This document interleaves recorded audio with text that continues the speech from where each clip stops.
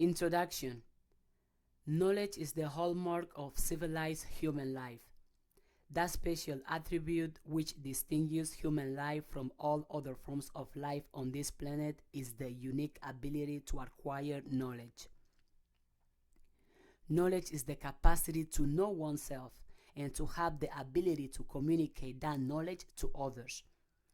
Other animals have the capacity to learn and to establish new behavior that is actually only habit or action without awareness. Human beings are capable of knowledge acquisition, and this permits them to move above the level of habit and actually gain and transmit knowledge about themselves and the world that they live in over generations. Other forms of life may alter their genetic code by altering their habits over sustained periods of time, but they are unable to leave a record of the rationale for developing certain patterns, mastering certain obstacles, and breaking down the complexity of some aspect of the environment. And to establish new behavior that is actually only habit or action without awareness. Human beings are capable of knowledge acquisition, and this permits them to move above the level of habit and actually gain and transmit knowledge about themselves and the world that they live in over generations. Other forms of life might alter the genetic code by altering their habits over sustained periods of time, but they are unable to leave a record of the rationale for developing certain patterns, mastering certain obstacles, and breaking down the complexity of some aspect of the environment. This remarkable and significant way of getting knowledge and passing it along permits human beings to master their environment and themselves, unlike any other form of life. We are able to redesign much about the environment that we live in because of our knowledge of its patterns and its cycles. We are ultimately able to change ourselves and improve ourselves unlike any other form of life because of the accumulated and transmitted knowledge of who we are and how we function.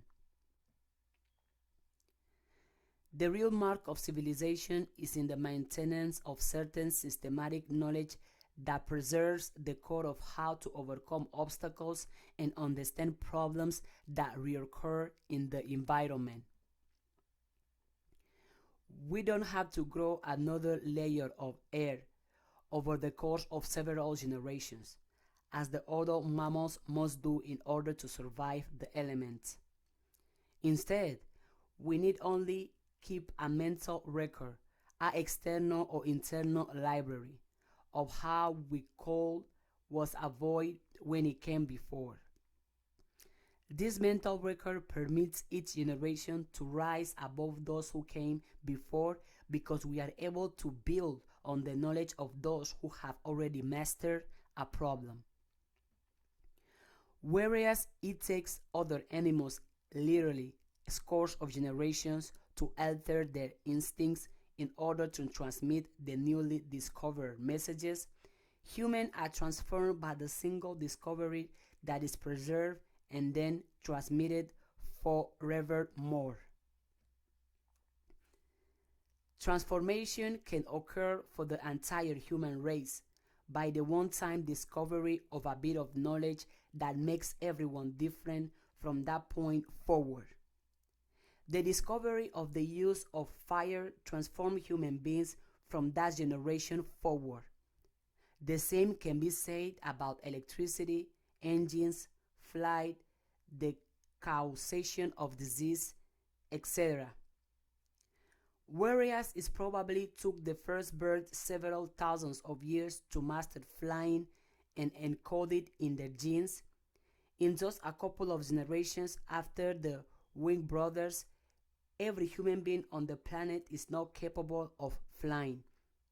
Smallpox once wiped out entire populations, but once its cause was understood, it now has the rarity of a remote moment in history.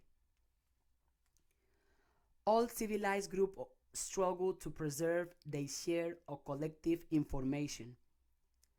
There is recognition that people's ability to survive and master the obstacles of the environment is a direct consequence of their ability to preserve their knowledge.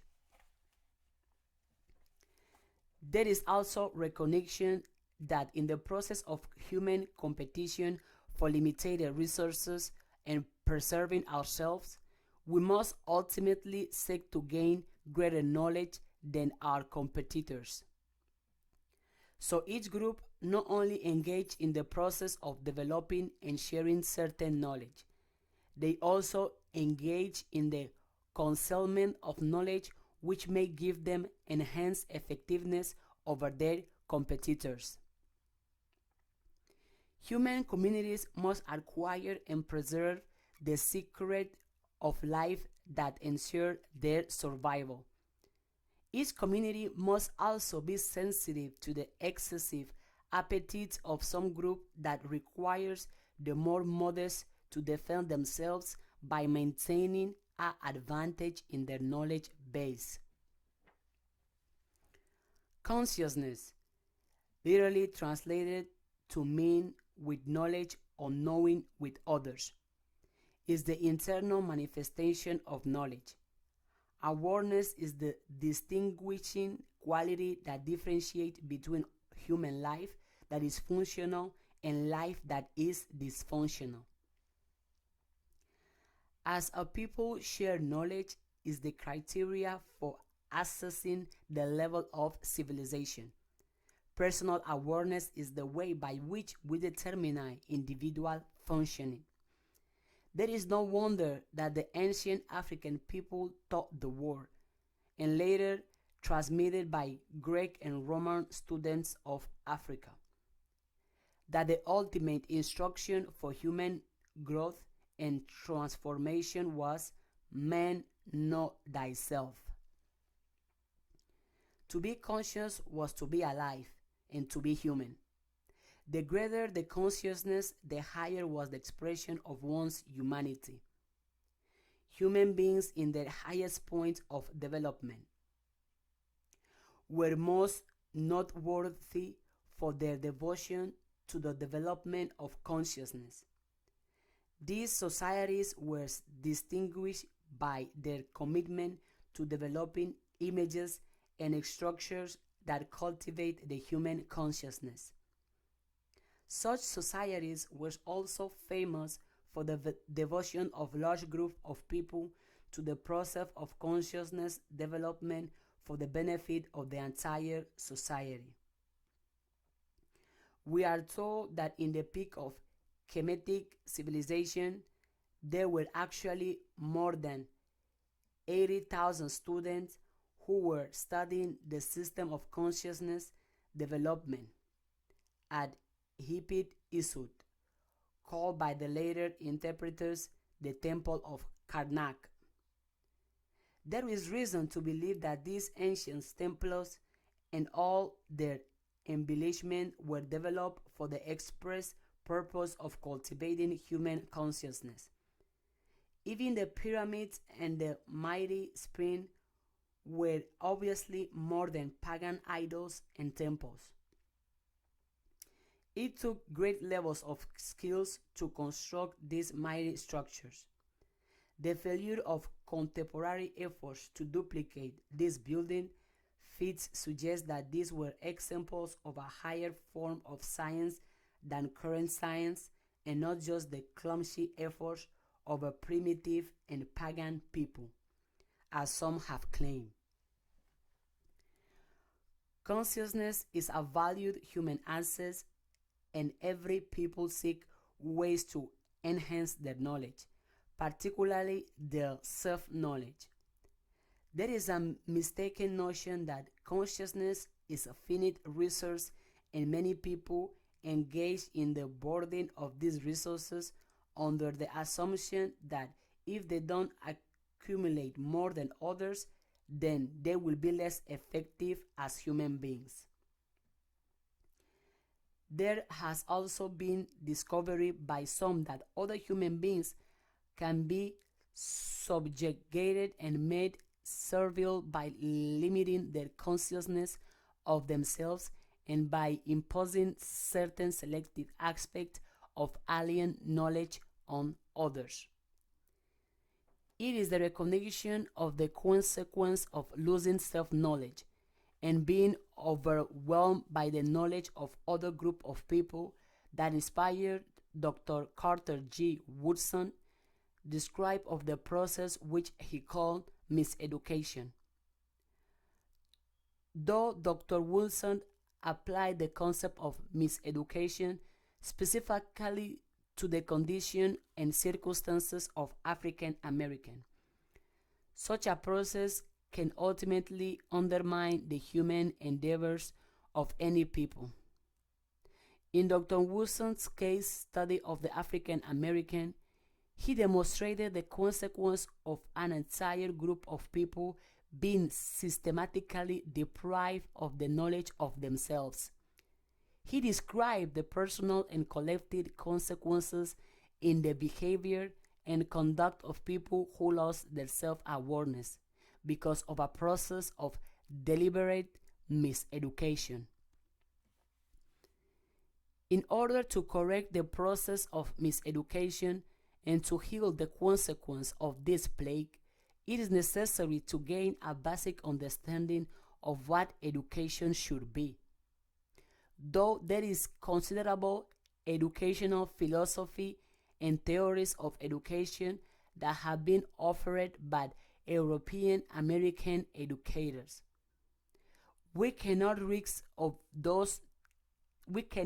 the use of those theories since they have been offered by a tradition of education which has comfortably and deliberately miseducated African American and other non-European people. The objective of this discussion is to look at the process of education in a holistic way and to determine what should be the ingredients of a effective education. We should draw upon the traditions of African education as a means of conceptualizing what this educational process should entail. We shall also include concepts from the teaching of the Honorable Elijah Muhammad and his highly successful educational program for the Nation of Islam. We should end up with a model for educational institutions which teach African Americans as well as some guidelines for the process of the re-education of those African Americans who have already been miseducated by institutions that did not have the true education in mind.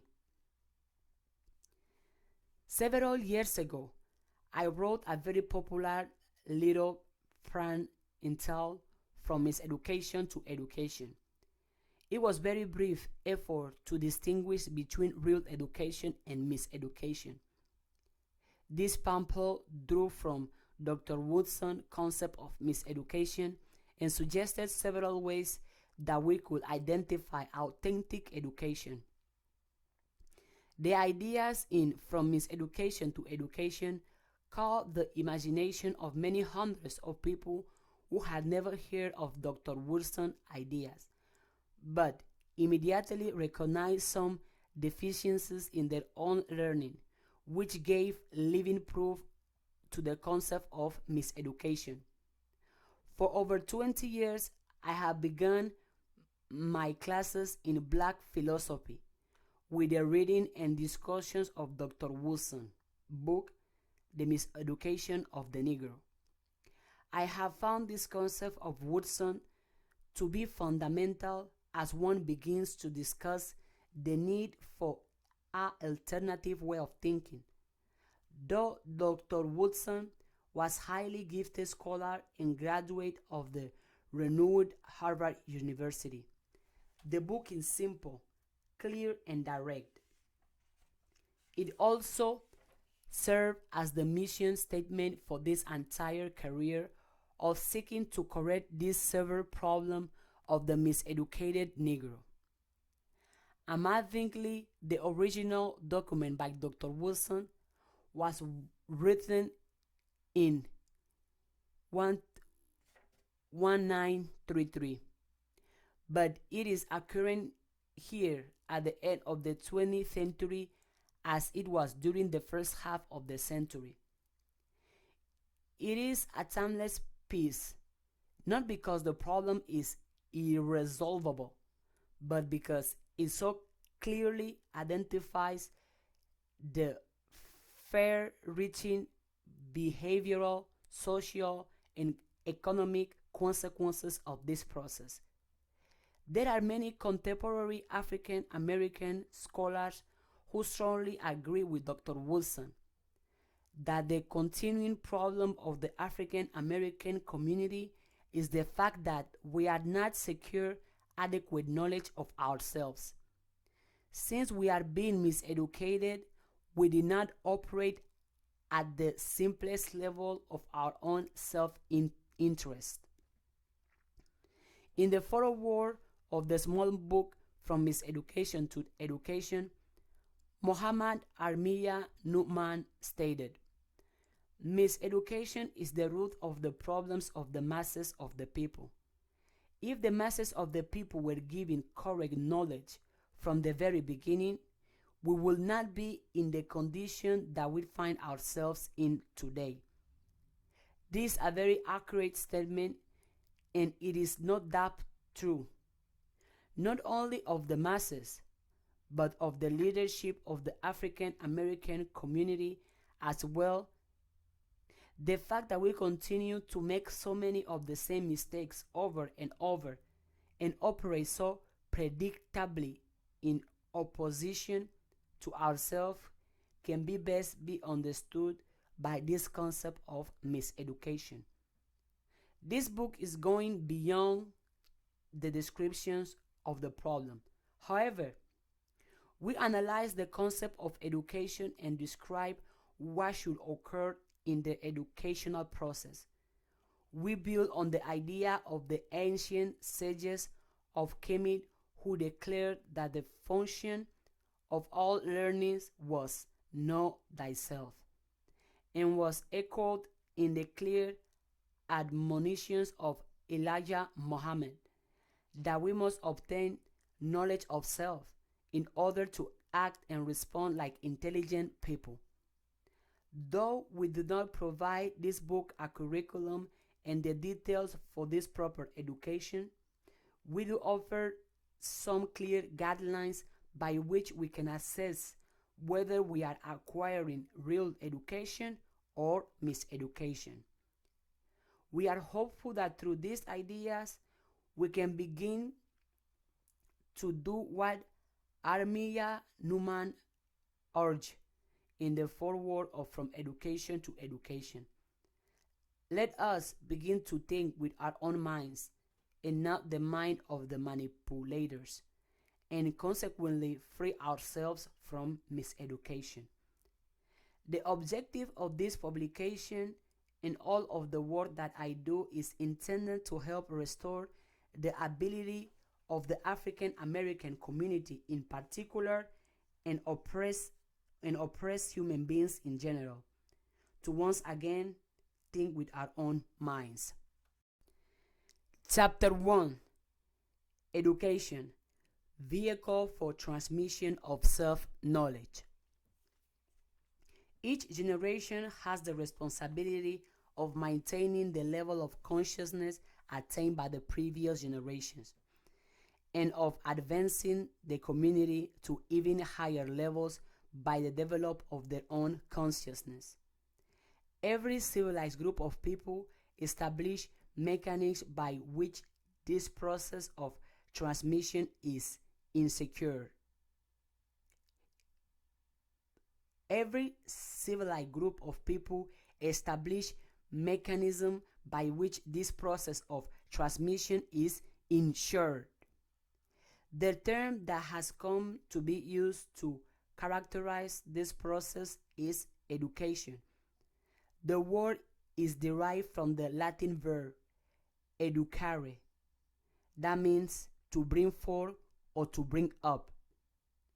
This meaning is obviously much broader than the currently accepted concept of education as a process of teaching or imposing some habits or ideas. Education in its inception was understood as a process of harnessing the inner potential that was yet unexpressed and bringing it out or up into consciousness. The process of equipping the human being with a consciousness awareness of the true nature was an essential task that every society provides for its offspring. They fully understood the gross limitation of reproduction their flesh in the youth without reproducing their minds. They fully understood the gross limitation of reproducing their flesh in the young without reproducing their minds. Education was both a sacred right and responsibility because without it, no one born into the world could become fully human. Our humanity is defined and distinguished by the development of knowledge and particularly self-knowledge. Therefore, it is critically necessary for each generation to learn who and what they are. This process is not limited to the transmission of certain skills and habits. Certainly, there is much about human survival that has to do with the transmission of certain skills, and the earliest learning that we experience firmly implants many of those basic skills, such as walking, speaking a language, etc.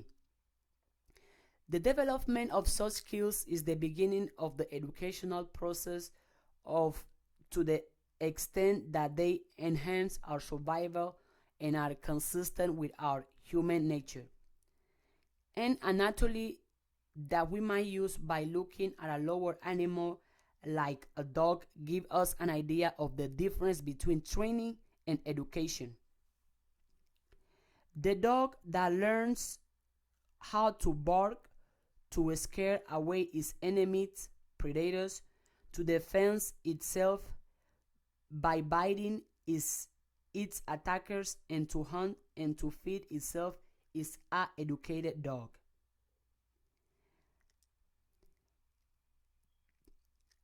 The dog that learns how to bark to scare away its enemies, predators, to defend itself by biting its attackers, and to hunt and to feed itself is an educated dog. The dog that learns how to stand on his hind legs and wear a dress and dance to the music of its trainer is actually a trained dog. Despite how impressive the dancing dog might appear to the human observer, this dog has been trained away from its nature. Dog is the natural element. Don't wear dresses and dance on their hind legs when a human provides appropriate music. Though the dog behaviors result in obtaining food and care from a master, it does not afford the dog the ability to care for itself. Such a dog is what Dr. Woodson described as being miseducated, because the dog can perform at someone else's command, but it cannot effectively command itself to do what is required for its life and enhancement. Though this might be very true of being domesticated, such a orientation demands dependency on someone other than one's own resources in order to survive. This kind of learning serves the purpose of trainer, but it radically handicaps the trained. This trained dog is entertained, and as human, you might even pay money to see him walk on two legs, dressed like a little human child. This is still a miseducated dog that has been trained by another species that exploits the dog behavior for enhancement of their own species advancement. In fact, as the dog comes to depend more and more on performing for its masters, it becomes less and less capable of performing for itself and caring for its own survival. After many generations, dogs are unable to survive as are their undomesticated cousins. The wolves, who are called wild by the human but from the perspective of its own reality is capable of independent survival much better than the cute pit poodle. As we shall discuss below, people who are trained can only serve those educated, people who were trainers. People who are trained can only serve those educated people who were trainers. Like the little performing dog, they will only be able to serve their masters and not take care of themselves. Functions of education. Functions of education. Every society values education because this transmission process serves several critical functions. The first function of education is to provide identity. At birth, our potential to be human is not fully realized. It is critical that this potential should be respected from the beginning of life, but there must be a commitment to help the person achieve their full humanity. In order to become really human, or our humanity must be educated, brought forth, or brought out. Identity is the consciousness of our true nature. The nature of most other forms of animal life is preserved in their instinct. There are fundamental qualities of being a dog which are still present in the dog, whether the dog has been miseducated or not. The dog may not be able to engage in independent dog survival, but it is still a dog despite its interaction with a miseducation. Human beings also possess an intrinsic nature that is human, but unless it is educated, people can only lose or not develop their human identity. People can be mammals and engage in many animal-like processes of primitive conduct of survival and life. To be human, however, implies consciousness or awareness of who and what we are. Only very little of our conduct can be accounted for by pre-established behavior or instinct. Humans must know that they are human in order to engage in human conduct. No civilized group of people leave this process to change. From the moment of recognition that a new life is on the way, the existing humans, parents, family, village, etc., begin to extract the educational process. Probably the earliest step in this educational process is selecting a name. The name comes to symbolize the much broader reality of identity. It is with the name that we become identified among the human community, and within the name is a full range of dimensions of our identity. The name usually identifies the family or direct teachers from whom we have come. The language of the name tells us much about our nationality, native tongue, culture, history, and a wide range of things about our human social function and origin. Then, for most group of people, the given name represents certain spiritual or mental quality which the teachers intend to cultivate within this potential human. In Judeo-Christian and Islamic societies, many of the names are from religious tradition and represent spiritual or inner qualities that the knowing or educated human seek to develop in the newcomer. In traditional African and Native American societies as well, names are chosen from the spiritual legacy of the people, and the name is intended to identify the higher human qualities which this new human being is expected to come to know about him or herself. Samuel, a common Judeo-Christian name, which literally means name of God. Abdullah, which is a common Islamic family name, describe one who is slave servant of Allah, God. The feminine name of Anifa, found in Swahili and among many Islamic African, means one who is true believer in God.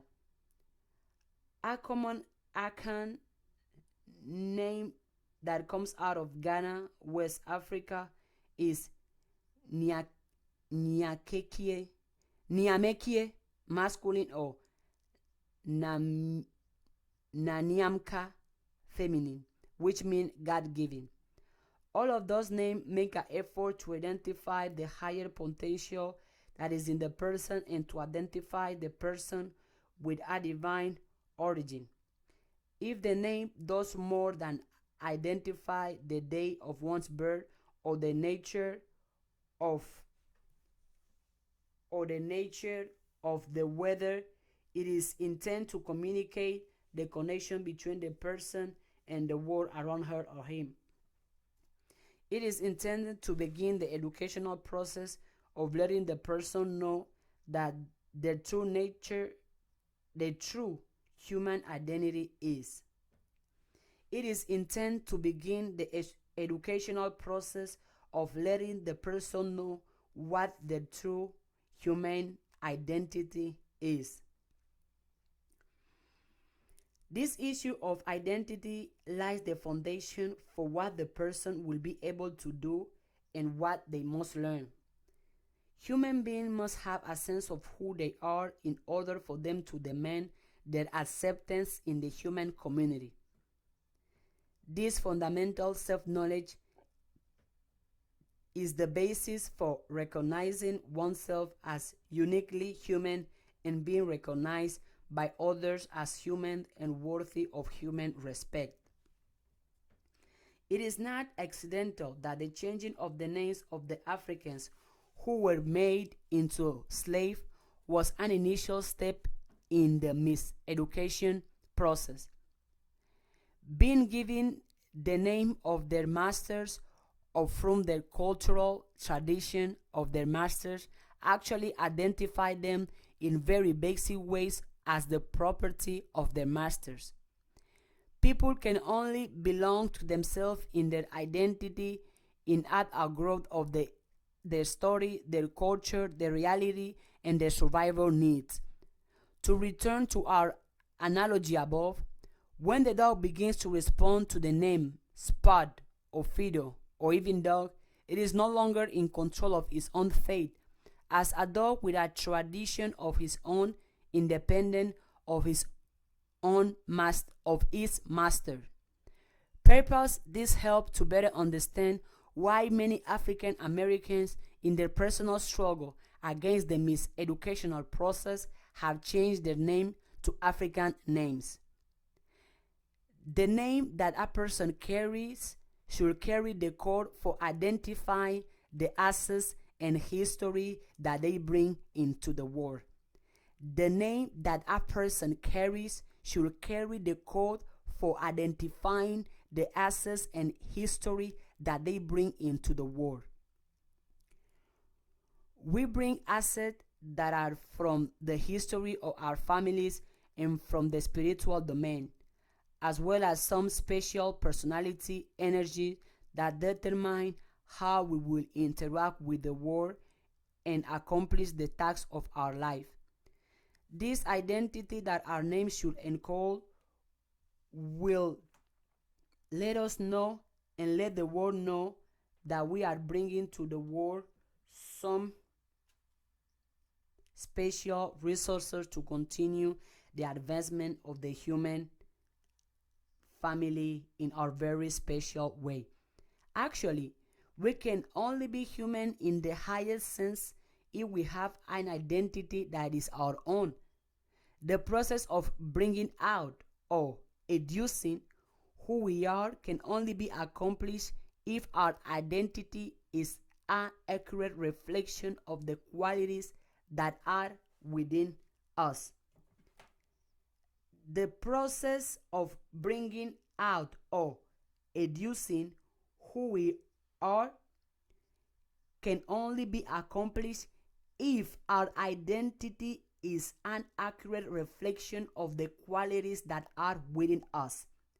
The process of bringing out or educing who we are can only be accomplished if our identity is an accurate reflection of the qualities that are within us.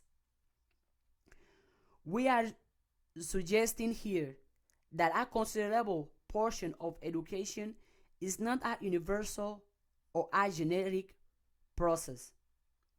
What educates one person or one group of people does not necessarily educate another group of people. If we respect the origins of the term education, we understand it not as the transmission of a standard body of information, but the educing or bringing forth that which is within, and the process of facilitating a proper identity in where education must begin. What educates one person or one group of people does not necessarily educate another group of people. If we respect the origin of the term education, we understand it not as the transmission of a standard body of information, but the educing or bringing forth that which is within, and the process of facilitating a proper identity is where education must begin. Those people who establish the European American education system certainly follow these rules for the development of their identity. The images that are associated with the development of basic skills are reflective of themselves.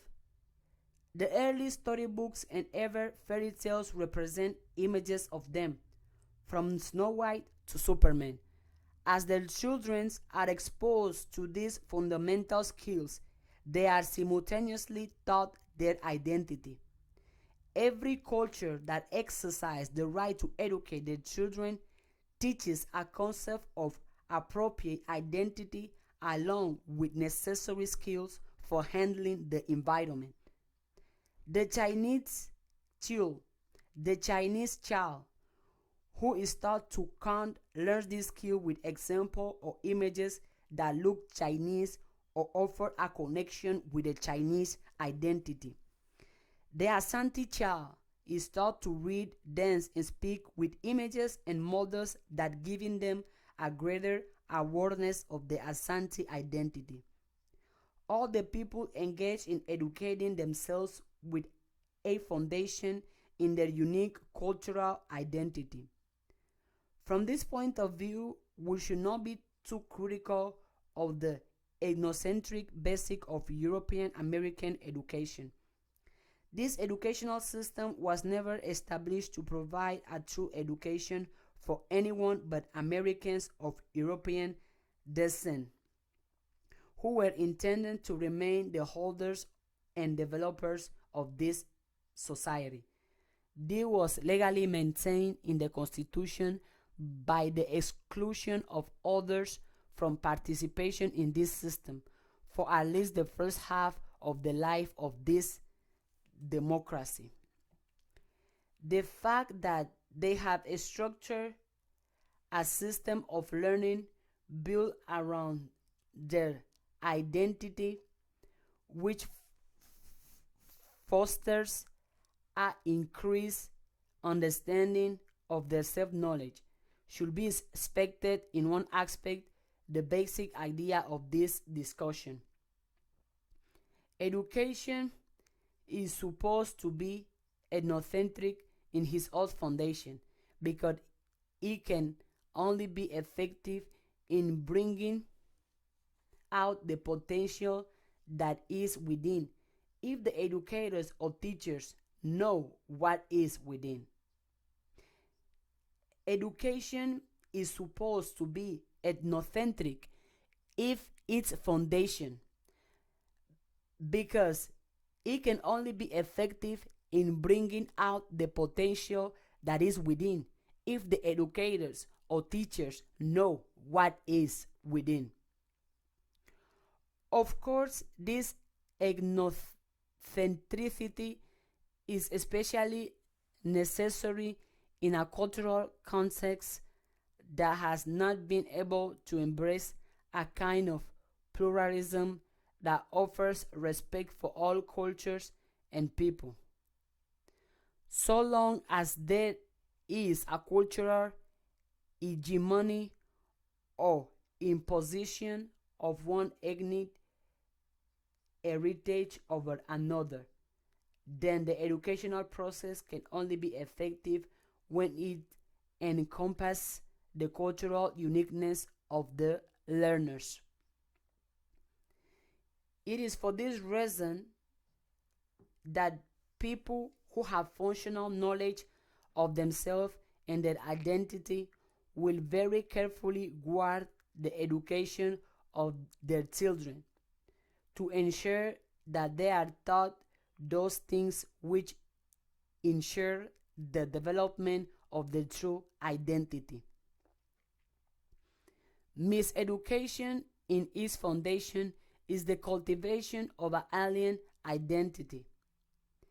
When people are taught that they are somebody who they are not, then this forms the basic of miseducated. Miseducation in its foundation is the cultivation of an alien identity. When people are taught that they are somebody who they are not, then this forms the basics of being miseducated. The same Dick and Jane images we teach the European American child to read serve to miseducate the African American child and may in fact actually serve to lead them away from the reading process. Even though little Leroy, Dick and Jane's black playmate, may be found in the story, he is not central to the process. It is not his family and his neighbor that the story is about, but he is present in someone else's reality that places him in the story. Though he or she might not be immediately conscious of this fact, they are not receiving a true education because they are not being taught their true identity. Miseducation actually begins at the level at which the person is taught an alien identity and nothing about the true identity. They learn to see themselves as players in someone else's story and do not learn their own story. This does not mean that the miseducated person fails to learn. In fact, the ones who learn in spite of the miseducational process often become the willing slave or pets of their teachers. This does not mean that miseducated person fails to learn. In fact, the ones who learn in spite of the miseducational process often become the willing slave or pets of their teachers. The skills and ideas that they develop have limit or no utility for themselves. This serves as the basis for the assertion of Dr. Carter G. Woodson, who said, "The so called modern education, with all its defects, however, does others so much more good than it does to the Negro, because it has been worked out in conformity to the needs of those who have slaved and oppressed wicked people. No systematic effort toward change has been possible. For thought the same economics, history, literature, and religion which have established the present code of morals, the Negro's mind has been brought under control of its oppressors." This served as the basis of the assertion of Dr. Carter G. Woodson, who said, "The so called modern education, with all its defects, however, does others so much more good than it does to the Negro, because he has been worked out in conformity to the needs of those who have slaved and oppressed weaker people. No systematic effort toward change has been possible, for taught the same economics, history, literature, and religion which have established the present code of morals. The Negro's mind has been brought under control of his oppressors." An effective education system must be rooted in the valid identity of its students. It is for this reason that the strong cry for an afrocentric education has gone up from the most gifted educators within the African American community. There has been a predictably strong opposition to this proposal coming from European Americans and Eurocentrically trained African Americans.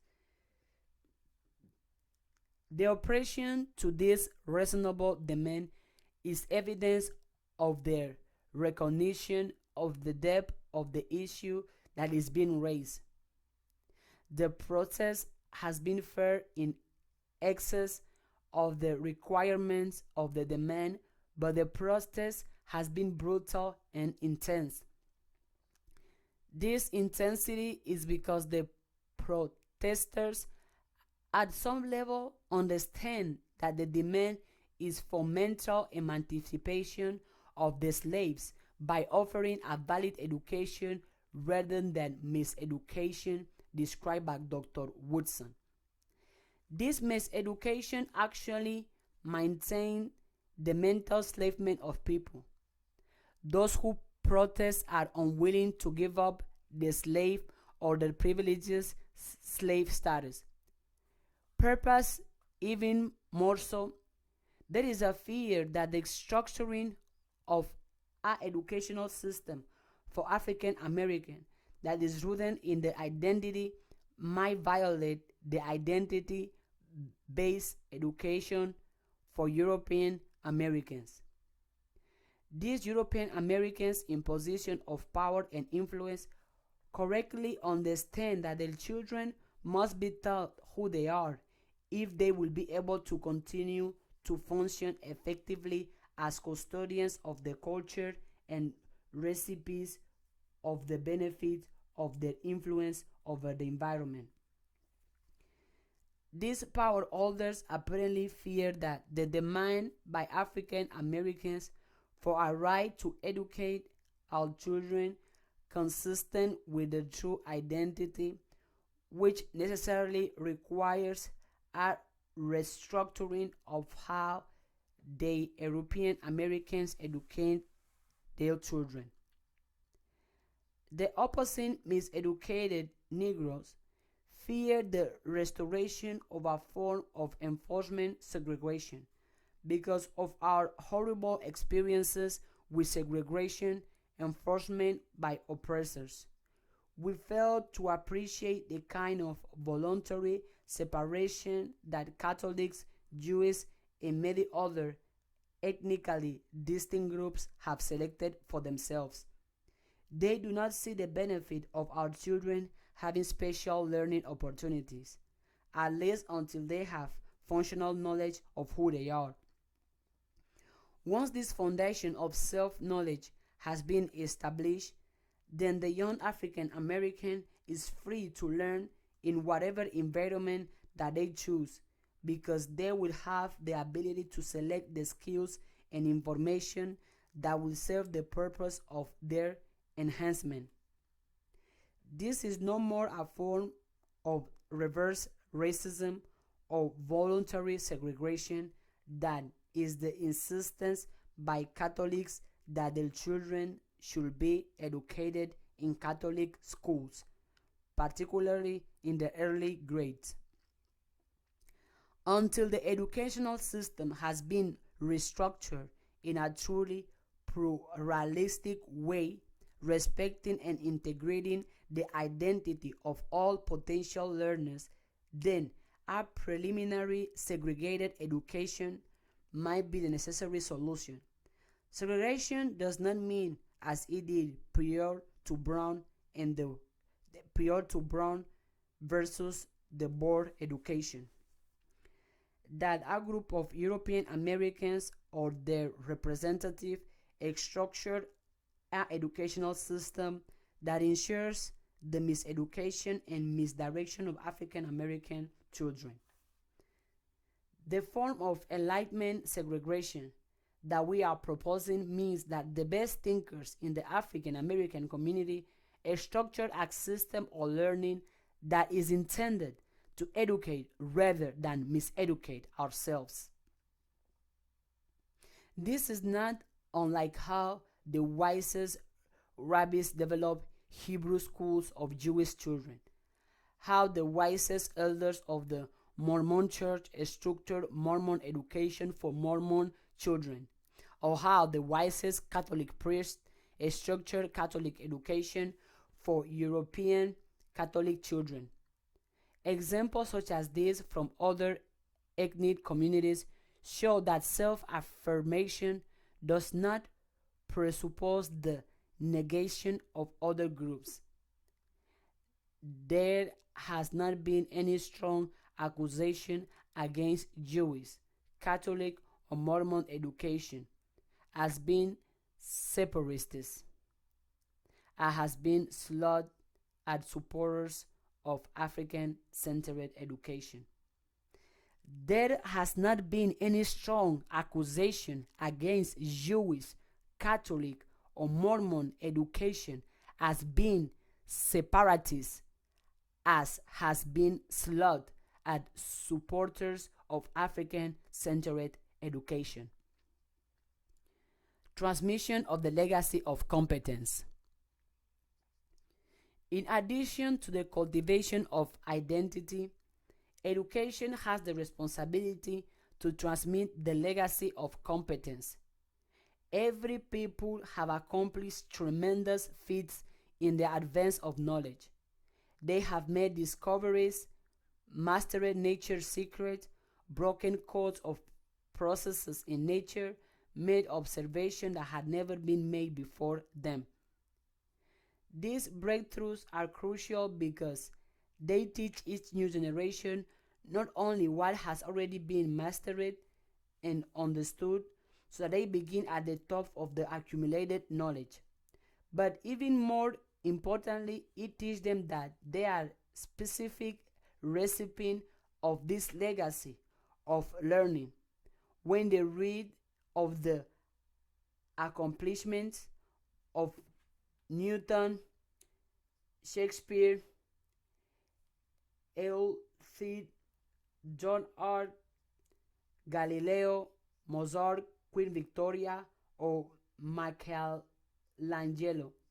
They are being invited to share in the legacy of the great predecessor. The objective is that they invited to share in the legacy of their great predecessors. The objective is that the children of European descent come to know their potential for similar greatness.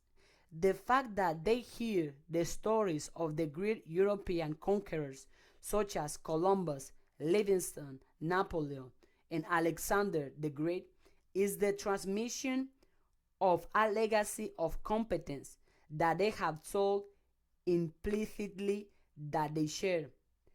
They are invited to seek the secrets of science, to reach for higher levels of artistic creativity, and to be emboldened to explore and conquer space and the ocean deeps because of the recognition that they are recipients of this mighty legacy. The fact that the educational system of European American focuses on the heroes and heroines of European culture is not accidental. These are the images that inspire the repetition of the feats of greatness that the ancestors have achieved. Again, this is not an unusual procedure in the process of effective education of people. Whether it is an Ugandan child or a Japanese child, those charged with the role of educing what they really are must show images of the ancestral contributors to their legacy. Yes, there is a universal human legacy, human legacy that must be shared. However, people must first know their particular legacy before they can internalize the universal legacy. Yes, there is a universal human legacy that must be shared. However, people must first know their particular legacy before they can internalize the universal legacy. In a social order where race, class, even gender are represented as the basic for fundamental differences in people, as in certainly the case of American society, both young and older learners must learn the message of their particular legacy in order to draw from the inspiration of that legacy. This is why it is correct that African American children should learn the geniuses of the great physician and multigenius Imhotep from ancient Kemet, as well as the scientific proofs of Dr. George Washington Carter. They must know of the Numidian architects of the Great Pyramids to the nameless African explorer who came without conquest as their goal and preceded Columbus to the American continent by several centuries and initiated a cultural exchange whose monuments still stand. Some critics of afrocentric education have condemned the teaching of this fact to African American children as being little more than feel-good curriculum. However, they still intersperse their history books with long tales of Henry Jackson, General Custer, and notorious slave owners such as George Washington, who they are taught is the father of their country. This great father tells no lies, even when engaging in the vandalistic destruction of his father's cherry tree. So, from Santa Claus in European mythology to St. Paul in the religious literature, up to and including Edison, Pasteur, and Einstein, the European American child is presented with a feel good curriculum about European American greatness without apology. The curriculum is not established for the exclusive purpose of helping students to feel good. It is quite correctly a mechanism for the transmission of the legacy of competence that every educational system must do. The young must be taught that they have a legacy of greatness and accomplishment that they are required to continue. It is the image of greatness which resembles them, which serve to inspire young people to become the great scientists, scholars, and artists which continue to fearlessly explore the world and develop new ideas and concepts which advance themselves and the rest of humanity. All young people are similarly competent and capable, but such competence will never be expressed until they are sure that they have a legacy of such competence. As they learn of their great legacy, they will join the great achievers from other cultures because of their understanding of the lineage that they share. The young people who are taught this lesson join the community of great achievers and are able to advance humanity and their people who ever greater age of human excellence. There are many white achievers who argue that this accomplishment is indicative of an generally given superiority, which actually makes them more competent than those black or brown people who do not achieve at the same level. This white supremacy advocates do not consider the fact that their achievement is the consequence of a self-fulfilling prophecy that results from knowing their legacy. Those who fail to achieve very much continue to accomplish little because they don't know their potential because they have only been exposed to the legacy of others. What is even more painful is that the miseducated person that makes great achievement credit the legacy of others for their accomplishment. The popular artist and entertainer Michael Jackson, who wrote an autobiography several years ago that was entitled Moonwalk, actually dedicated his biography to Fred Astaire, a European American dancer who learned what he learned about dance by the study of African American dancers. Jackson identified Astaire as being the source of his inspiration for the dance genius that he exemplifies in his artistic expression. How very sad that miseducation often leads us to negate our own geniuses and attribute it to our captors who have only exposed us to the element of their legacy.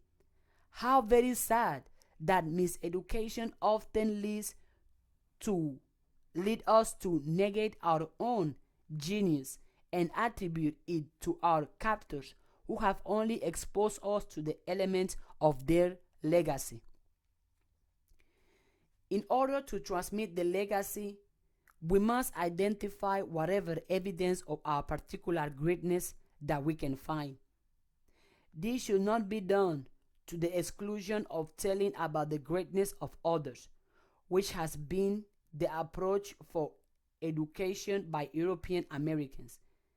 It is not necessary to diminish the legacy of others in order to learn of the greatness of our legacy. The diversity of the human family is not simply a matter of phenotype or physical appearance, but it is recognition that we all bring equally valuable contribution to the wide array of the human experience. There has been greatness and failure in all types of human beings.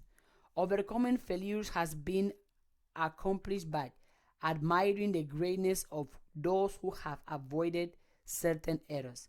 If a group of people only study their own achievement, then they will engage in a kind of repetitive self-murder that makes them perpetuate the same errors without correction.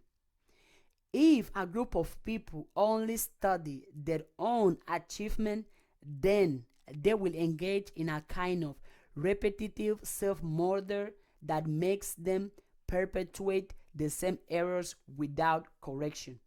However, the uncritical imitation of the greatness of other communities robs a people of the special contribution that comes from the uniqueness of their particular legacy.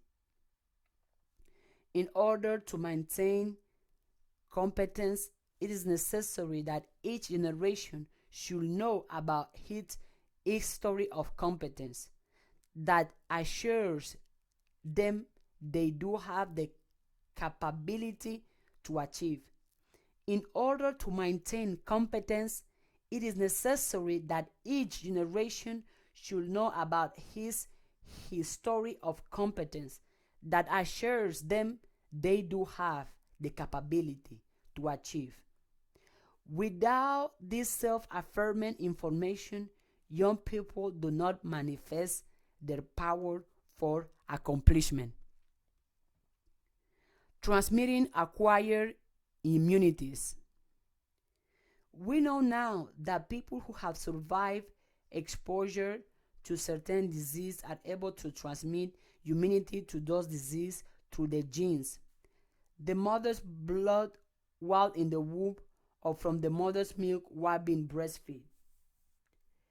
We appreciate that our ability to survive hundreds of diseases that decimate populations before us is a consequence of this immunity that has been transmitted to us through the blood of our parents. Again, this serves as an analogy for another of the functions of education.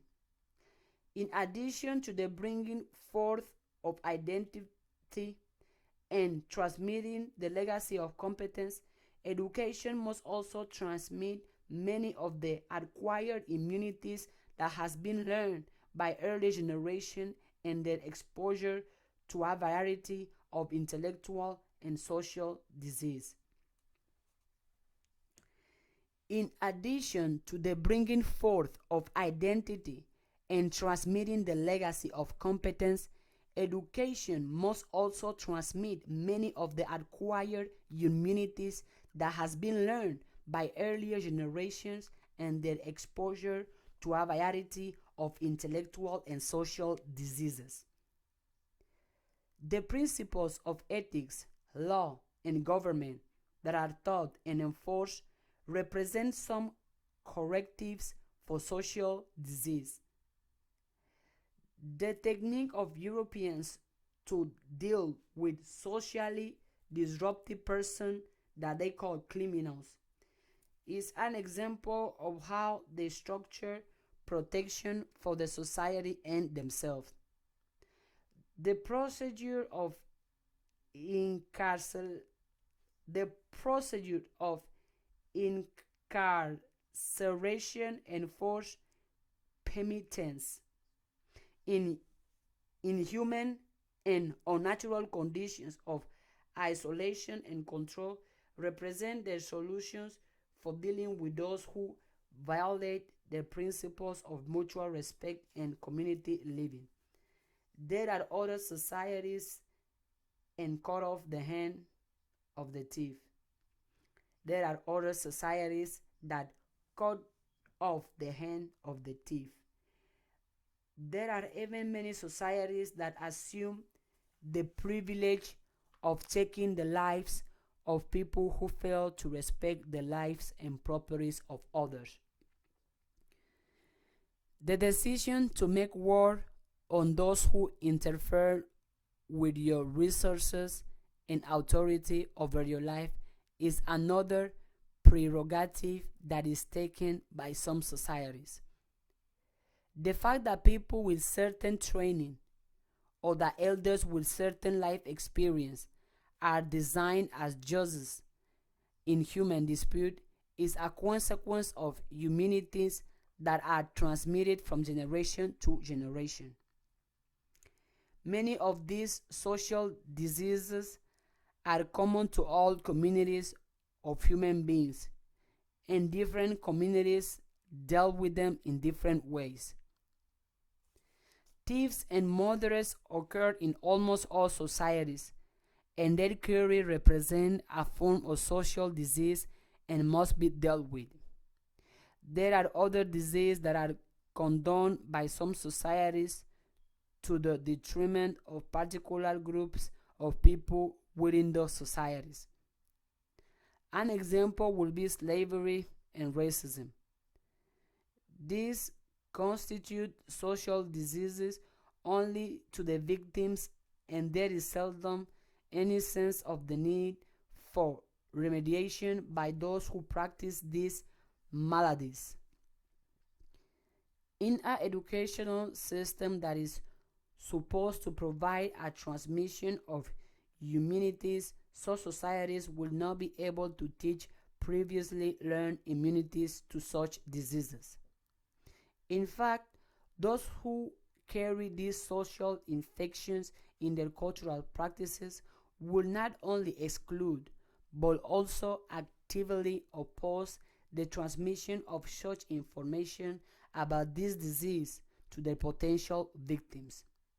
On the other hand, they will justify, even glorify, or deny their atrocities in order that remediation will not be deemed necessary.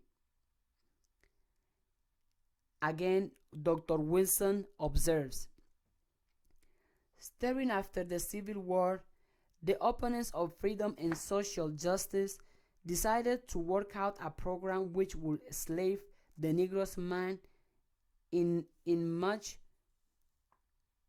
as the freedom of body had to be conceded. It was well understood that if by teaching our story the white man could be further assured of his superiority, and the Negro could be made to feel that he had always been a failure, and that the subjection of his will to some other race is necessary, the freedom then would still be a slave. Wilson identifies this perpetuation of a form of mental enslavement and participation in one's own oppression as being the result of failure to learn the immunities that would create an opposition to an oppressor group. The educational system that teaches the natural superiority of the oppressor group and the natural inferiority of the oppressed will leave the oppressed person defenseless against their own destruction. The lack of this defense is a consequence of failing to acquire the immunity that will come from correct education. In the European American educational system, all young people are taught respect for the property of the powerful and the need to defend the holders of power against any force that seeks to threaten that power. The African American child in such an educational system learns to hate the enemies of their European American teachers, but they learn nothing about how to deal with their own historical enemies.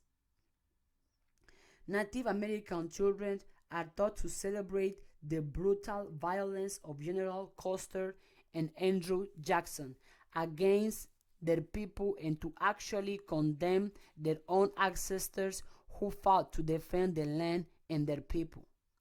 Such education for Native American children failed to teach them the immunities that are necessary for their own protection.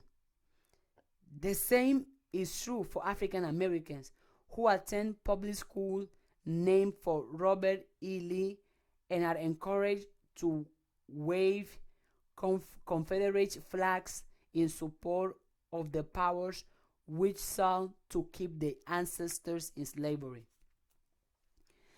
The proper education of the African American should offer the transmission of acquired immunities. We should study detailed stories of the Asante people of Ghana, who resisted the colonization and tricked the British when they sought to steal the royal ornaments and symbols of power. The stories of the many slaves who resisted the enslavement must be told. The victory of Singe and the Amitat and the structures of the Nat Turner, and Denmark, Versailles, must be celebrated as means of transmission or immunity to oppression. The Escape of Frederick Douglass, the work of Harriet Tubman, and the many others that gave their life in the cause of abolition should be told to every African American child. The challenges brought by Marcus Garvey, Elijah Muhammad, Malcolm X, Paul Robeson, and the many others who defiantly resisted the perpetuation of European Americans' control over African Americans' life should be catechisms of each generation of our young people. The scholarship of W.E.B. Du Bois and the Carter G. Woodson, who fought a relentless battle against the intellectual enslavement of African people, should be the intellectual immunization given to every African American scholar. The scholarship of W.E.B. Du Bois and Carter G. Woodson, who fought a relentless battle against the intellectual enslavement of African people, should be the intellectual immunization given to every young African American scholar who will be trained by the European American educational system. The fact that these scholars use the skills of their miseducation to form a lifetime commitment to the real education of their people should be known by every student as the way that training should be used. This kind of natural educational immunity will protect us from continuing to produce in each generation those who by their miseducation continue to impede our progress as a race. This kind of natural educational immunity will protect us from continuing to produce in each generation those who by their miseducation continue to impede our progress as a race. In the 1930s, Dr. Wilson suggests. In the 930, Dr. Wilson suggests the large majority of the Negroes who have put on the finishing touches of our best college are all but worthless in the development of our people. If after leaving school they have the opportunity to give out to Negroes what traducers of the race would like to have it learned, such persons might thereby earn a living at teaching or preaching what they have been taught, but they never become constructive force in the development of the race. The so-called school then becomes a questionable factor in the life of these despised people. For the arduous task of serving a race thus handicapped, however, the Negro graduate has had little or no training at all. The people whom he has been ordered, the people whom he has been ordered to serve has been belittled by his teachers to the extent that he can hardly find delight in undertaking what his education has led him to think is impossible. Some 60 years later, we continue to produce the same kind of miseducated Negroes who are not immunized themselves and continue to perpetuate the infectious mind which have come from their miseducation. In the African American community, we still have teachers who resist the idea that our children should be equipped to deal with racism by understanding and recognizing its presence. These misdirected teachers and leaders in our community delight in the kind of victim analysis that blame African American people for their situation. They are the voices of calm who condemn anyone who asserts the need of African American to claim the same kind of self-sufficient and self-affirmation that other people claim for themselves. They become the voices who tearfully join in any memorial to the suffering of other groups, but accuse African Americans of being preoccupied with their own victimization when they attempt to understand the consequences of 400 years of slavery and oppression. These distorted voices are the ones that even accuse those who seek to immunize our people as being reverse racism when they identify the source of these centuries of oppression by white European American people.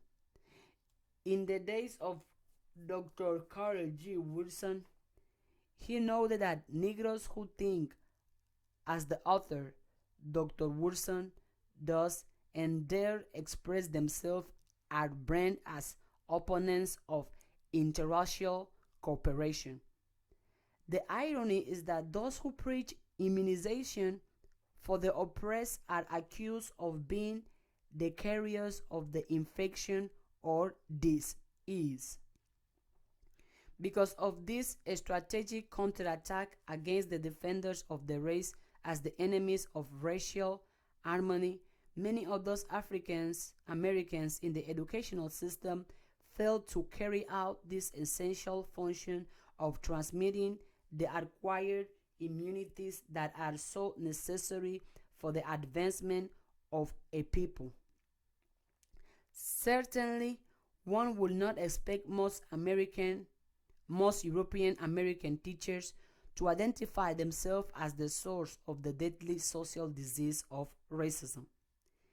In addition to learning about the successful ways that earlier generations have dealt with the enemies of our people, this immunizing function of education instruct each new generation in the rituals of self-protection. For example, all traditional African societies had rituals to signify the passage from childhood to adulthood. These rituals were detailed and systematic and left no aspect of achieving manhood or womanhood up to chance. The rituals of instruction for initiation were immunization against the inevitable infection that comes from the confusion of youth that are trying to make the transition to adulthood without guidance. The wisdom of elders who were especially educated in facilitating this transformation for youth was used as the prevention against rebellion, confusion, and the kind of disruption committed by youth who are trying to be adults but do not know how. In such societies, out of wedlock pregnancies, revolt against elders and general disrespect for the social order did not occur. These societies had learned the importance of educating the youth about the roles of responsibilities as adults and doing it in the systematic fashion so that their adultness was properly educated. Western societies have failed to develop such immunization for themselves because of their tremendous faith in individual freedom and in the idea that youth should be permitted to find their way and make their own choices. Youth rebellion is an accepted phenomenon in American society because there is no ritualized education for dealing with it. Those who have limited opportunity and minimal control over the forces and resources of the society generally suffer the greatest from this infection. And certainly, African Americans are major victims of the disease of youth miseducation. Large numbers of our youth end up in detention facilities, struck out on drugs, or dead in the struggle to manage their infection of not knowing how to become adults. Since we, African Americans, have not developed our own educational system, we did not develop the proper immunization against these ills. With the absence of the power to protect ourselves from outloud of these social diseases, and then lacking in the knowledge to humanize ourselves from them, African Americans and other miseducated groups become very vulnerable in this alien system. Developing a shared vision. Another important ingredient that must emerge from education is a vision that is shared by the collective. This collective vision might be a nation, an ethnic group of our community. Another important ingredient that must emerge from education is a vision that is shared by the collective. This collective vision might be a nation, an ethnic group, or a community. Essentially, it requires that a group with common social identity and common historical connection must see themselves as rising above any limitation and achieving the ascendancy of the group consistent with the highest aspiration of the rest of humanity. The vision must assure that all members share a commitment, first of all, to their survival, and secondly, to their progress. This vision lifts up the highest possible human goals for the community. This is not a communist or socialist vision of the preeminence of state or nation to the sacrifice of the individual. It is actually an ideal that used to individual to achieve their highest expression as part of a community of excellence. The vision shows the dignity and uniqueness of the individual while recognizing that no individual can rise above the collective dignity of their community. The community, on the other hand, has no higher significance than that achieved by respecting the individual contribution of its constituency. Documents and ideals, which define the collective vision of a people, are essential for fostering this process. Every student in the U.S. is required to learn and understand the collective vision articulated in the preamble of the Constitution and in the Declaration of Independence. The ideal of the freedom of the individual is a fundamental virtue of this society. Not only in this vision of individual freedom, soundly articulated in educational settings, but it is also enforced in the popular culture as well. This idea is consistently reinforced in the media and in nearly every aspect of the society. We are taught the great nobility of the wars that have been fought to preserve that individual freedom, both for citizens of the U.S.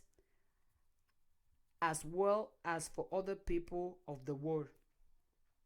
We celebrate the heroes and heroines who have sacrificed their life for the preservation of such freedoms.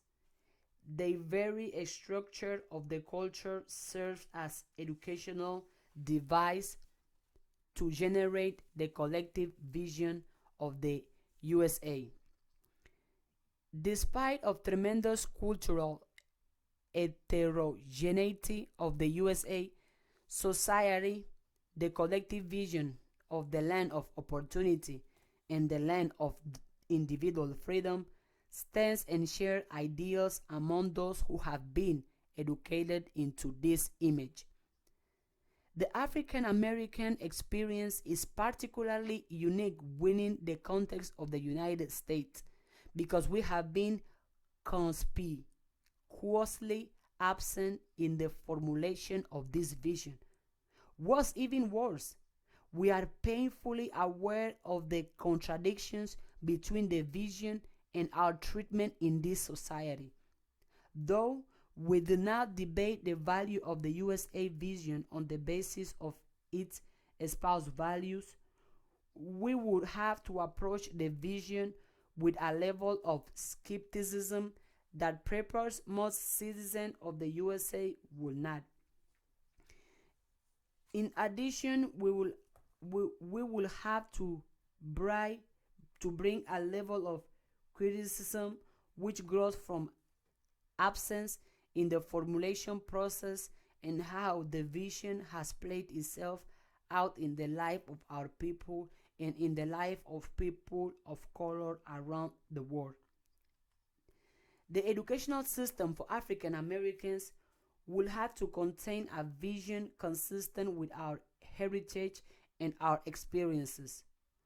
One component of that vision will have to be the specific rise and empowerment of our people. We will envision more than a token present on the landscape of someone's vision, but we will see ourselves in a significant place of decision making both in this nation and around the world. Our vision will be one of self-determination, whereby we will be able to bargain with other communities and nations around the world for the exchange of goods and skills that will ensure the survival and advancement of our people. We will certainly seek to control enough of our resources to ensure that we will lose our disproportionate representation among the poverty and criminal groups of this nation and around the world.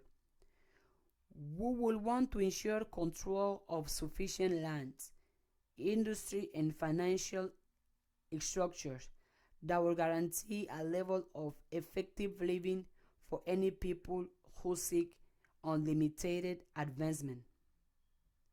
This vision will have to be one that offers an environment of moral and spiritual refinement of the human being consistent with the highest value of African people over the ages.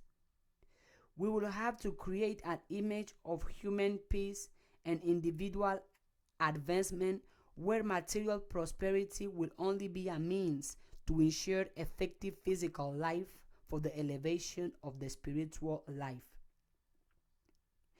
This vision will have to be one that offers an environment of moral and spiritual refinement of the human being consistent with the highest values of African people over the ages. We will have to create an image of human peace and spiritual advancement where material prosperity will only be a means to ensure effective physical life for the elevation of the spiritual life. This aspiration will have to go beyond the freedom of worship, but are acceptable of the nature of the human being as something considerable more than its material manifestation.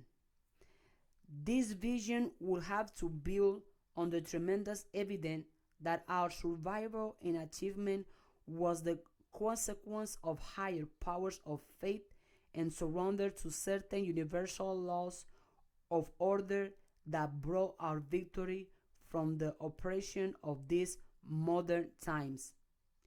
Such a set of concepts would be consistent with the evidence that the highest achievement of African people and humanity in general was at those times when these spiritual and moral principles were foremost in the aspiration of human beings. We must reconstruct the kind of high moral and spiritual values that stimulate the great advancement of ancient Kemetic society and form the prototype for all modern civilized growth. Our vision does not include joining in the world structure on the basis of our oppressor's vision, but on the basis of a vision that grows from our possibilities. Our vision does not include joining in the world structure on the basis of our oppressor's vision, but on the basis of our vision that grows from our possibilities. In order to generate such a vision, we will have to have a concept of our competence and our right to be in control of our fate.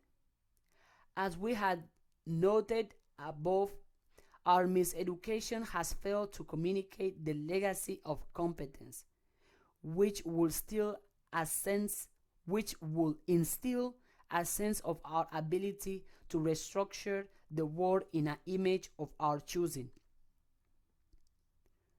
Our education will have to clearly show that we had constructed a world social order and that such competence was still available to us.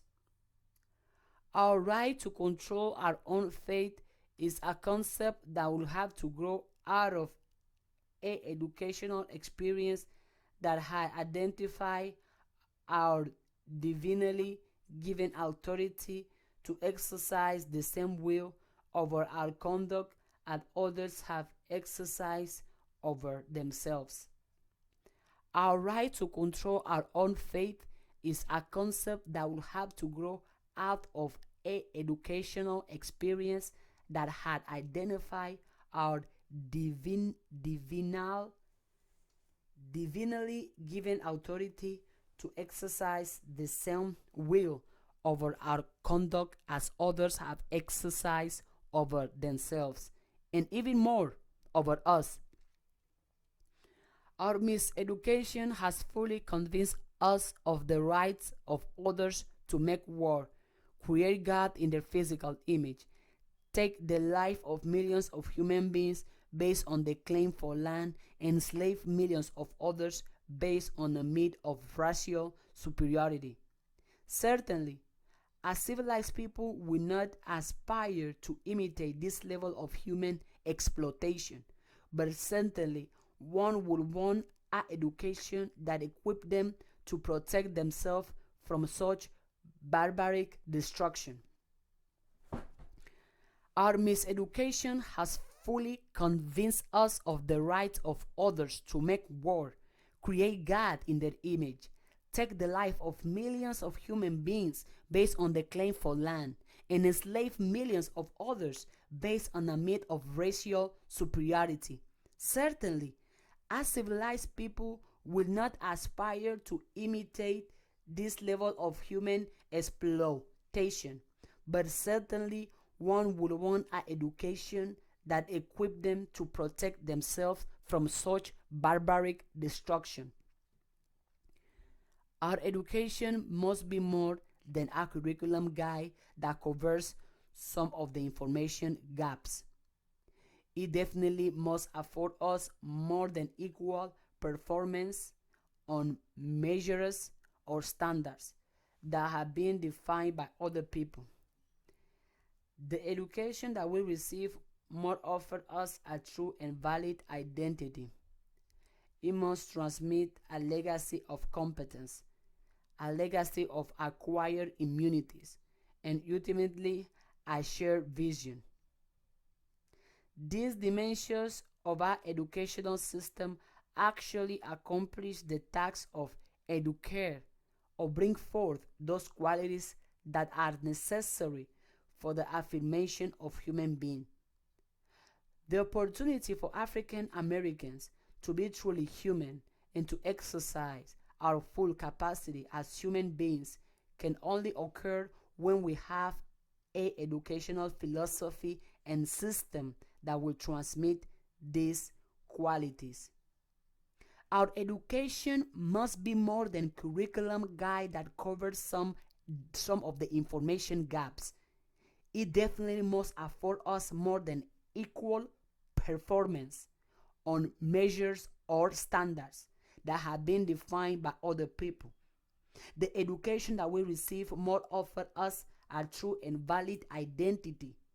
It must transmit a legacy of competence, a legacy of acquired immunities, and ultimately a shared vision. These dimensions of our educational system actually accomplish the task of educare or bring forth those qualities that are necessary for the affirmation of the human being. The opportunity for African Americans to be fully human and to exercise our full capacity as human beings can only occur when we have an educational philosophy and system that will transmit these qualities. Chapter 2: The definition of self. It is knowledge of self that the so called Negroes lack, which keeps them from enjoying freedom, justice, and equality. This belongs to them divinely as much as it does to other nations of the earth. Elijah Muhammad. The major premise of effective education must be self-knowledge. In order to achieve the goals of identity and empowerment that we have described above, the educational process must be one that educates the awareness of who we are.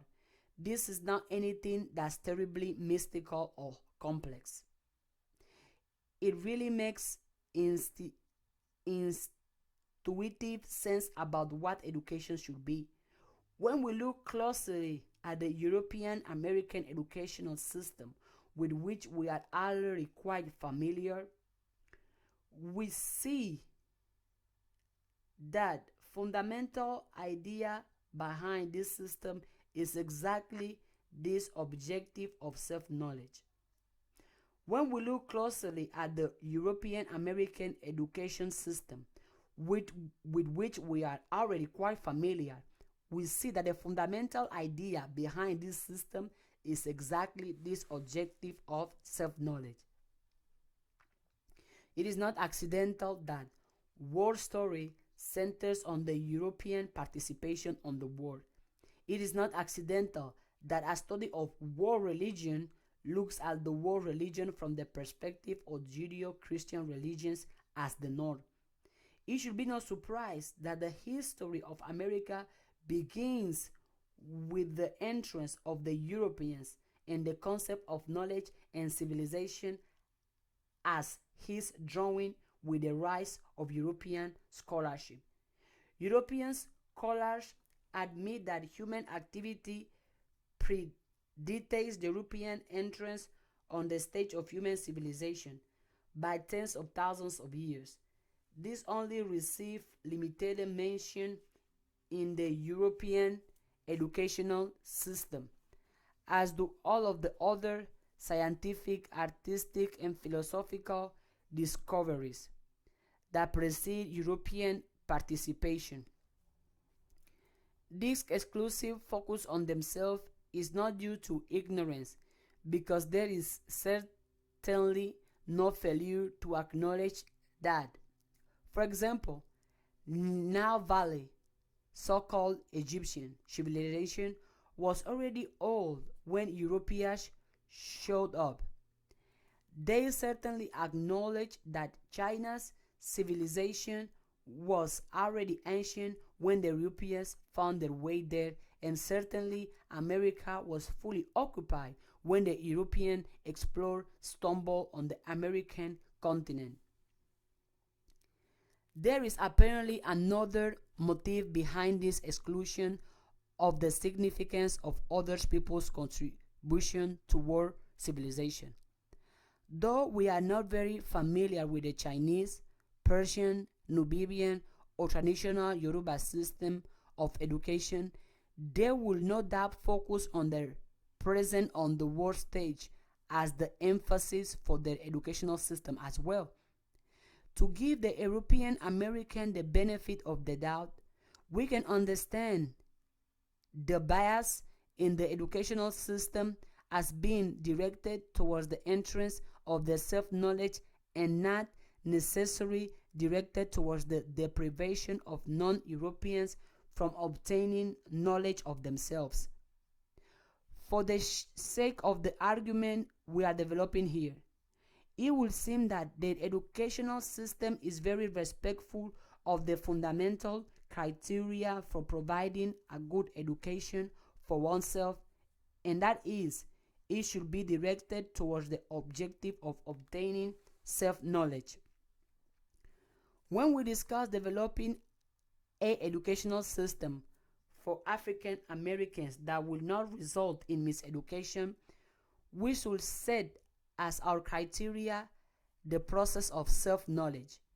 We must be very careful that our definition of this process is consistent with our true identity and not working with assumption of our alien identity.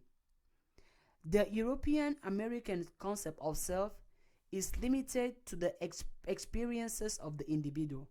In fact, their concept of self is more consistent with what Western psychologists will consider ego, or what we will describe below as the dimension of the personal self. This idea sees the person as restricted to the separate space and time where their body exists. As we shall see below, this is certainly a part of the self, but is not the totality of the self from the African perspective. What is the African self?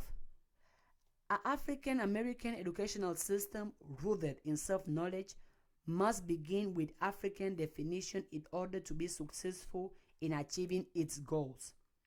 The African self is a multidimensional occurrence that is represented within the individual person, but also transcends the individual. It is in the present but also transcends time.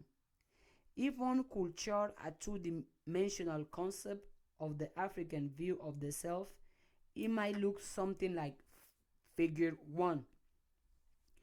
In order for us to obtain knowledge of self, one does not simply gain insight into one's individual ego and its experience, but instead the self is considered in this holistic way that ultimately encompasses the entire cosmos.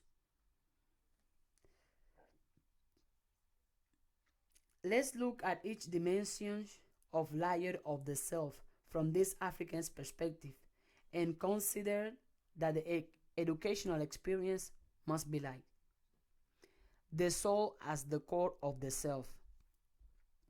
In an earlier publication entitled Life from Ancient Africa, I discussed the ancient African conception of the self as having the soul or Ba at its core. The ancients of the Nile Valley civilization considered the Ba to be the essence of the self. It represents a combination of spirit and intelligence. It is believed to be the energy that comes directly from the Creator, and it remains the human being's link with the Creator. The Ba is the breath of life, which is an allegory for the universality of light that runs through all humans. The basis educational lessons of the self is a metaphysical or spiritual study. It tells us that the essence of the human makeup is a spiritual entity that has its origins in the creator of the universe.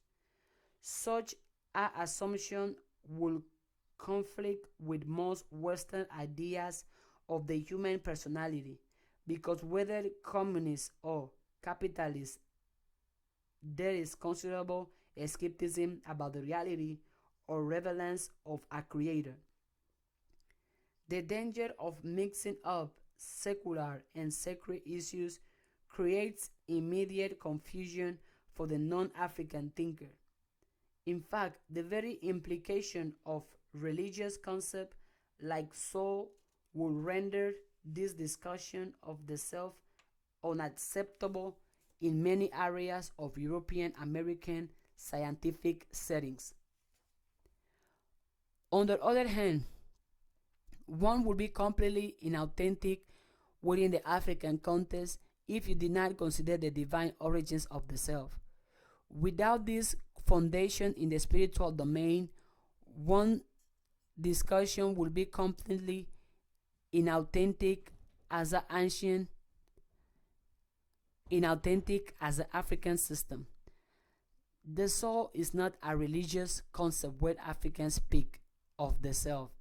It is a scientific identity which is as evident as its light when you say sun or when you say water. Different science may have varying theories about the composition and origins of light and wetness, but only a fool will deny their self-evident presence. So it is with the soul when one thinks of self from the African's perspective.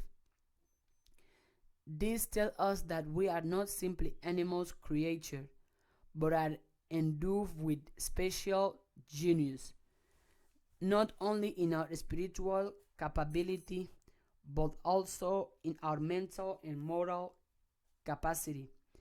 This African approach tells us that in order to appreciate the core of what we are, we must begin by understanding the universe as a divine creation and to see ourselves as part of a divine drama. This approach looks at the human beings from the inside out rather than the Western approach that studies the human being from the outside in, or just on the basic of what is manifested on the outside or the observable parts of the human being. Western objective science only describes the other expression of things and thought it might describe this process as well. It can never answer the questions of why and where human life is going until it understands the invisible plan.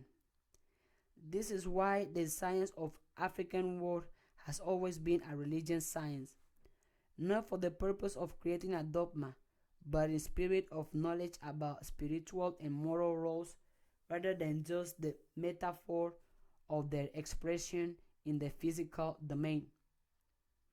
This idea that the core of the self is the soul requires that education must address this spiritual and moral essence of the human being.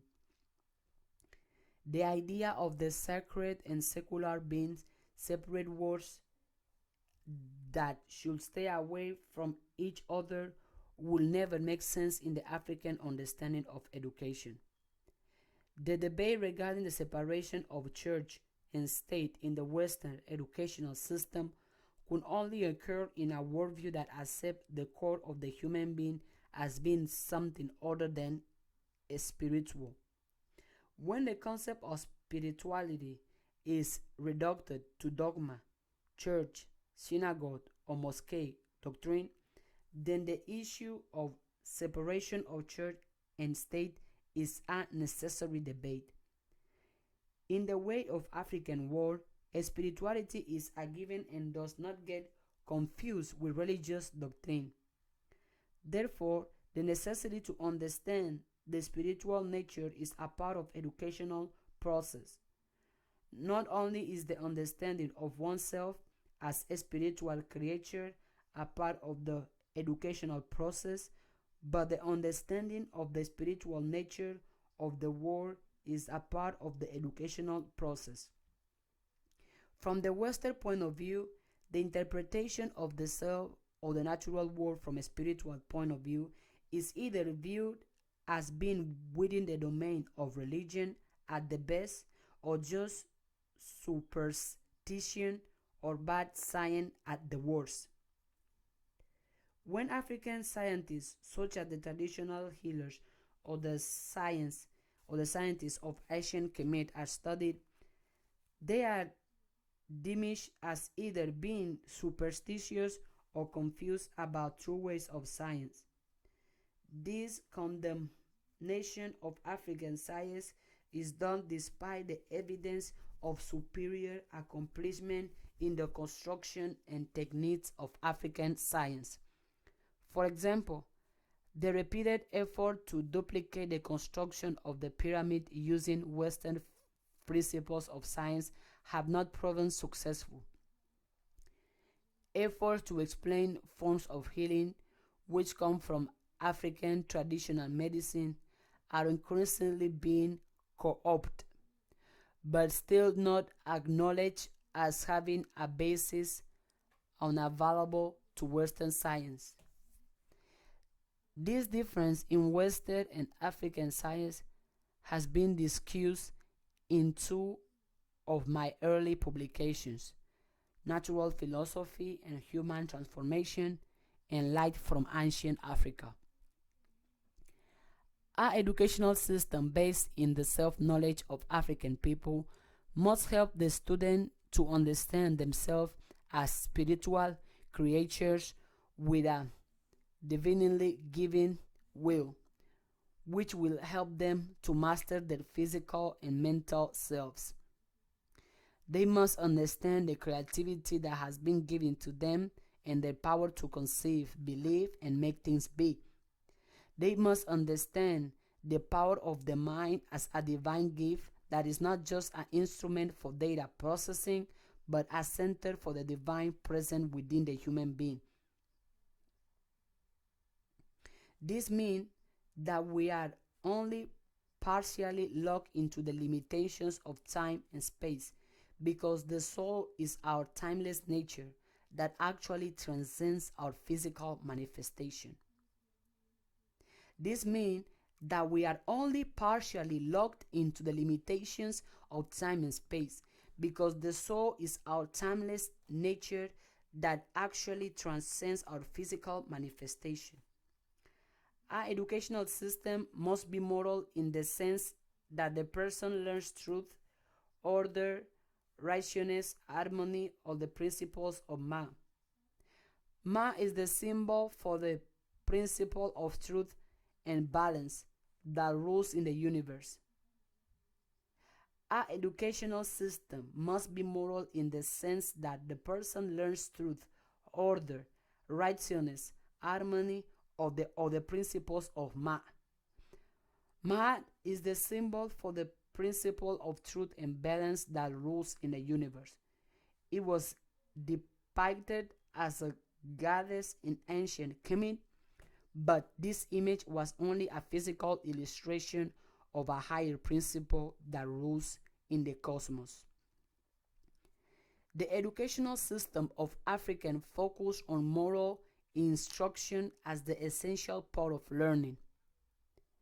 The translations of words such as the Tushia by Dr. Maulana Karenga and the teachings of Patotep, the oldest book in the world, edited by Dr. Asa Hilliard, are examples of the importance of such moral instruction as a part of one of the world's more successful educational systems, that of ancient Kemet.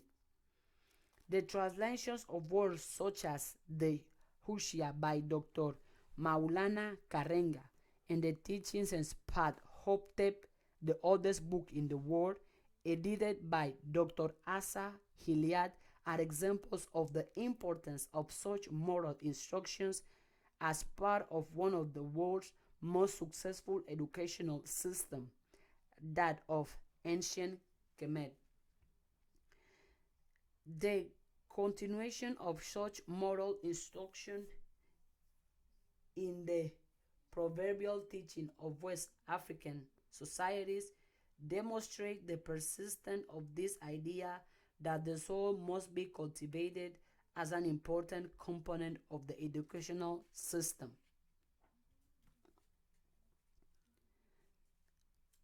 An example of the teachings from Pertat Hotep.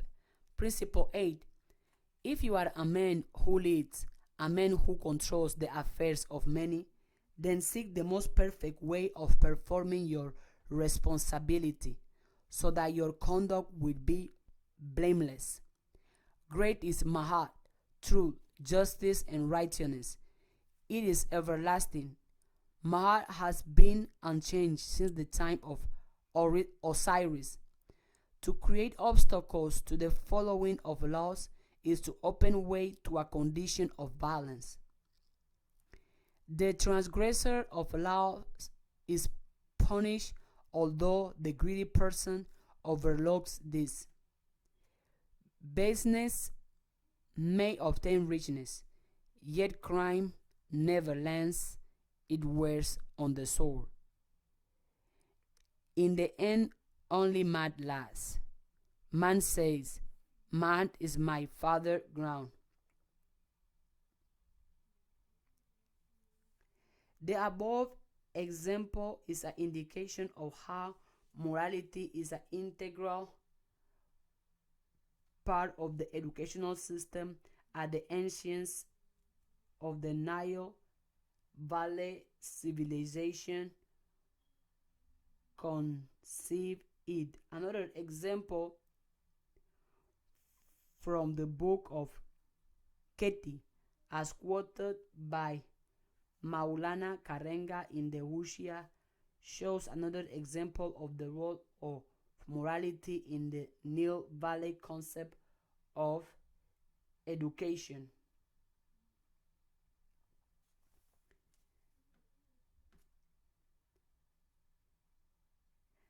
The above example is an indication of how morality is an integral part of the educational system as the ancients of the Nile Valley civilization conceived it. Another example from the book of Keti, as quoted by Maulana Karenga in the Hushia, shows another example of the role of morality in the Nile Valley concept of education. Speak truth in your house, that the princes of the earth might respect you. Righteousness is fitting for a ruler, for it is the front of the house that inspires respect in the back. Do that which is right, that you might live long upon the earth. Comfort the weeper and oppress not the widow. Drive no one away from the property of his or her father. Defraud not the noblest of their property. Be aware of punishing unjustly. Do not kill, for it will not profit you. These principles were the fundamental ideas of ancient education. They addressed the spiritual core of the individual's makeup and were assumed to be the essence of education. These moral instructions were intended to educate the spiritual core of soul of the African self. This tradition of education by moral instruction has been continued into African proverbs that emphasize morality as an essential part of learning. In West Africa, the following proverbs reflect the value of those quotes. A wise man who knows his proverbs can reconcile difficulties. A proverb is the host of conversation. When the conversation lags, a proverb revives it. What the child says, he has heard at home. If you offend, ask for pardon. If offended, forgive. A good deed is something one returns. Knowledge is like a garden. If it's not cultivated, it cannot be harvested. Of course, the reader might say that similar moral teachers are found in the most religious teachings such as the Holy Bible or the Holy Quran. They will be quite correct since those teachings were evolved from the Nile Valley educational concepts. The difference is that the moral proverbs that we have illustrated above from ancient educational. The difference is that the moral proverbs that we have illustrated above are from the African educational system and are not limited to the religious literature. The African conception of a holistic self requires that moral instructions should be at the core of educational process. Dr. Karenga says in the Hushia. Dr. Garenga says in the Kushia. Dr. Garenga says in the Hushia, given the inseparable link in ancient Egypt and other parts of Africa between the sacred and secular, the attempt to separate them makes little sense and meets with even less success. Trust the sage, teach their children and the people to think mad, speak mad, and do mad in secular and sacred situation. For this will not only ensure a mutually beneficial community based on mad, but also everlasting life. The separation between sacred and secular instruction came about when the self was split into the sacred soul and rational mind. This split continues to haunt Western education and Western psychology. In addition to the moral teachings that emerge from the concept of the soul as the core of the self concept that is taught takes a different form in African education. The student seeks to understand his or her spiritual mission in life rather than just a vocation. A person sees his or her life as a divine given responsibility that must be discovered.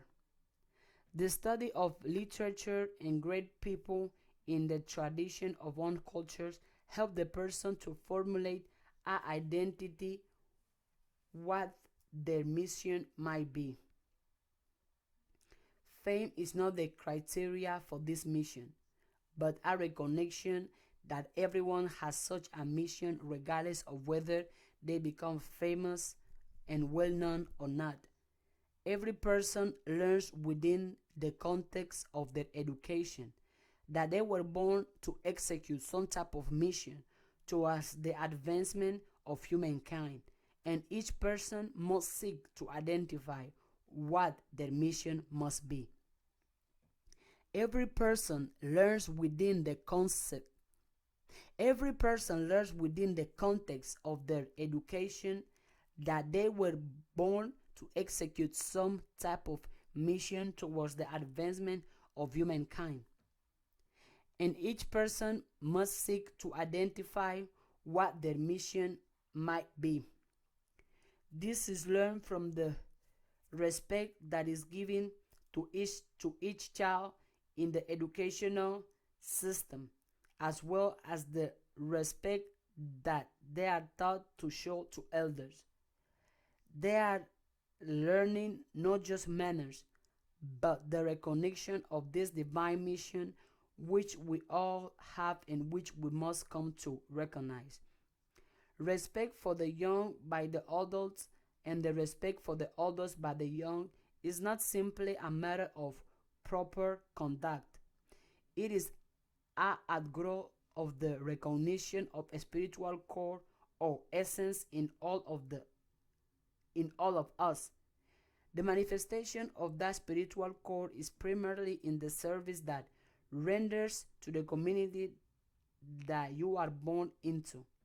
One's mission is to give service to others, and the particular of those service is one special mission.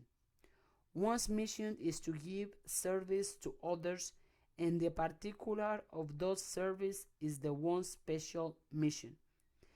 In the book of Annie, quoted in the Hushia by Maulana Karenga, we find the following educational admonition. Do not sit when one is older than you and standing. Even if you have achieved a higher status in your profession, no fault is found with good character, but an evil character is always blamed. The issue of respect and character run through educational concept of traditional African thought because it is through respect and the building of character that we are able to bring forth the soul or spiritual essence which makes up the core of the self.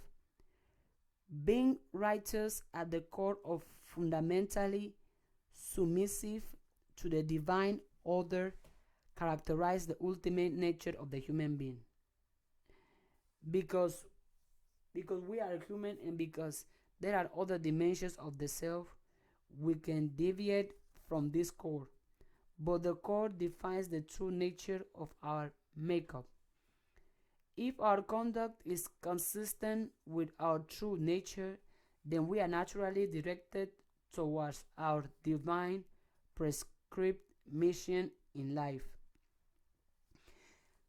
The African concept of education emphasized moral and character development because this was the pathway through which our ancestors were able to manifest their core or soul.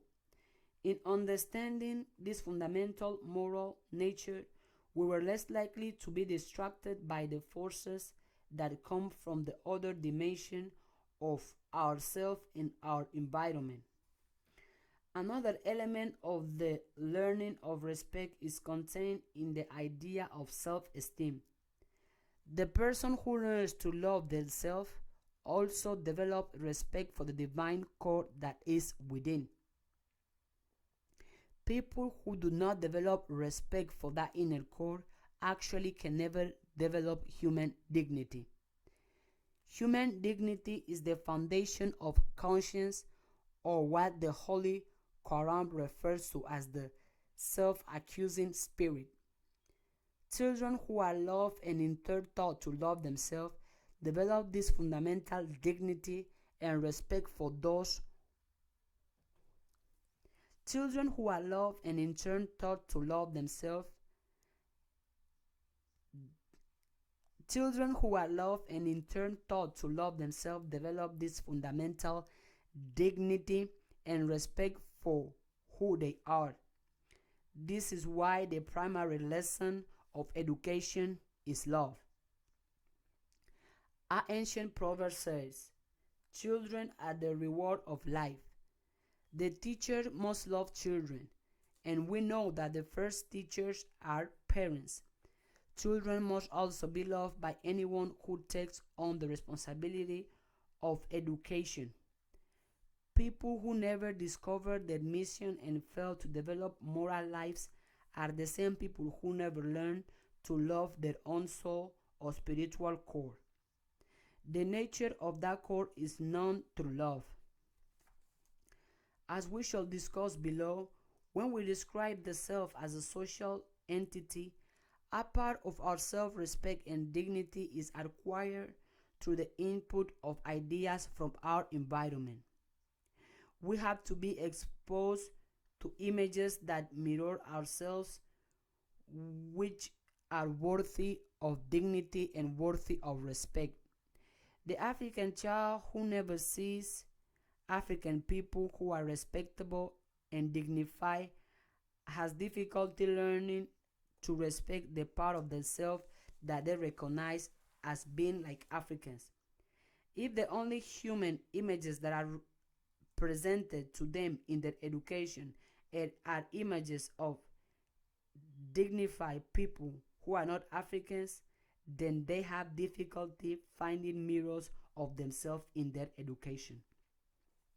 The African child who never sees African people who are respectable and dignified has difficulty learning to respect the part of themselves that they recognize as being Africans. If the only human beings If the only human images that are presented to them in their education are images of dignified people who are not Africans, then they have difficulty finding mirrors of themselves in their education. The identification with alien models is a fundamental part of the miseducation process.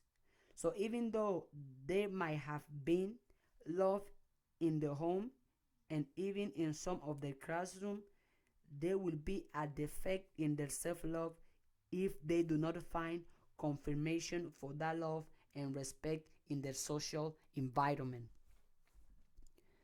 The power of love in the home and even in isolated parts of the social environment is often effective enough to cultivate self-love, even when much of the environment fails to affirm oneself. This is why so many effective and impressive African Americans come out of the old South and North ghettos, where the predominant influence gave a negative image of African Americans. A little bit of love goes a long way. An essential part of education is to see oneself as a social or tribal being, shown in respectable and dignified contexts. Again, there is no shortage of this quality when we analyze the educational system of European American people. These qualities that I am suggesting being necessary for the proper education of African American children are neither radical nor unknown. They are actually quite common elements in the educational system that European Americans have set up for themselves. There are strong messages of self-love and self-respect that run through those systems. It is simple, it is simply the qualities of self-love in that system do not serve the educational needs of African American. What is considered radical is the recognition that African Americans need an educational system that reaffirms of them as the European American system reaffirms its people. The personal self. This dimension of the self represents the layer of individual personal experiences that have occurred in one lifetime. If we understand our souls as the universal core of life, that is the essence of our being, entering into our particular life experience and life space, then the experiences of this lifetime represent our unique and special journey. So, the learning, pains, joys, habits that we develop along our personal journey become the context of our personal self. Education cannot provide specific instruction about these unique experiences, but it should equip the person to better understand the experiences they have had. They should learn how habits are formed, how hurts persist, how rewards have shaped us, how role models have influenced us, how the media has structured our beliefs. This level of education comes through introspection and the this level of education comes through introspection and the tools for introspection is student must learn. Education cannot provide specific instruction about these unique experiences, but it should equip the person to better understand the experiences they have had. They should know, they should learn how habits are formed, how hurts persist, how rewards have shaped us, and how role models have influenced us, how the media has structured our beliefs. This level of education comes through introspection, and the tools for introspection is student must learn. The process of looking inside of ourselves and remembering the experiences we had and how those experiences have helped to make us the people that we are is an important part of the self-knowledge process. People need to understand how economic hard times and affluence can affect people in different ways. The influence of political, religious, and social environment on our experiences is an important part of this educational component. The autobiographical tools as an ongoing curriculum for understanding who we are is an important concept of this aspect of education. Writing autobiographies teaches us to introspect and to see ourselves as a developing story. We must learn to tell our story beginning at the very personal level of experience. This is another of those instances where the home should be an important part of teaching about the personal self. As we go through the family album, all of our baby pictures and hear stories about our development, we are able to gain an important idea of who we are as unique and separate persons. Education of the personal self is actually what most traditional social science is all about. When we are exposed to the ideas of the psychologists, sociologists, economists, political scientists, and related fields of study, these are generally tools for understanding this dimension of personal self. The fact that our personal story has been shaped by certain kind of factors, we have developed certain kind of habits and certain attitudes, which are a result of some very unique influences. Self-knowledge in part has to do with understanding the impact of those influences. The educational system that we are describing here sees these influences as only a component of who we are and not the whole picture. The soul, as I have discussed above, and the other components of the self, as I will discuss below, must be all considered in this processing of gaining self-knowledge. Miseducation results when people see themselves as only a consequence of this social and interpersonal influence. Miseducation results when people see themselves as only a consequence of these social and interpersonal influences. One component of being miseducated is the consequences of seeing oneself as only an economic animal or the victim of a certain socio-economic environment, or even as just the consequence of a set of habit and childhood experiences. This is one of the limitations of the European American concept of the self that has managed to narrow the self into these small and separate compartments. Self-knowledge requires us to inspect this component of ourselves and appreciate the role they have played in instructing the path that we are traveling. We must still remember our soul's journey and that we are ultimately only a cell in a much broader tribal cell.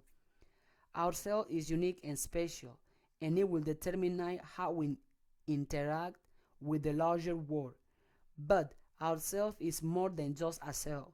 One of the cautions to prevent miseducation is to be familiar with the personal self and to know some of the qualities that are unique and peculiar to us as individuals. But we must understand those qualities as only a part of a bigger self.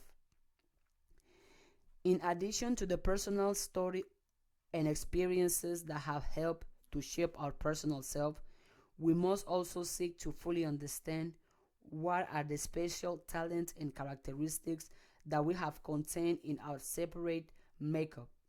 We need to explore and discover those special gifts that give us our unique tools for completing our larger goals. There are gifts of physical strength, artistic talent, and intellectual capabilities that all represent qualities of our personal self that are important to understand. Another quality of miseducation is the consequence of rejecting certain aspects of our personal self because we have been taught that those characteristics are unacceptable. Another quality of miseducation is the consequence of rejecting certain aspects of our personal self because we have been taught that those characteristics are unacceptable. Many people fail to develop their gifts for social interaction because they have been miseducated to believe that they are ugly, too fat, too skinny, too tall, too short. In the case of African American, there is the oppressive miseducation that makes us reject our talents and ourselves because we don't look or act Caucasian enough. In the case of African Americans, there is the oppressive miseducation that make us reject our talents and ourselves because we don't look or act Caucasian enough. We then begin to feel that we are too dark, or we have bad hair, or our nose is too large, or our lips too thick. In the process of miseducation, we have learned that the proper aesthetic or standard of beauty is the European Caucasian aesthetic, and anything else is deficient. Something as simple as the appearance of the toys we play with or the characters of the storybooks begin to teach us this aesthetic. For African children, Barbie dolls, G.I. Joe, and fairy tales should look like them. Snow White would preferably come. Snow White would preferably become chocolate brown or honey tan.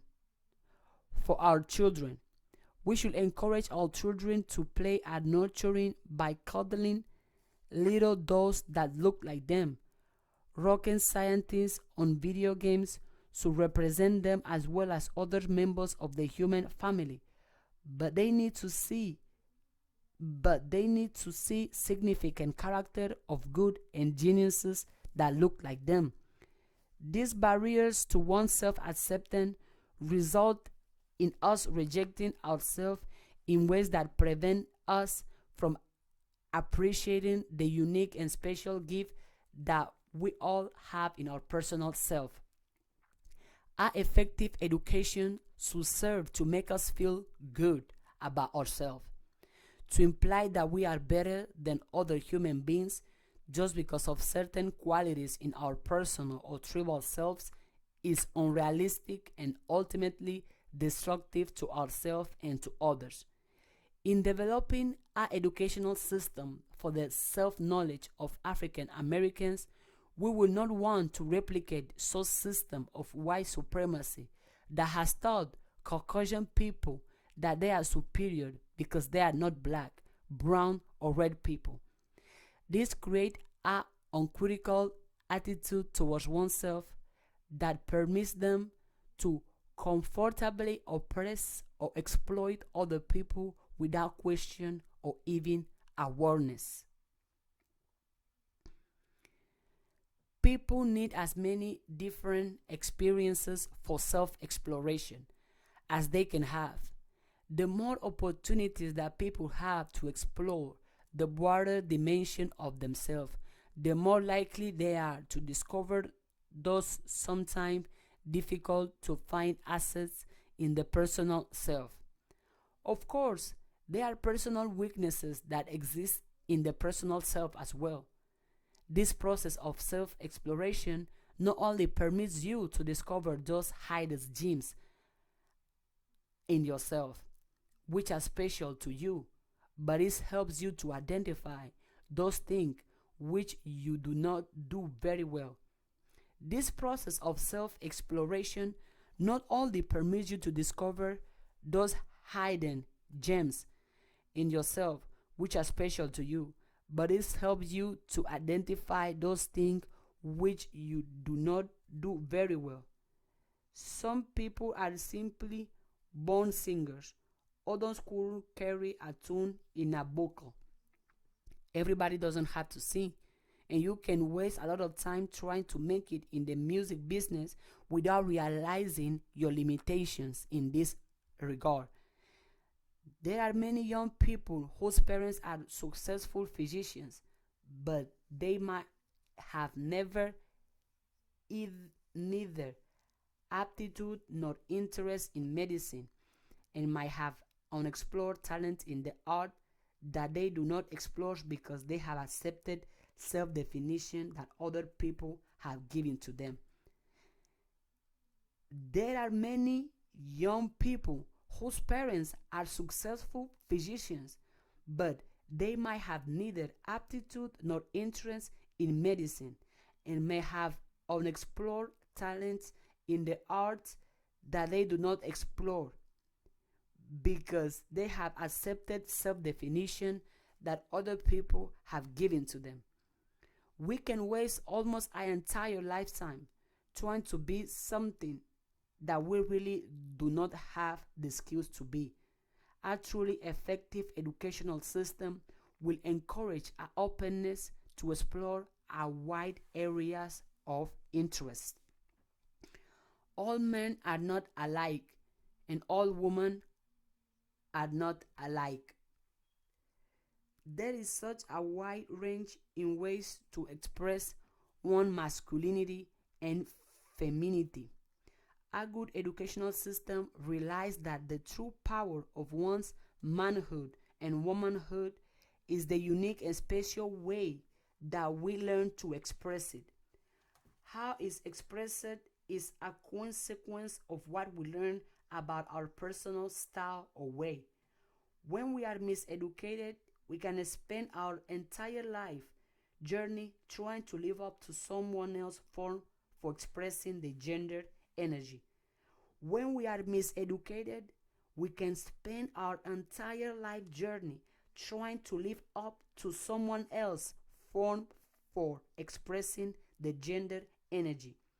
The degree to which we are rough, gentle, passionate, humorous, serene, or sociable are rims dictated by our personal self. We must learn to recognize, appreciate, and be comfortable with who we are, regardless of the demands that come from others. We must learn to recognize, appreciate, and be comfortable with who we are, regardless of the demands that come from others. There is much miseducational information that is in the media and in the sexiest educational system that presumes the superiority of one gender over the other. It is significant that most African culture have instruction that is specialized for young men and women to explore and discover their way to express their masculinity or femininity. This instruction is offered in an environment of explicit respect for gender difference and with a fundamental assumption of the dignity of each gender. There is no need in such a system to feel limited in our personal characteristics or capabilities because you are one gender or the other. Gender differences is just another quality of the personal self that permits us to plot a course along the path of our life journey. So, the personal self is the unique way that we express our spiritual journey. The fuel that feeds the engine in a Volkswagen is the same fuel that feeds the engine in a Cadillac. The objective is to progress along the highway of life. There are a variety of lanes, and people move at varying speeds. The type of vehicle and the speed is not the important thing ultimately, but the progress that one makes along the highway within the period that the soul occupies this dimension of time. We know that many Volkswagen complete the journey while some Cadillacs have flat tires, burned out engine, or tickets along the side of the road.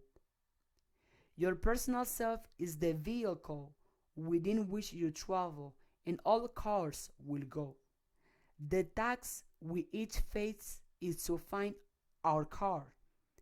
Miseducation has us looking for someone else's car, and a real education helps us find our own. So, the personal self is the unique way that we express our spiritual journey. The fuel that feeds the engine in a Volkswagen is the same fuel that feeds the engine in a Cadillac. The objective is to progress along the highway of life. There are a variety of lanes, and people move at varying speeds. The type of vehicle and the speed is not the important thing ultimately, but the progress that one makes along the highway within the period that the soul occupies this dimension of time. We know that many Volkswagen complete the journey while some Cadillacs had flat tires, burnt out engines, or tickets along the side of the road. Your personal self is the vehicle within which you travel, and all cars will go. The task we each face is to find our car. Miseducation has us looking for someone else's car. And a real education helps us find our own. The tribal self. This dimension of the self is transpersonal.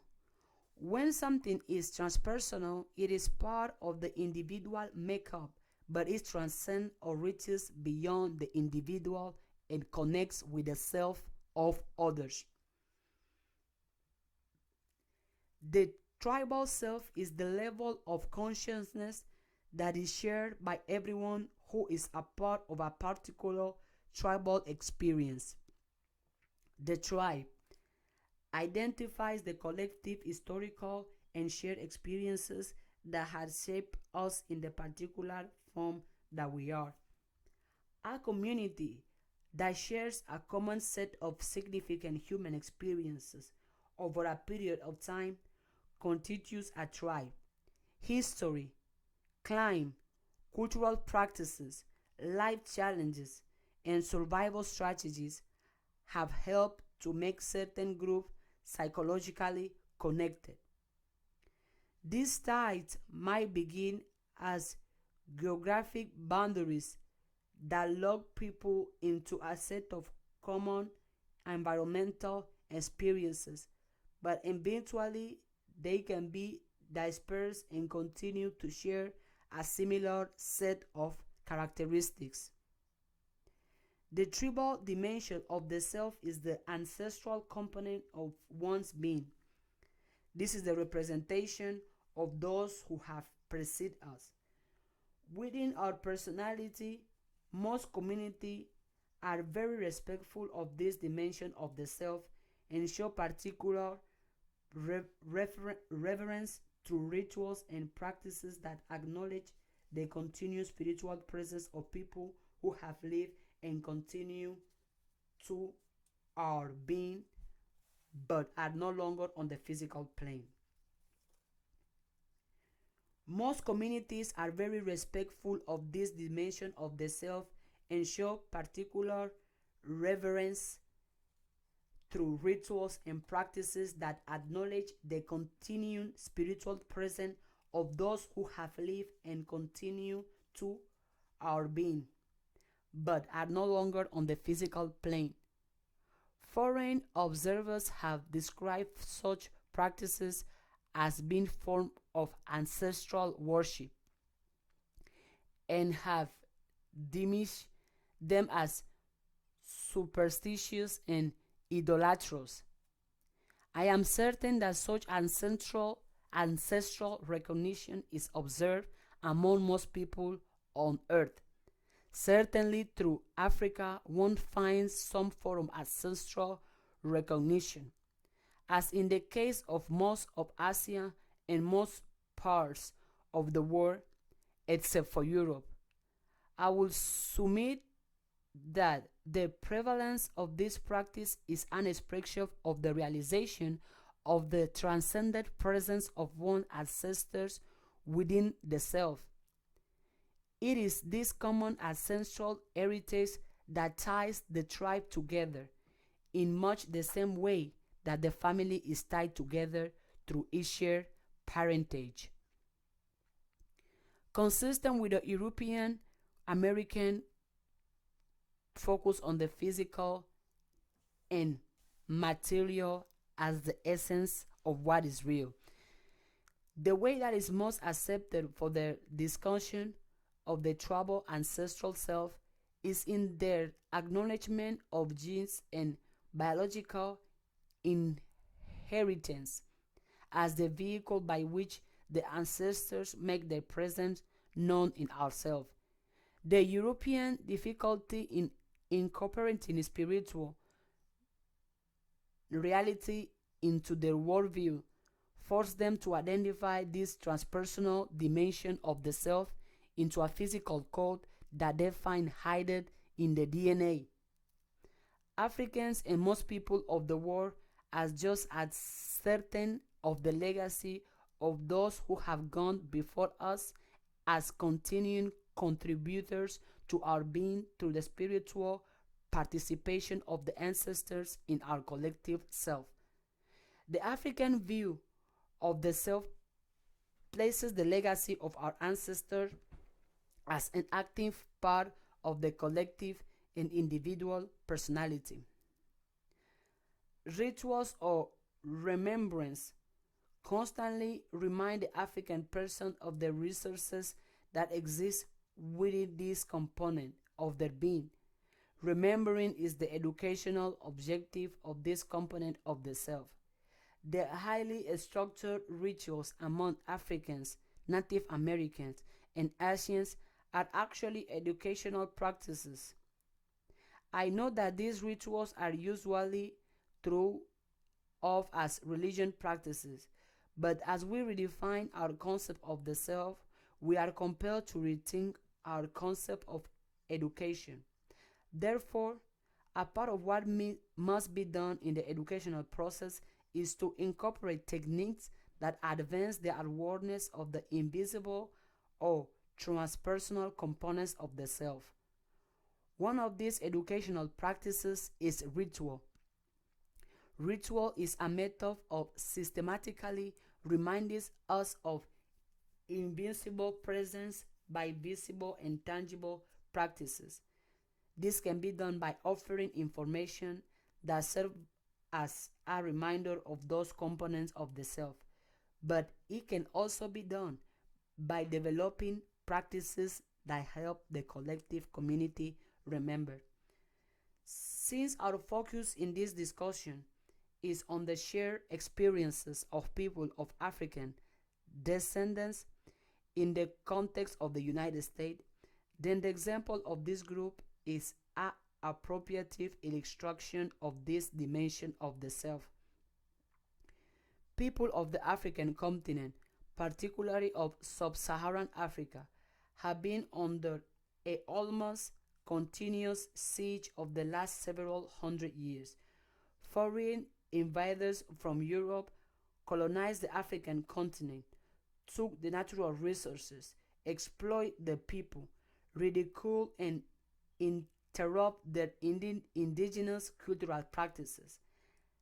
The continuity with the practical, cultural, and ancestral lineage was painfully violated by a variety of political, military, economic, even religious, and ideological strategies. This invasion constitute a psychological trauma, particularly when paired with the torturous oppression of slavery, white supremacy, and death. Throughout the African continent, the process of colonialism disrupted the authentic African experience and continuity. It aligned and disconnected people from their ancestors and obscured their memory and recognition of the tribal ancestral self. The absence of information to help us remember this part of the self and the loss of rituals to help us recall have contributed to our miseducation and our psychological trauma. The result is a form of cultural disorientation and self alienation that has produced a unnatural rejection of indigenous life practices and a equally unnatural imitation of aliens invaders. The consequences is the tremendous difficulty that modern inhabitants of Africa have in the conduct of their affairs of government and culture. The corruption and self destructive patterns that characterize the conduct of African affairs is a consequence of this tribal dimension of ourselves. This does not deny the prevalence of the kind of political and economic exploitation that continue to be executed by invaders. The cooperation of Africans with their own exploitation is a consequence of this tribal mentality of self-rejection that has been learned from these centuries of human exploitation by non-African opportunists. Similar self-destructive behavior are also common within the African American community. The difficulty in working cooperatively and remaining focused on common objectives that will be helpful for our collective tribe or community is a symptom of the disconnection with the tribal self. One of the greatest challenges of correcting the miseducational process is to provide adequate information so that one is able to learn the characteristics and content of one tribal self.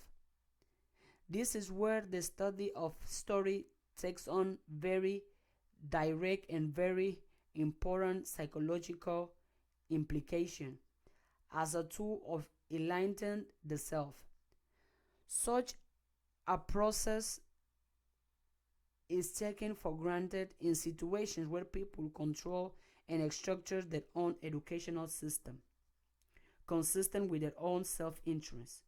The proposal that active and deliberate inclusion of the perspective, cultural, and historical experiences of formerly excluded people raise the anger and eyebrows of people who have come to take their exclusive educational approach for granted.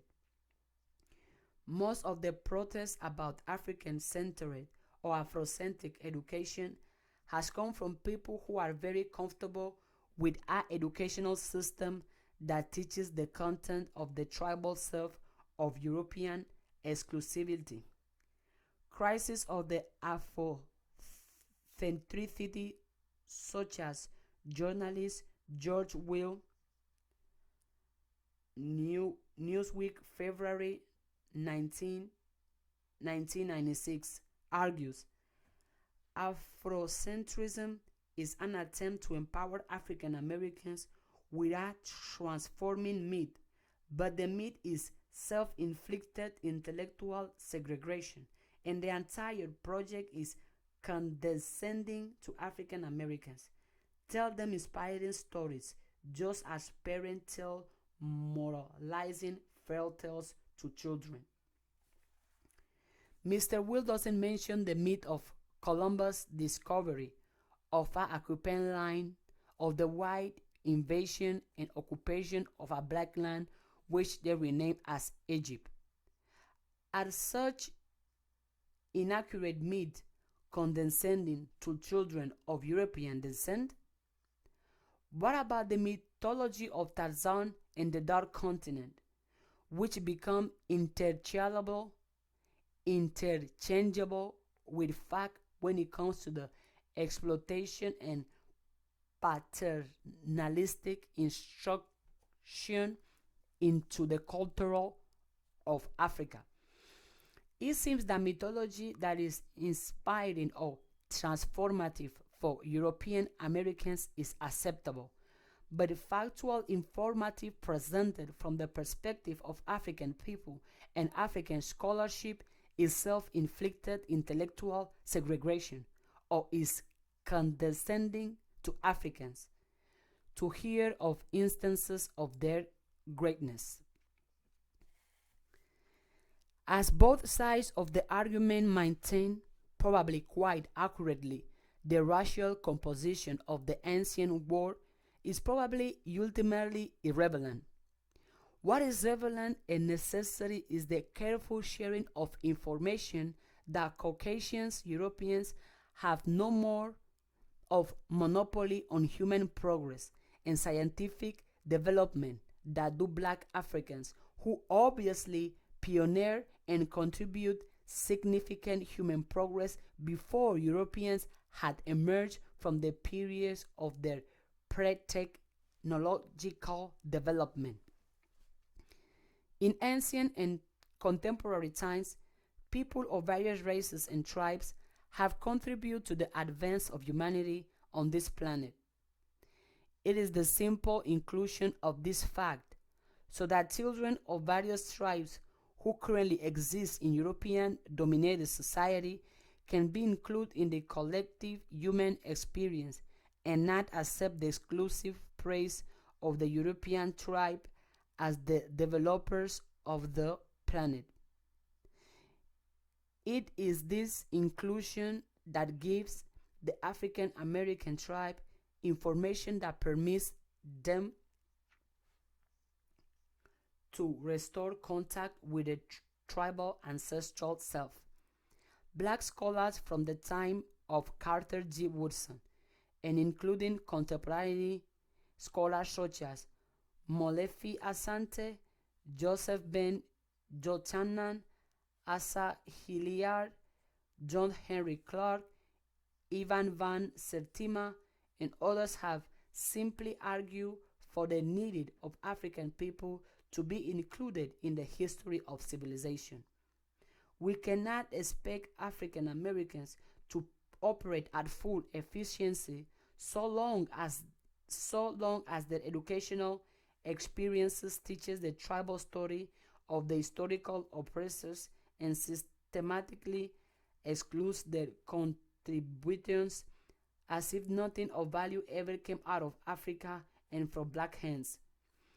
We cannot expect African Americans to operate at full efficiency so long as their educational experiences teaches the tribal story of their historical oppressors and systematically excludes their contribution as if nothing of value ever came out of Africa and from blacks' hands. The irony is that this unnecessary fear that Africans will write Europeans out of history as the Europeans have done to Africans simply reflects their recognition of the importance of tribal history as the mechanics by which a people will know themselves.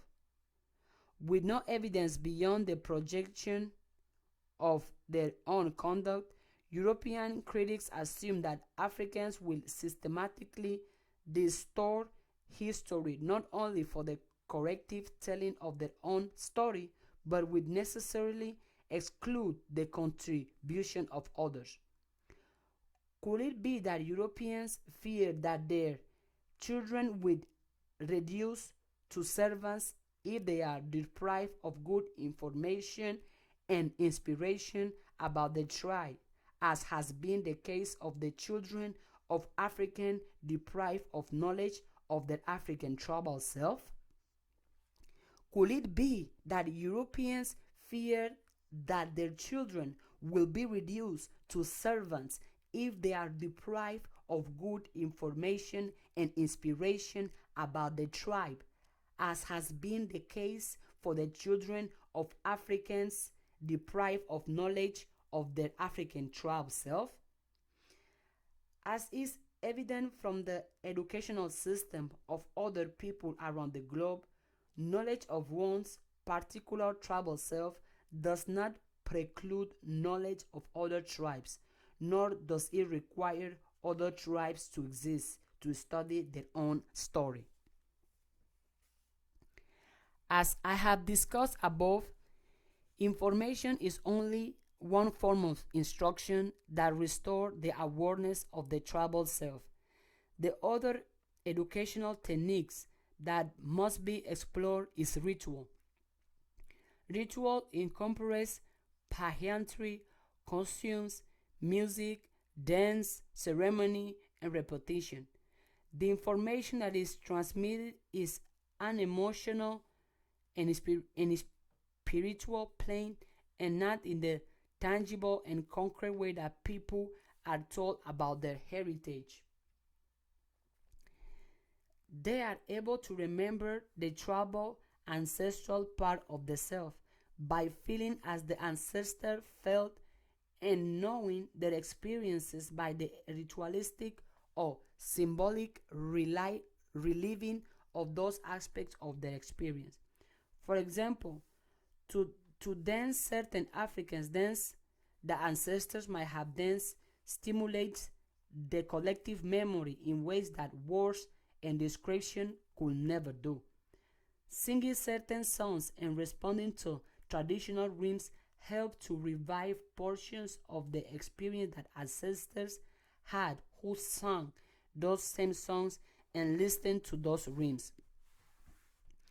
The reconstruction of the atmosphere of suffering or joy that the ancestor experienced is another way that the ritual can restore the memory of the ancestors and bring forth this component of the self.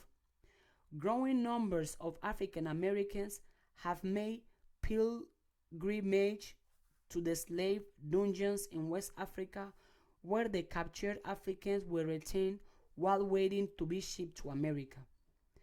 The most famous of these sites are Gore Island in Senegal and Elmina in Cape Coast in Ghana. The ability to go into these structures, smell the stretch, feel the heat, and relieve the fear and pain that was endured in these places replace the ancestral tragedy of these places. This experience is not unlike the tribal ritual of the Jewish people who have spent billions of dollars constructing Jewish Holocaust museums around the world and sponsoring tours and rituals of remembering at the site of concentration camps in Europe.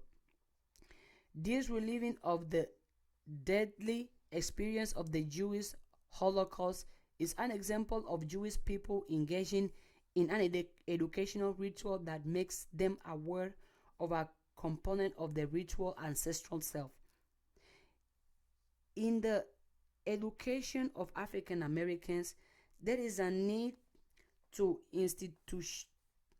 In the education of African Americans, there is a need to institutionalize rituals such as Holocaust Museum and annual cycles of celebration, an active reenactment of the suffering of our ancestors who endured these experiences. The kind of transpersonal sharing that active this collective hurt goes considerably beyond the recitation of information about slavery and the hurt of that experience. Such shared experiences will help each generation to better grasp the significance of this part of their self. They will gain greater appreciation for the significance of their existence and their relationship to the tribe. It will introduce them to ancestors whose experiences they will share but have no way of knowing. It will help to manifest collective potential left unrealized because of miseducation. The rituals of remembering are not exclusively for the recognition of hurt and suffering.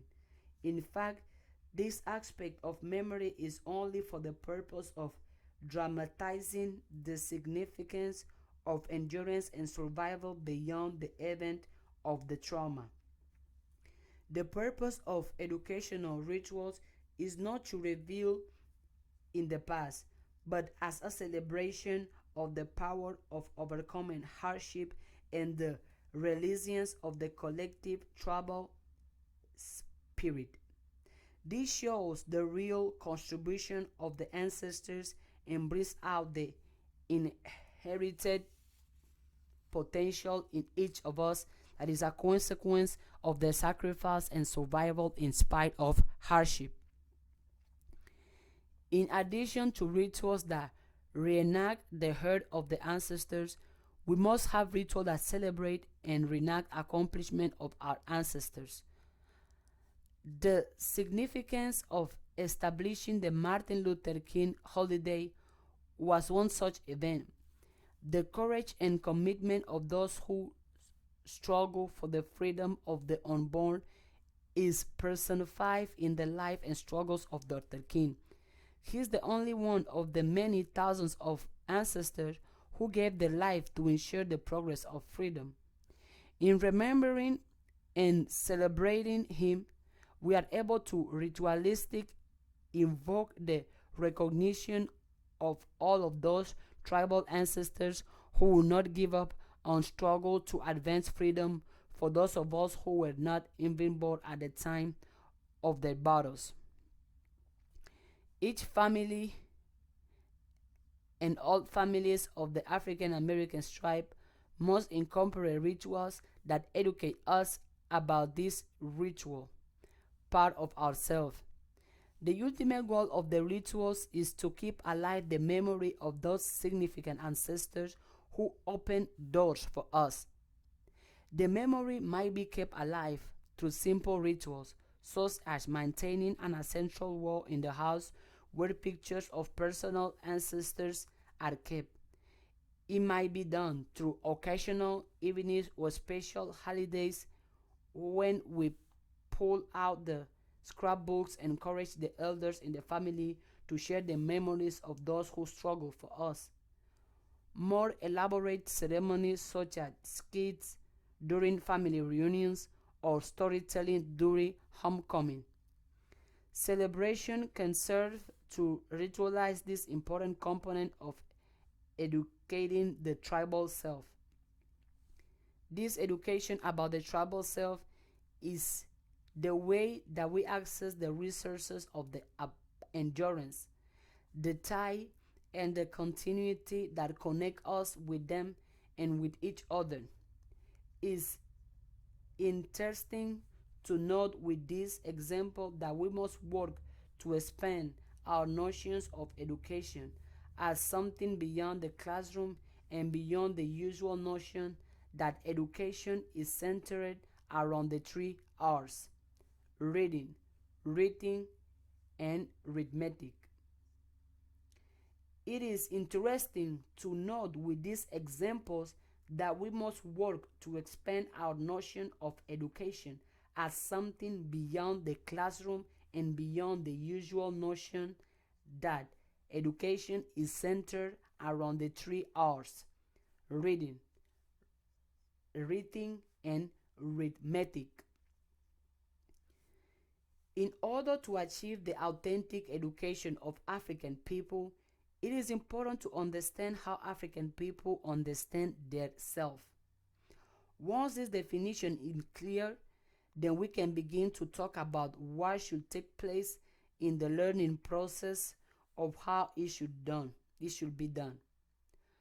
From this perspective, the idea that education should be functional takes on an entirely different meaning. Usually, when a functional education is discussed from the European American perspective, it means that one obtains tools that permit them to get a job and make a living. We are suggesting that functional education should permit people to know their life, master their life, and ensure the perpetuation of those lives. If this is done, then people are ensured of jobs, because they will create conditions to ensure their survival and continued growth.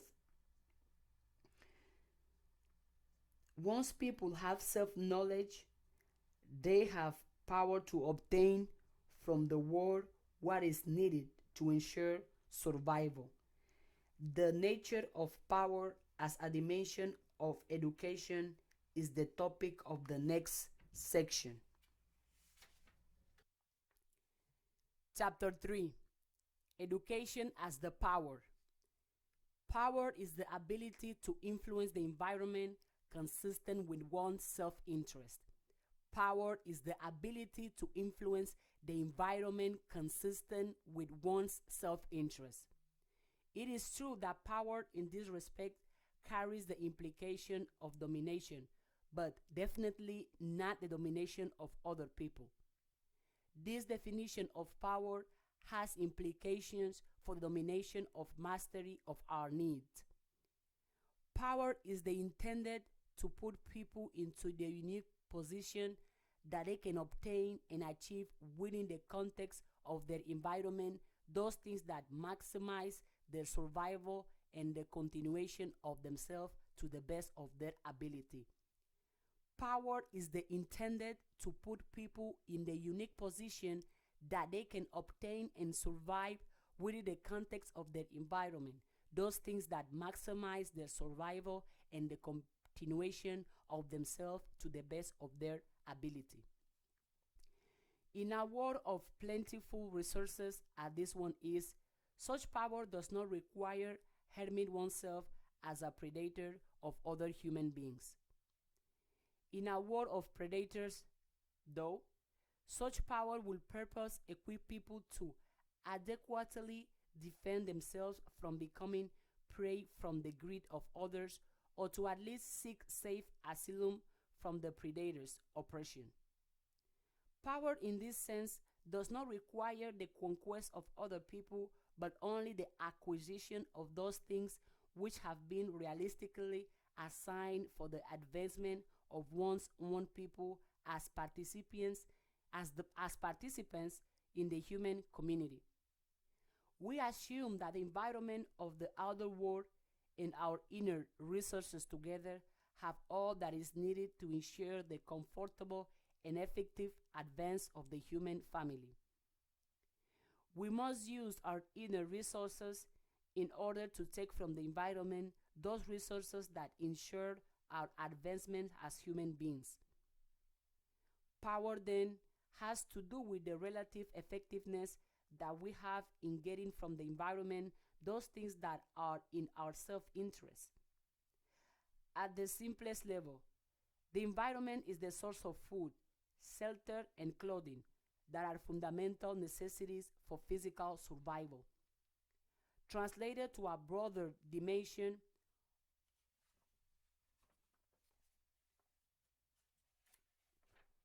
all of the resources that are needed for advancement of the physical being are located in the physical environment.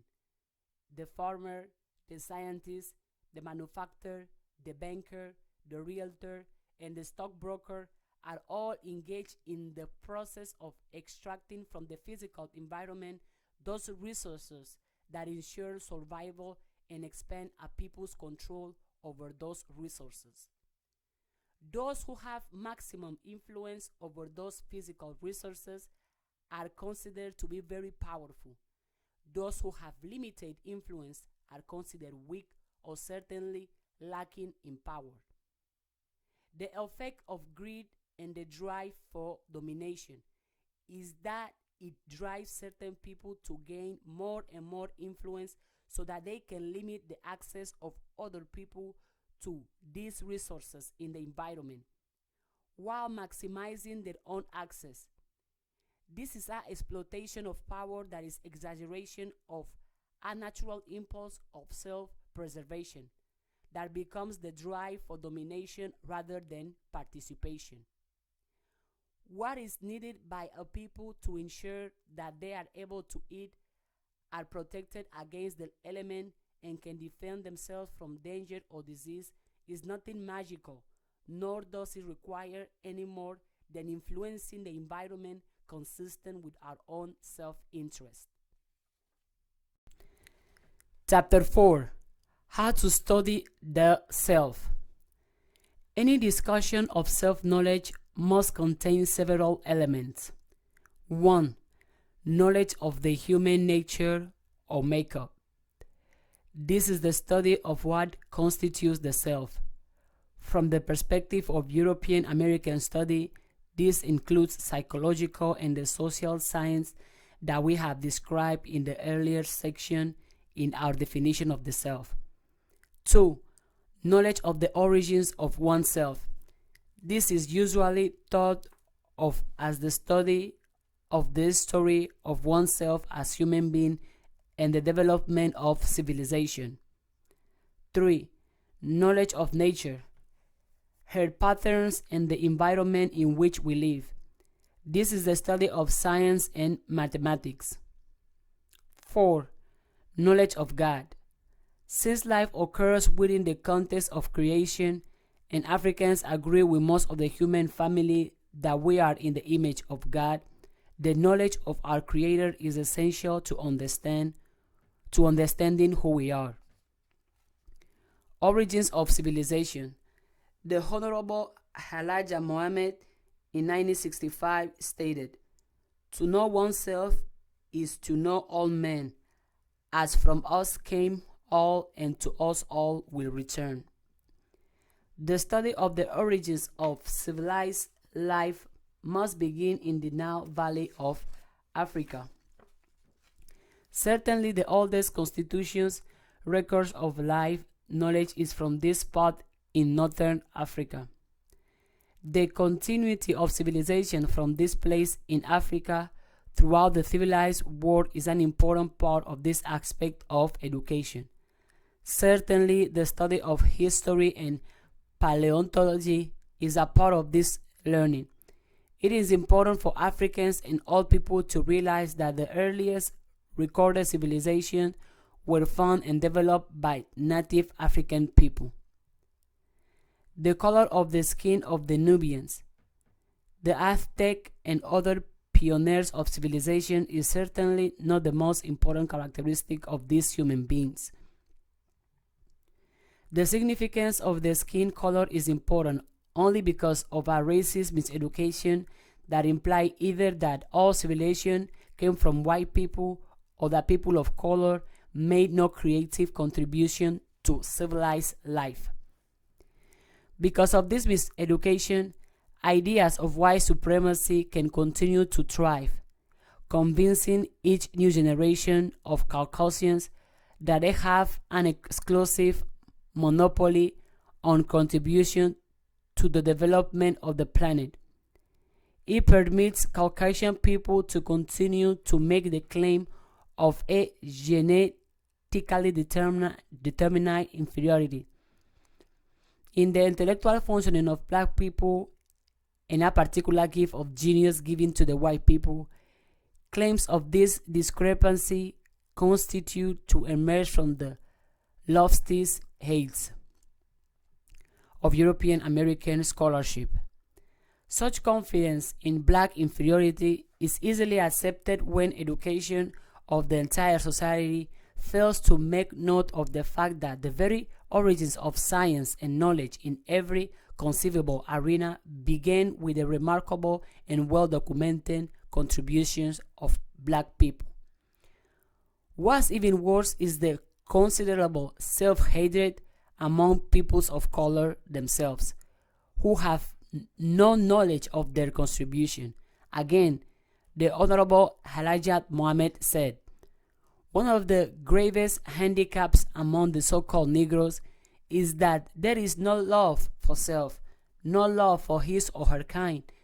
This not having love for self is the root cause of hate, dislike, disunity, disagreement, quarreling, betraying, stool pigeon, and fighting and killing one another.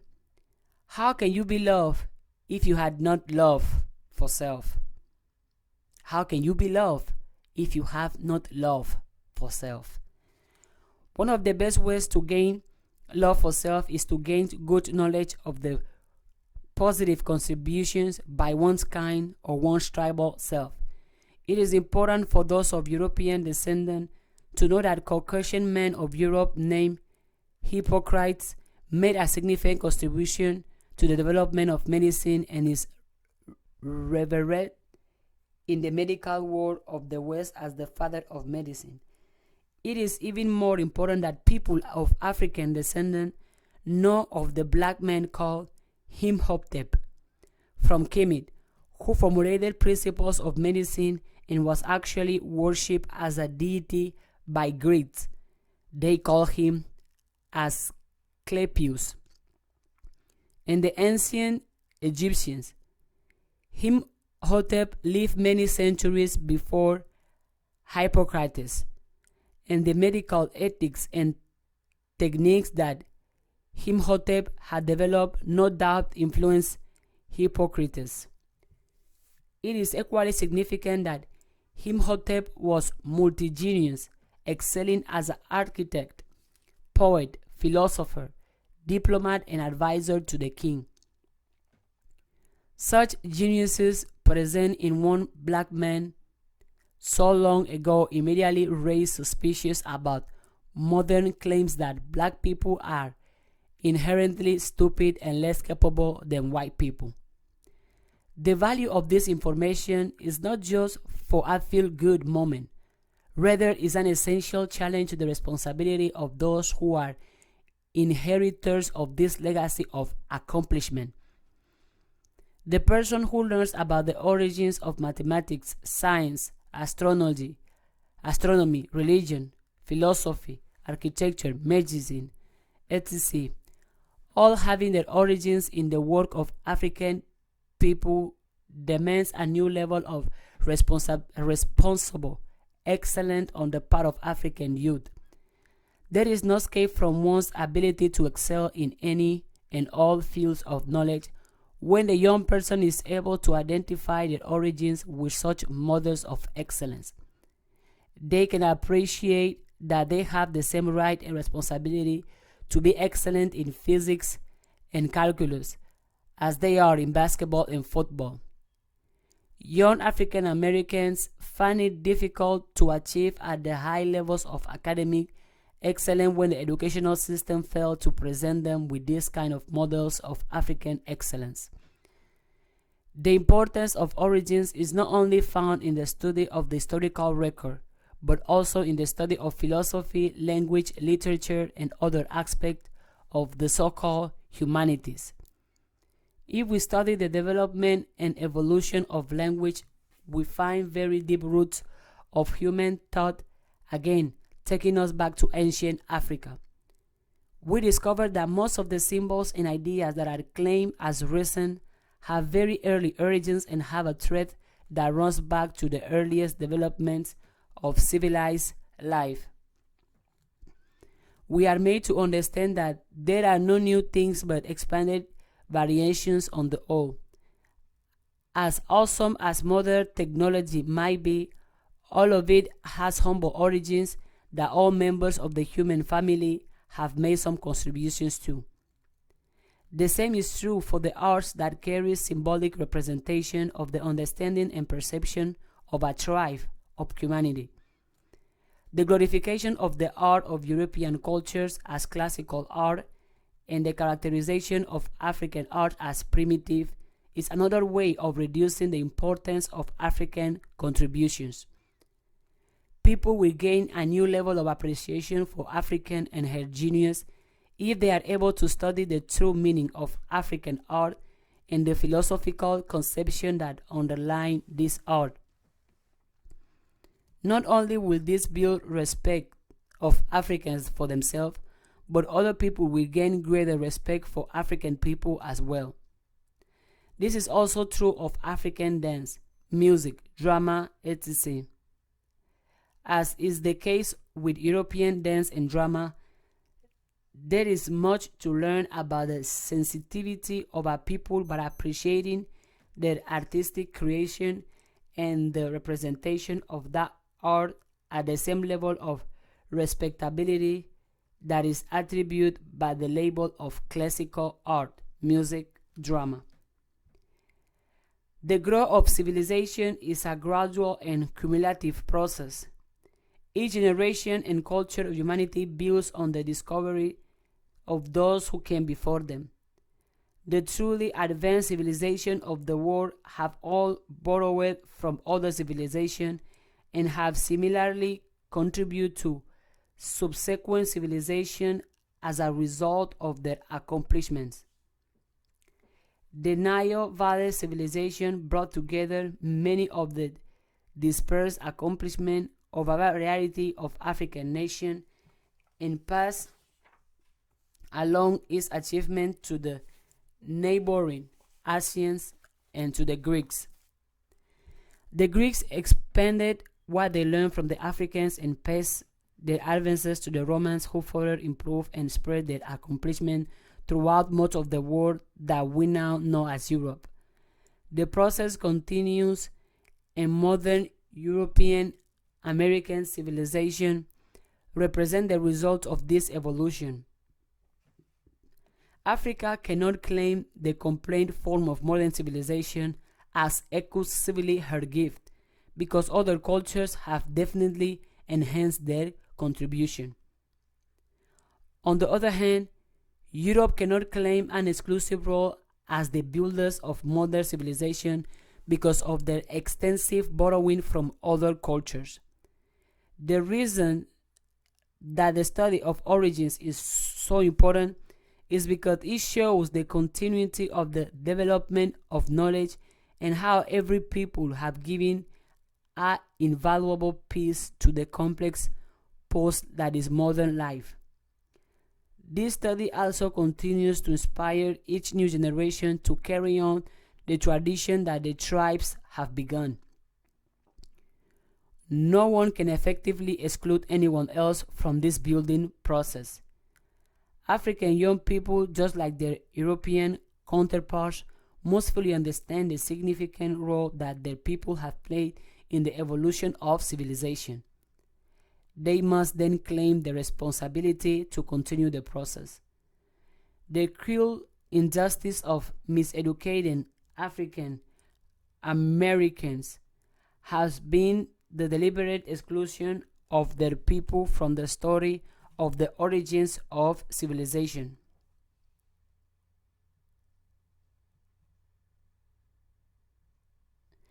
In leaving out the African contribution, recent generations of African people have not been able to assume the responsibility to continue the advancement of the civilization that they started, and had made outstanding contributions to prior to their miseducation. The study of nature.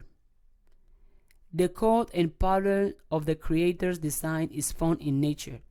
The best key to understand our nature is to try to understand the patterns of nature. The various studies of science are the tools for trying to understand the patterns and the workings of nature. The ancient Africans pioneered the study of the skies in their early work in the study of astrology. They carefully studied the patterns and the movement of the stars and the heavenly bodies as clues to understanding the changes of the earth. They learned to determine and predict seasons and establish calendars based on achieving a understanding of the patterns and cycles of nature. In fact, the understanding that the cosmos operates in a cycle was one of the essential discoveries about the patterns of life. They began to identify relationships between the patterns of nature and certain characteristics in human beings. It is for this reason that the earliest studies of the heavenly bodies were called astrology rather than astronomy. Since the ancients fully appreciate the relationship between the patterns of nature and certain patterns in human behaviors, the same patterns were reflected in their studies of numbers numerology and their studies of the principles and processes of transformation that they call alchemy. They understood the principle of transformation to be such a fundamental idea in nature that they devoted considerable study to this principle, again with the objective of better understanding the transformation of the human being. Alchemy as the parent science of chemistry and astrology as the parents of astronomy contained fundamental ideas that reflected the intricate relationship between the patterns of the earth, nature, and the patterns of the human, saku or soul. Education as a method for obtaining knowledge of self must restore its appreciation for the relationship between knowledge of nature and knowledge of selves. The ancients of the Nile Valley studied the beads as a means of understanding qualities of excellence that these animals portrayed in their character as symbolic of virtue that humans should strive to develop in their character. Again, the purpose of these studies was to show the relationship between nature and the human self. From the study of the vulture to the study of the Bentley, zoology and psychology were intimately connected. The famous representation of the so-called spirits reflects the intimate relationship between the study of nature and the study of the self. The colossal statue of the spring shows the head of a man affixed to the body of a lion. The lion's nature frequently symbolized the king of the jungle, or a representation of the strength and ferocity of the animal nature. This animal nature was recognized as being a part of the human makeup in our proneness towards impulsiveness, territoriality, and even violence. The ancients understood that the reason reflected in the head and face of the human beings was the source of mastery over the animal nature. The ferocious nature of the beast is tamed and brought into submission by the power of the human being. This ancient symbol, which sits watching the horizon for the daily return of Ra, or the morning sun rising from the east in the Giza desert, is a powerful monument to the ancient understanding of biology, psychology, and spirituality, as all the same study. The ancient Africans did not seem oriented towards understanding nature for the purpose of classification and domination, but instead as means of gaining insight into the human self. Understanding the essential nature of the human being in our relationship to the rest of the cosmos was the major objective of this premier educational system in the Nile Valley. The suggestion that is being proposed in this book is that true education must reconnect with nature as it was done in the ancient Nile Valley. Not only should the study of nature be done as a means of fostering knowledge of self, but also it must be done to teach our respect for nature and the intimate relationship between nature and the human life process. Much of the abuse driven by Greek possessiveness and fundamental disrespect for nature as literally our mother can be attributed to the failure to teach people the relationship between nature and ourselves. We have certainly learned much about how nature worked over the last few hundred years of European domination. By learning these things as separate from self-knowledge, we are unleash more destructive forces than we have discovered humanly constructive forces. The last few generations of human beings, led by the scientific revolution of European knowledge, have created more destruction for the earth than all previous generations combined. Certainly, I do not condemn the contributions that have been made by the development of technology. In fact, we have noted in this discussion that the people of Africa pioneered the earliest form of technology that went into construction of the Great Pyramids and temples of the Nile Valley. The recognition that technology must follow certain patterns of nature and should always be respectful of the intimate relationship between nature and the human self prevented the abuse of nature in the way that it has been systematically assaulted over the last few generations of human life. The African person who learns about nature is constantly reminded that they are learning about themselves. Whether they are studying the laws of physics, the patterns of the plant kingdom, or the movement of the planets, they must maintain a respect that these things are part of the human self and must be interacted with appropriately. This must be the approach for developing a genuine African-centered education. The study of the heart is approached as a component of the self and with the same values of self-respect and self-direction that guide the study of other components of the self. This does not suggest a sentimental approach to the study of nature that fails to utilize the resources that are useful for our survival, but it does approach the use of nature's resources in a more deliberate and respectful way. For example, we will not leave forests untouched if the lumber is useful for human use, but each generation must seek to replace what they consume generations yet unborn. This point of view will define the forest as belonging to the tribe and not to the property of any individual who has the right to exploit its resources. In the tradition of the Native American people and the African people, the land belongs to the community and cannot be bought, sold, or owned by any individual. The other components of nature that is important in understanding the functioning of the self is the study of our physical makeup. We are material creatures as well as spiritual creatures, and our physical bodies represent the aspect of nature that is closest to us. Our physical bodies represent the aspect of nature that is closest to us. So the study of biology, anatomy, and physiology is another way that we understand the patterns of nature. The growth, maturation, and transformation of our bodies is an important teacher about the processes of spiritual transformation that we cannot see but guide our spiritual progress in a similar fashion.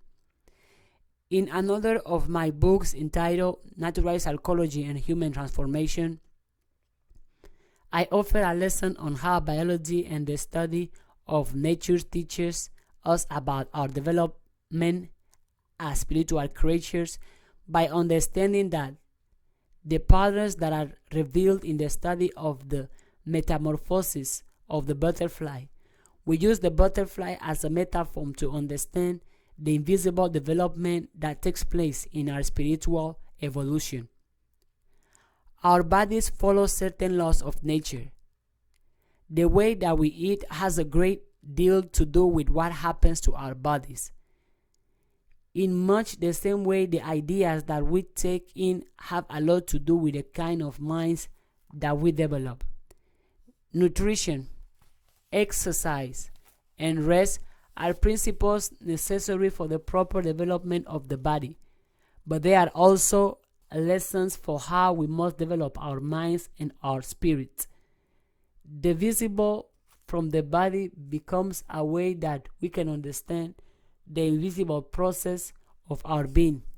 However, the approach to learning about our physical must be keep this relationship in mind.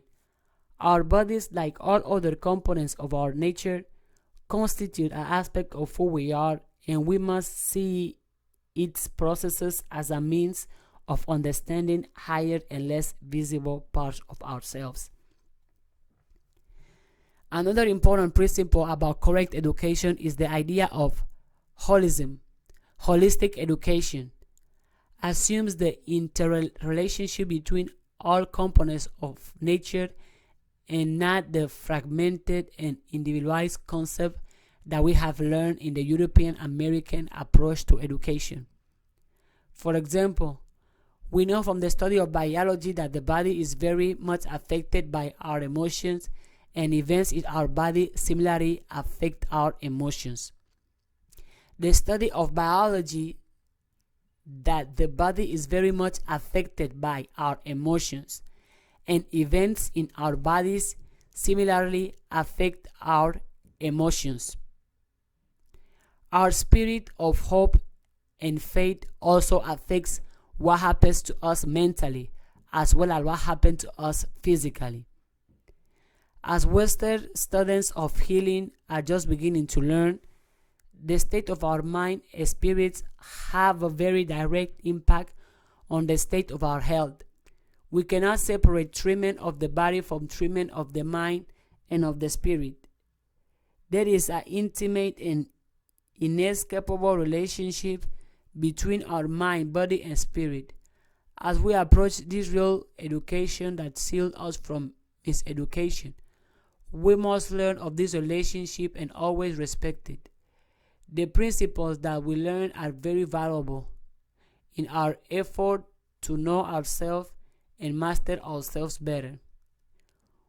We discover, for example, that our spirit is the most powerful force in our makeup, even though the body follows certain laws of nature, as we described with our discussion of the spheres above. The human being is ultimately the master over the flesh. Human reasoning or the mental capacity can stand above the body as the spirit or the soul stands above the mind. Human reasoning or the mental capacity can stand above the body as the spirit or the soul stands above the mind. The importance of this kind of education is that it helps people to identify where their real power is. When we study our brains and our bodies, we often find ourselves humbled by the impressive capability and will show a tendency to attribute these marvelous creations greater power to determine our conduct that they deserve. People give greater autonomous power to their bodies than they attribute to the spirit or life that inhabit those bodies. They are victims of miseducation and are prone to abuse their bodies, ignore their minds, and rob themselves of the power that they have over themselves. This is one of the reasons that African Americans are so often the victims of preventable disease, such as drug abuse, obesity, smoking, lack of exercise. The fact that our miseducation has not informed us of our inner powers, nor respect for those powers of ourselves, leave us vulnerable to the demand of our lower appetite. Unrestrained appetites for too much of the wrong kind of food, as well as acquiring lots for chemical created appetites such as drugs, tobacco, and alcohol, frequently make us victims of our own ignorance of our makeup. This knowledge of who we are and our relationship to nature is one of the ways that we learn to exercise proper authority over our lives and become like the sprints, with a human head sitting in control of the ferocious demands of a body like a lion. This is yet another example of the kind of power that comes from the true education and the loss of power which comes from miseducation. The study of God. This aspect of the education is self-knowledge. In this aspect of education in self-knowledge creates a serious conflict for the European American educational process. The conflict is a consequence of the rigid separations between church and state, which has been established in the concept of education. They also maintain a strong separation between the rational and the spiritual that actually fuels a continuing conflict between spiritual and scientific knowledge. As we noted in our discussion above regarding the study of nature, as an aspect of self-knowledge, such a conflict does not exist in our model of education. The model that we are presenting already assures a spiritual or divine core in the makeup of the human being. In fact, as we have noted above, you cannot study the nature of the human being without studying the spiritual nature. So this model of education that is holistic must respect the soul as being as much as part of our nature as is the body.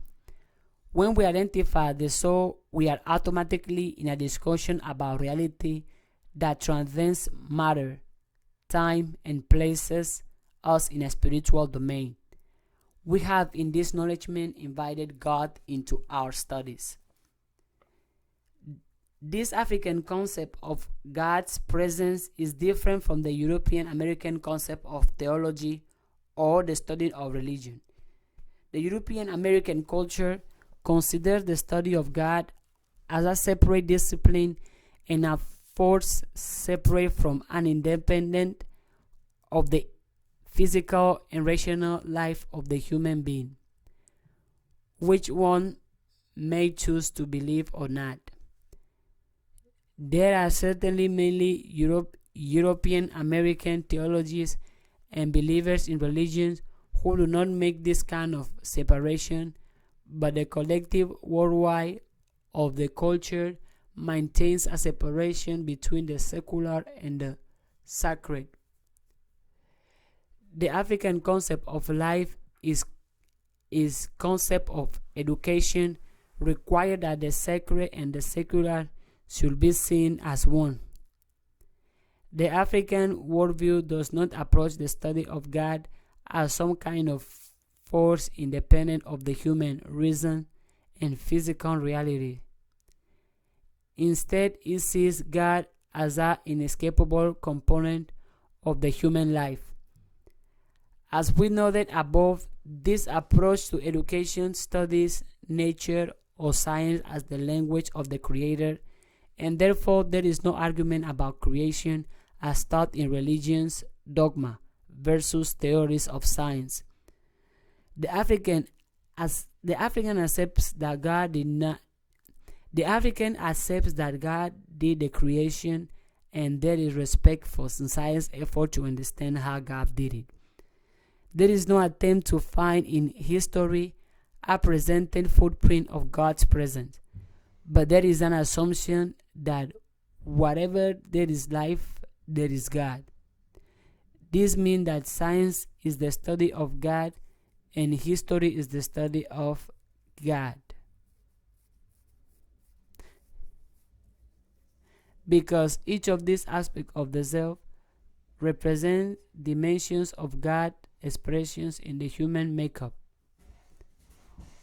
One need not have a word of religion dogma in order to discuss the ontological inescapability, defined and unquestioned being of God in the African conception of life.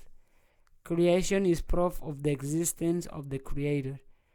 The maintenance of life is verification of the continued influence of that Creator. Ultimately, the human being's discovery of him or herself is the most certain proof of the reality of God.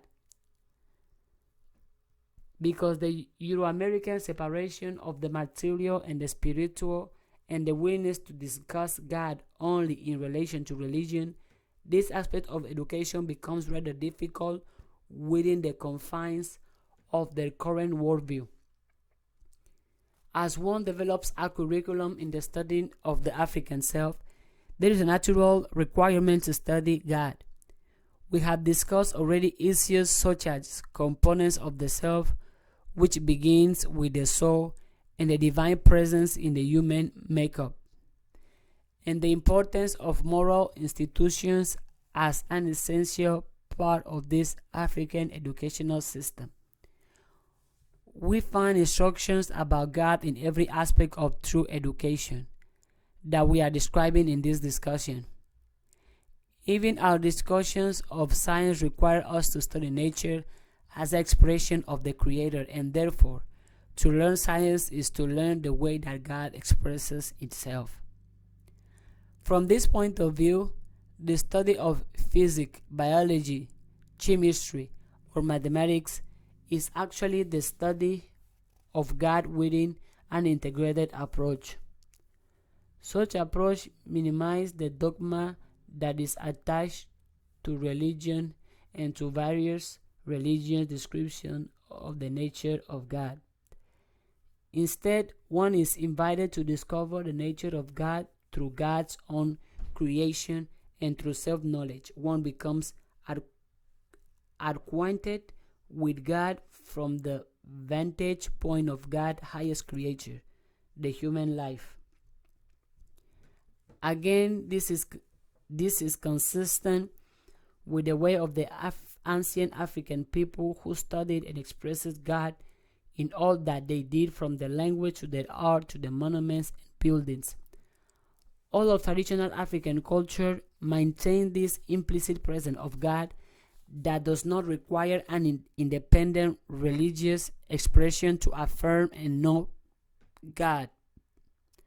Instead, all of the life of the traditional African is understood as an expression and communication with God.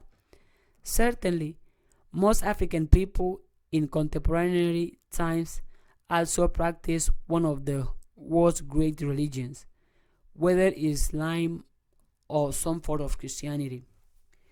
In the traditional cultural life of the African, God is actually assumed to be present and worshipped in every aspect of one's life. What appears to be a religious preoccupation or even fanaticism on the parts of so many African people as they practice the Judeo-Christian Islamic religion is a consequence of a tribal consciousness that already has God in the center.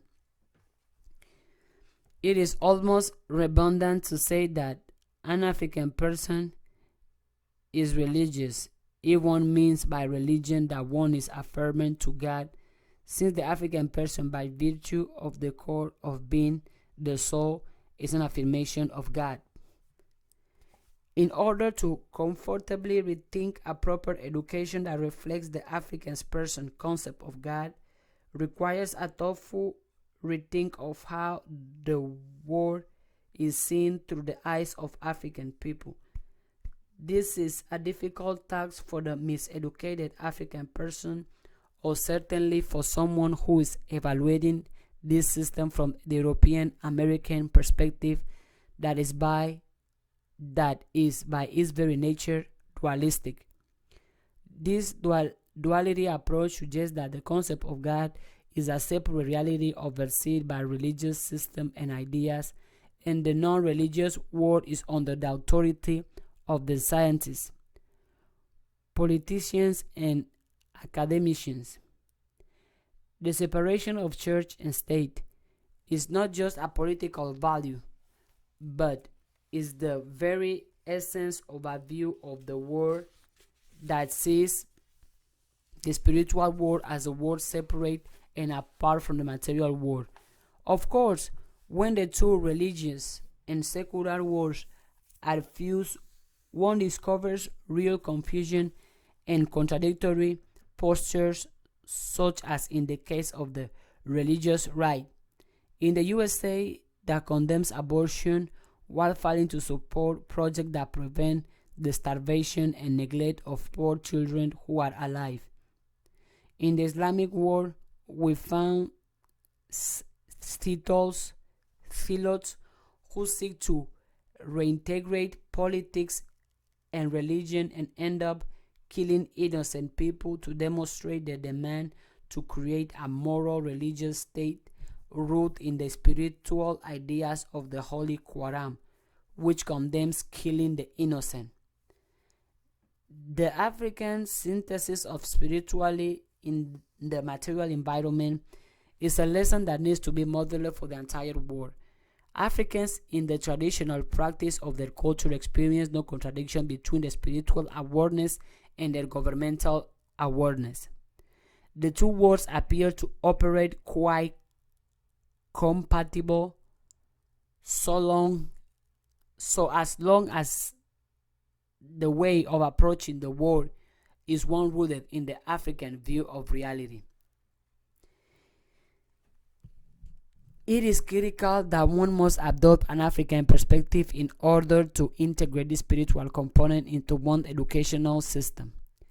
In a non-African context, the teacher might find him herself guilty of criminal offense by violating the separation of church and state. An interesting example of this dilemma is the way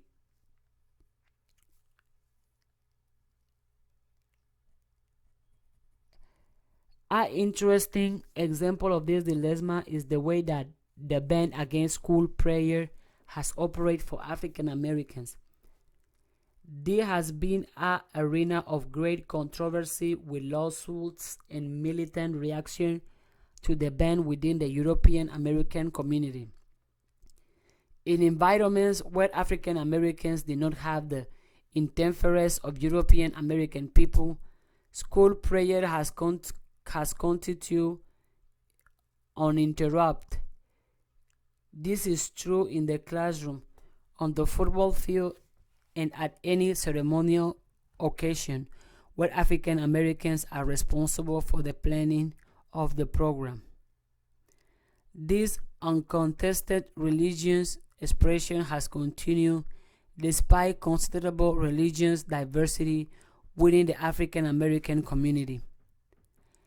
The only group without identifiable representation in the African American community is the atheist. All kinds of Protestant and Catholic Christian abound within the African American community, as do Muslim, Hebrews, Rastas, and a variety of African tradition religions. But there has been no protest of the practice of calling for prayer in nearly any formal gathering of African Americans. The phenomenon has been suspiciously undiscussed. One reason that it has not been discussed is that there is a tacit understanding that the African concept and experience of God and religion is quite different from the European one. The centrality of God in the life space of Africans is intense and non-debatable. Africans overwhelmingly accept the reality of God without question. There is no uniformity as to how one should acknowledge, worship, or identify that God, but God's reality goes pretty much uncontested throughout the African world. This kind of consensual acceptance of spiritual assumption in the African worldview is why I am suggesting that in order to effectively synthesize the study of God with a general educational experience, it will be necessary to operate in an African-based environment. Otherwise, we will find this discussion able to occur only in settings that had been legitimized by some particular religions, community, and perspective. The context for the study of God that is being suggested in this session is not an excuse to proselytize for a particular religion, but the need to understand the reality of God as a part of the educational process.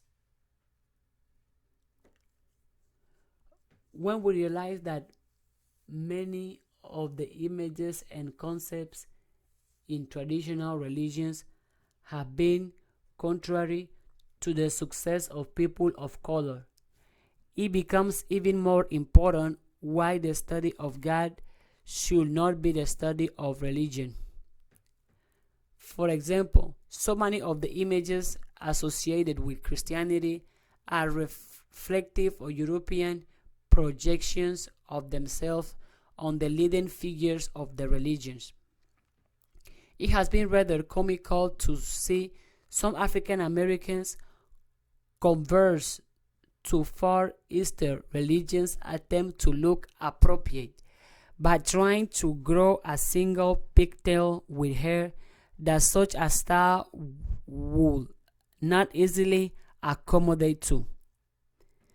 The same is true with the strong confusion of the practices of Islam with the traditional Arab culture and the perception that one must dress in traditional Arab dress in order to be authentic in one's practices of the religion.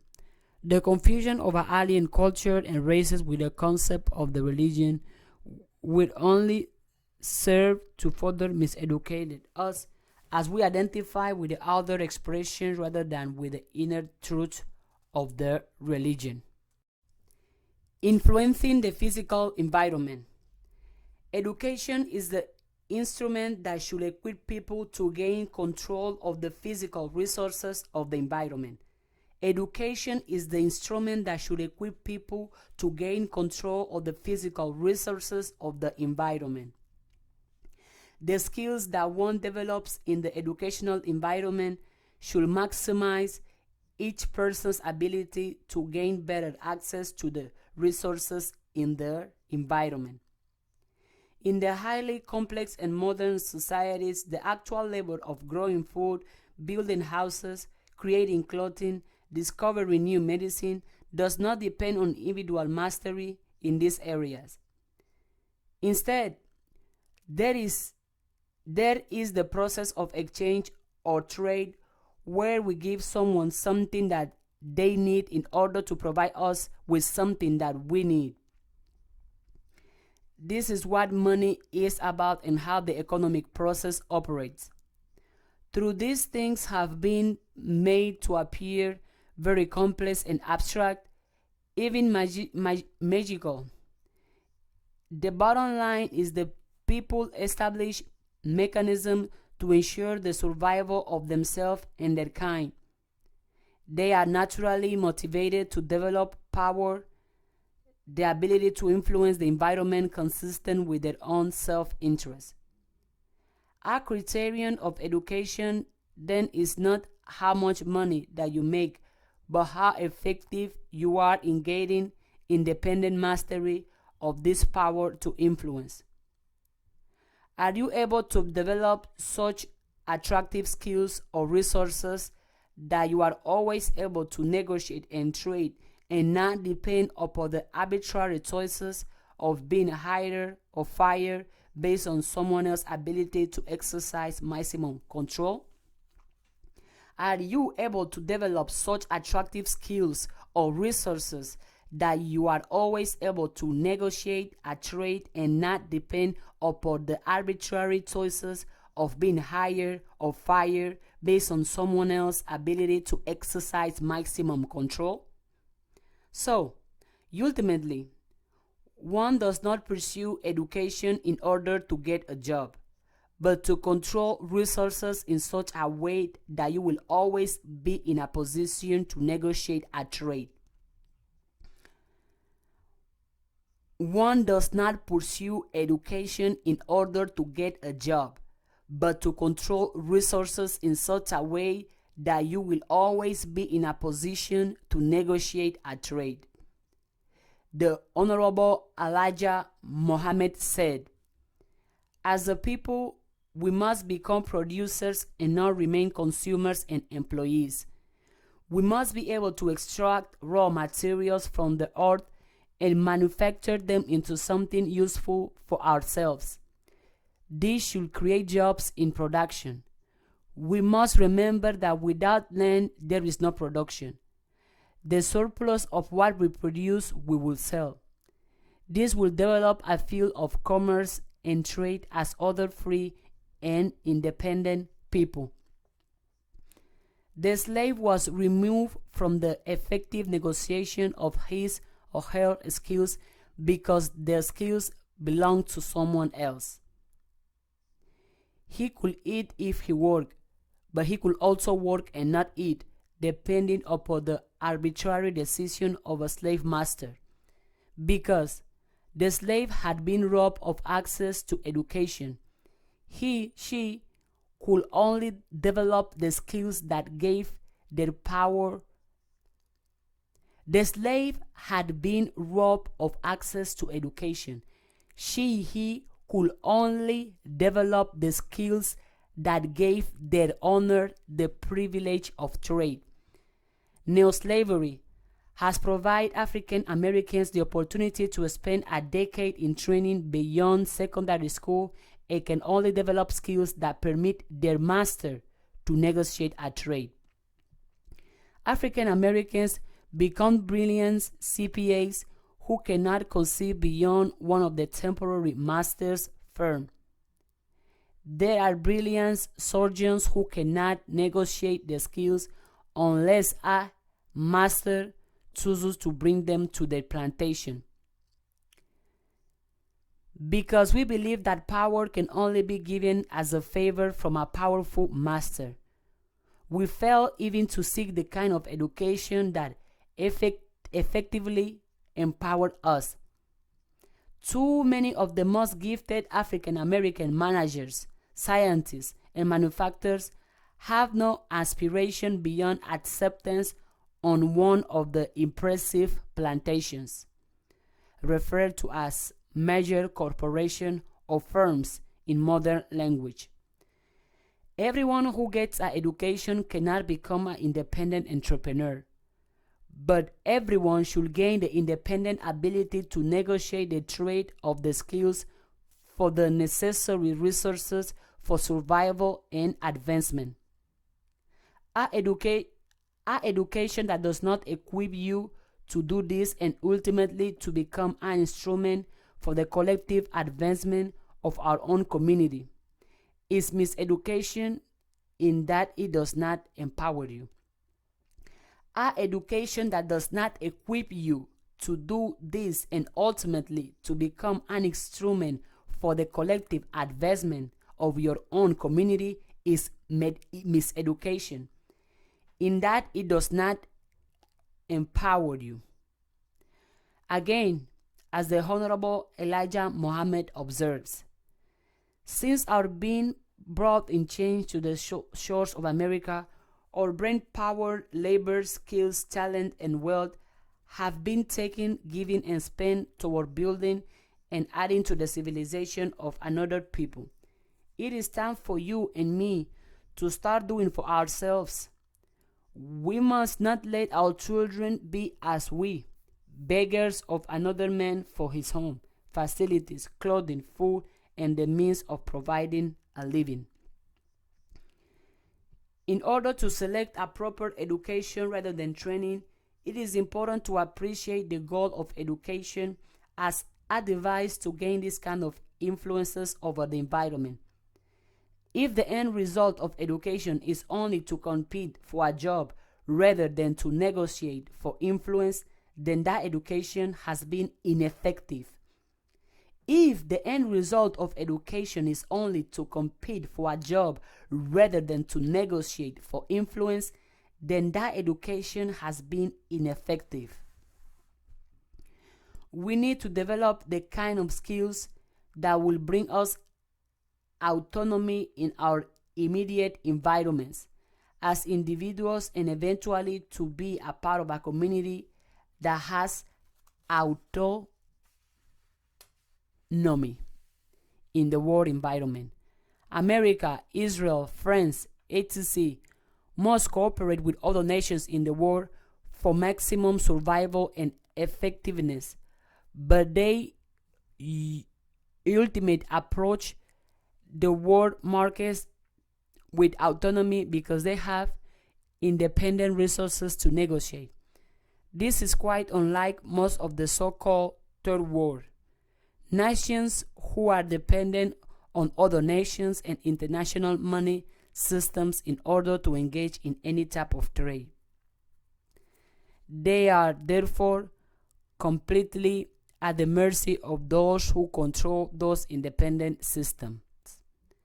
The educational system of so-called developing countries should have as their objective the same kind of ultimate autonomy that we are describing here as the goal of education for the African American.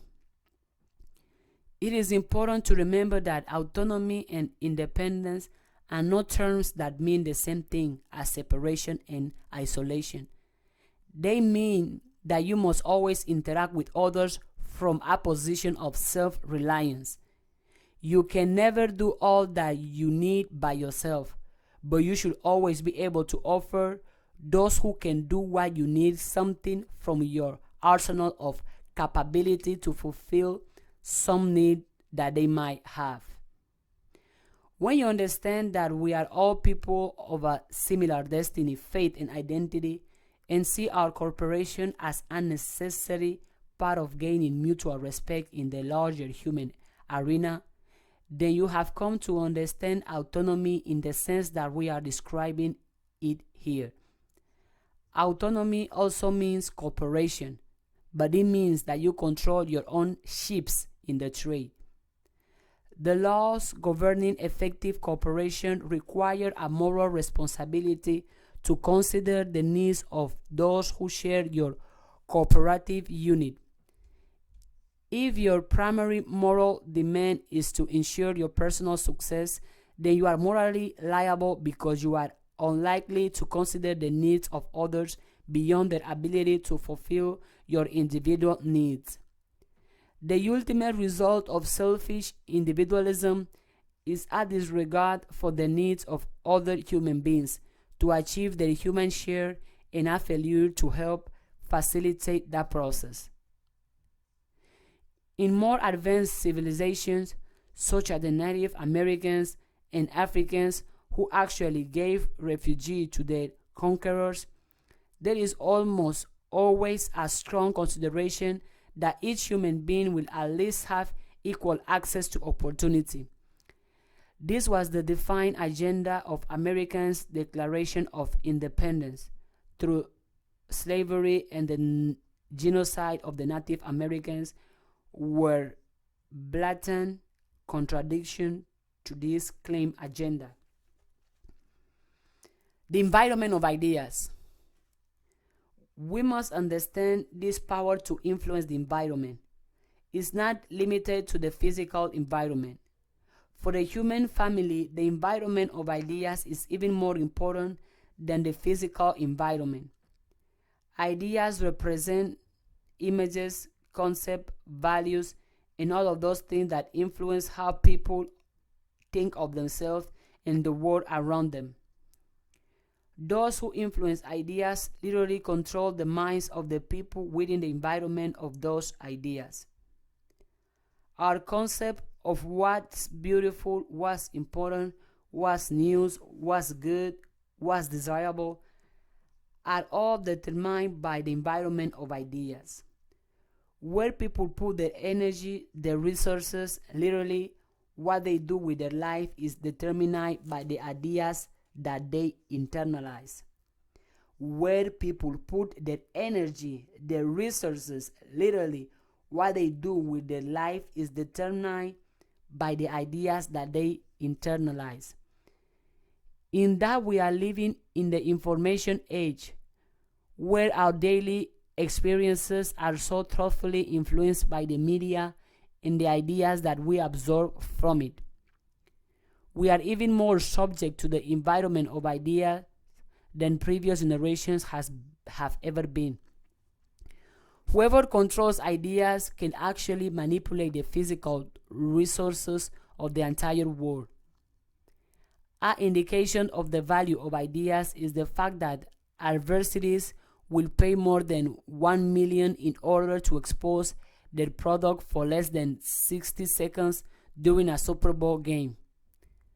No one will expend those kind of resources if they were not aware that they had the power to influence millions of people to what they have to sell. These companies actually create wants and then offer the product to satisfy the want. They are then able to acquire the physical resources of millions, which give them even greater influence in the material world. There is a genuine understanding that whoever controls ideas can control whatever they want from the environment. Advertising, marketing are devices for controlling ideas and manipulating appetites. There is a genuine understanding that whoever controls ideas can control whatever they want from the environment. Advertising, marketing are devices from controlling ideas and manipulating appetites. The educated person will aspire to gain access to influencing major ideas in the environment. The educated person in communications will not aspire to just sit in front of the camera, but they will want to be the producers in the newsroom, where those items that will be reported as news will be selected. They want to be involved in shaping public opinion and not simply reporting those opinions. An educated person would want to maximize the control of ideas that are to be communicated because they understand that a real measure of human power is the ability to influence ideas. The kind of influence that properly educate people seek is not the ability to exploit people by enforcing your agenda on them. Instead, the influence of ideas is the way by which people can advance the environment consistent with the self-interest, survival, and advancement of human beings. Dr. Wilson states regarding the influence of ideas: when you control a man's thinking, you do not have to worry about his actions. You do not have to tell him to not stand here or go wander. He will find his proper place and he will stay in. You do not need to send him to the back door. He will go without being told. In fact, if there is no back door, he will cut one for his special benefits. His education makes it necessary. To be influential simply means to ensure that your children will be able maximally to be influential simply means to ensure that your children will be able maximally to benefit from opportunities that develop their genius and contribute to humanity out of their unique talents. Influence means that your dignity and resources will be respected and you will be capable of developing yourself and your people consistent with the highest human ideas on the planet. Influence means that your perspective will gain a hearing and will be presented before the human family with the same potential impact as the ideas of any other human group. Developing the ability to influence ideas permits you to tell your story to the world and gain the same respect as any other group. Developing the ability to influence ideas permits you to tell your story to the world and gain the same respect as any other group. The miseducation of African Americans begins with the captivity, subsequent enslavement, and continued oppression has systematically restricted our power to influence ideas. In fact, we have been particularly controlled by the ideas of others that have systematically limited our human effectiveness.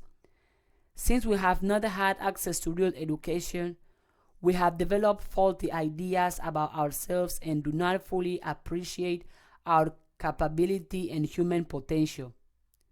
What's even worse is that we have not developed an aspiration to influence ideas, but had comfortably accepted the role of a participant in others' ideas.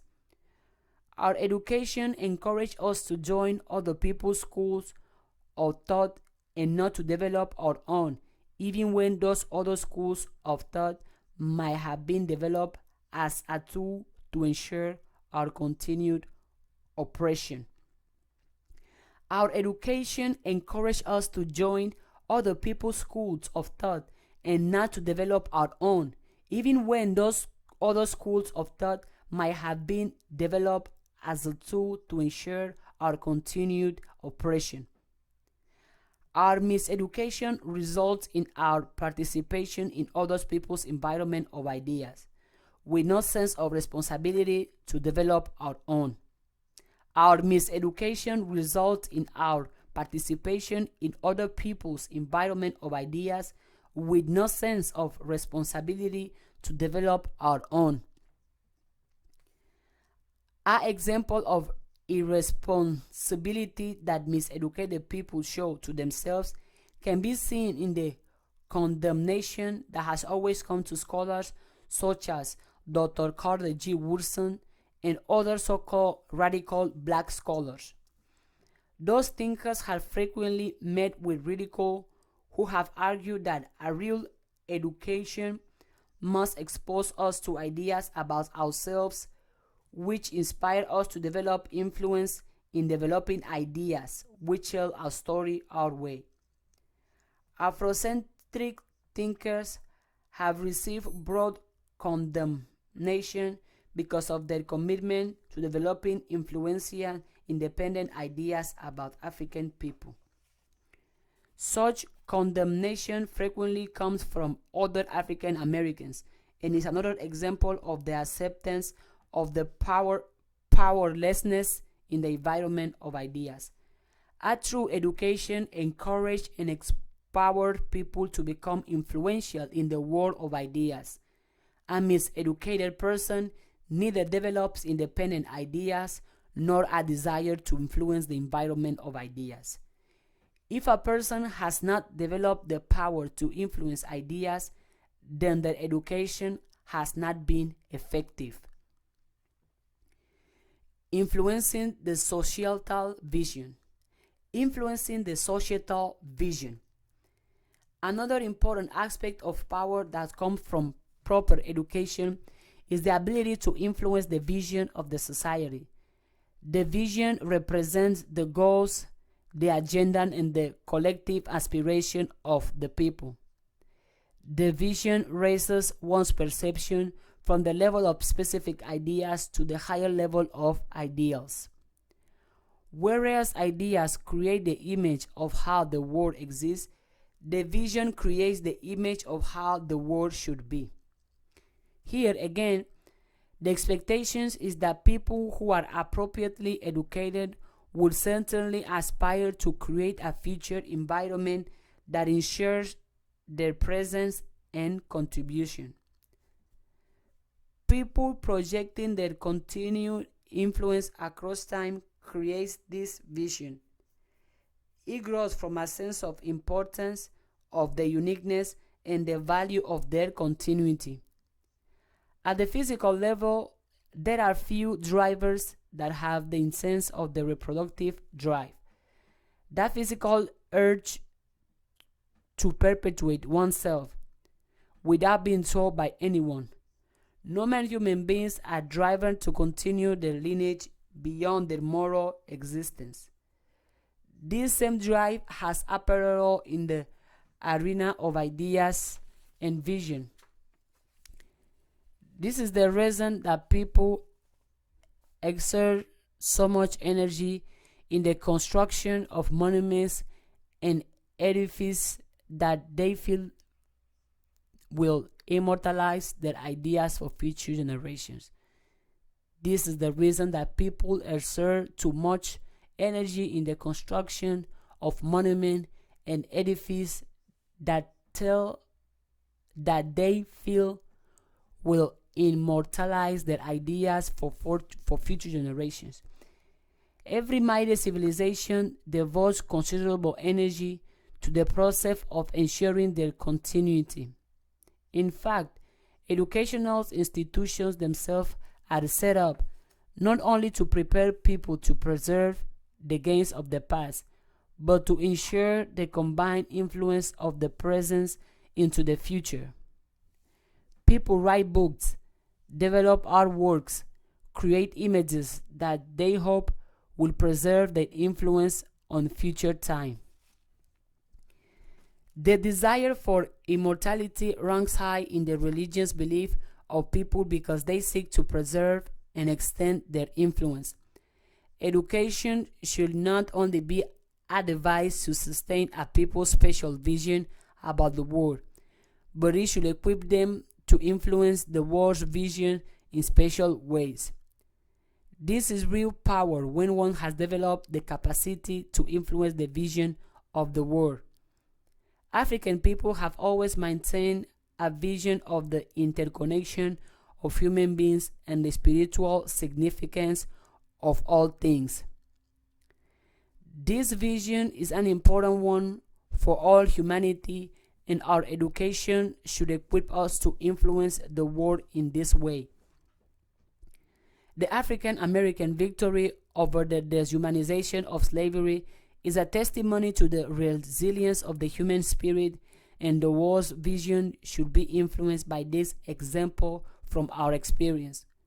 The world's vision should be free of the kind of oppression that has characterized European racism and genocidal attacks on groups of human beings based on claims of racial superiority.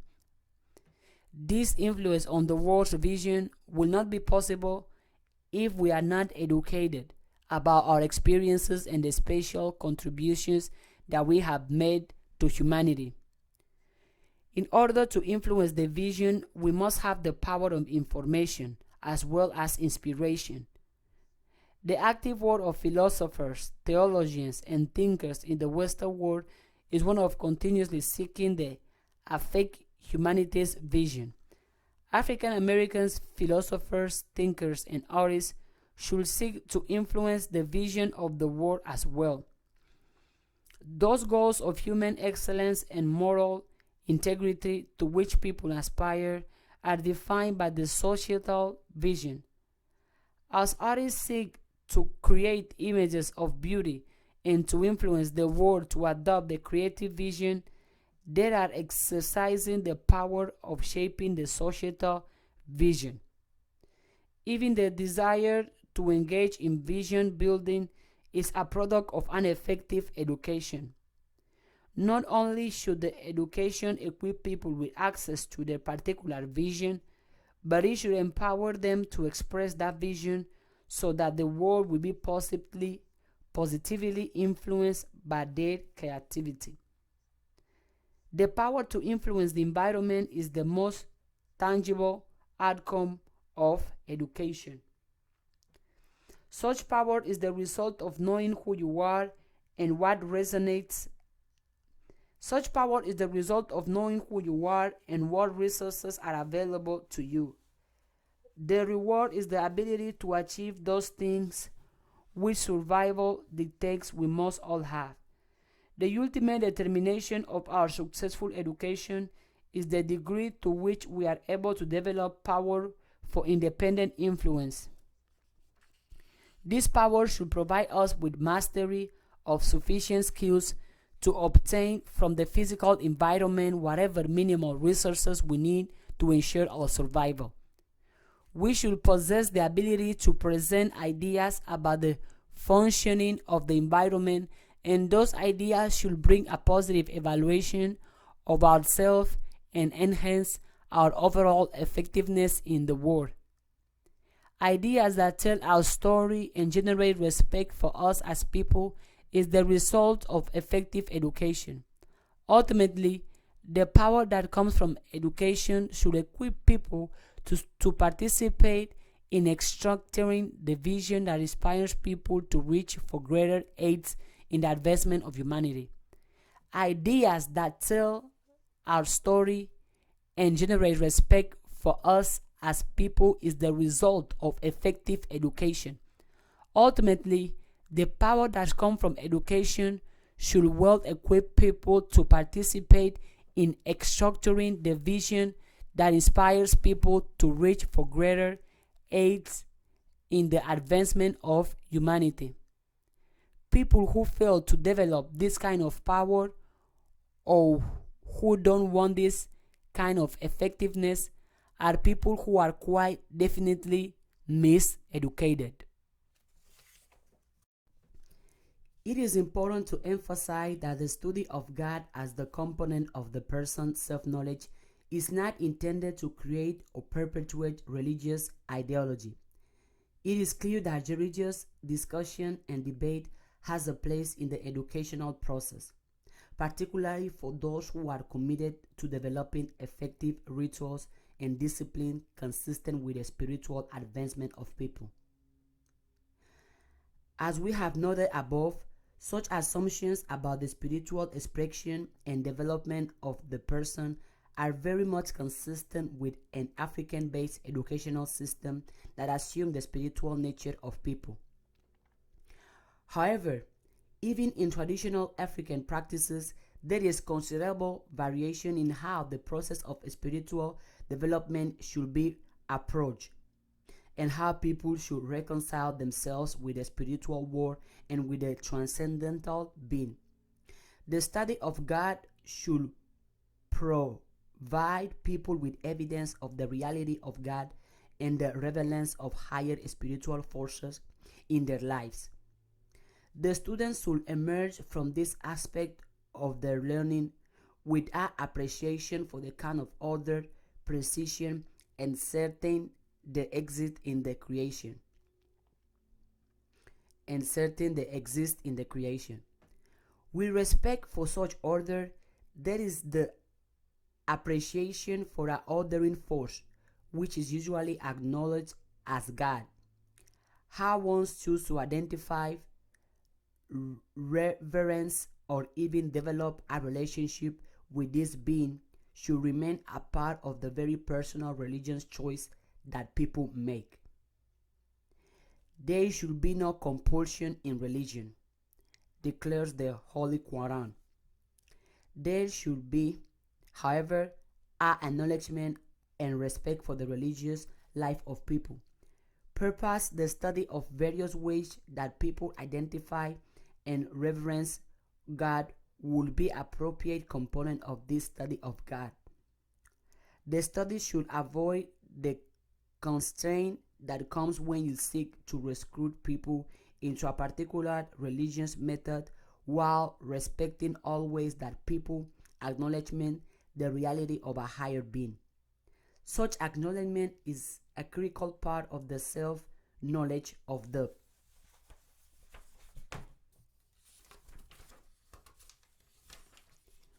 human being educated. In African system of learning, the study of these areas of knowledge should serve as the foundation for studying the self. It's important to recognize that we do not discard any acknowledgement in the use of the Western language. We have included the physical and social science, mathematics, literature, religion, etc. Any knowledge that is truth has relevance in the education of the African people. How these areas are studied and their relationship to each other is dictated by the African worldview. This is the point of difference when we begin to discuss educating African people about themselves. Certainly, there are many aspects of this study that will be relevant to all human beings, but our objective is neither to proselytize nor to impose our worldview or cultures on others. The intention is simply one of identifying our approach and suggesting that the only proper education for us is one that is based on our worldview. So the nature of the self, the origins of life, the study of the processes of life, and the study of the creator of life are essential content for our education. Implicit in the model is the correction for the processes that perpetuate miseducation and make us enemies of ourselves. Chapter 5. Learning to educate ourselves. Once we know what a real education is and understand what it is supposed to do, then an important question is, how do we learn to educate ourselves? One of the real problems that result from miseducation is not only the absence of effective information to empower ourselves, but not even knowing how to go about the process of educating ourselves. As I have discovered, as I have discussed above, the educational process that was designed for African Americans was never intended to prepare us for independence and self determination, but to perpetuate our servitude to people who already have power. In the previous sections, I have described what should be the content of an effective education for self knowledge.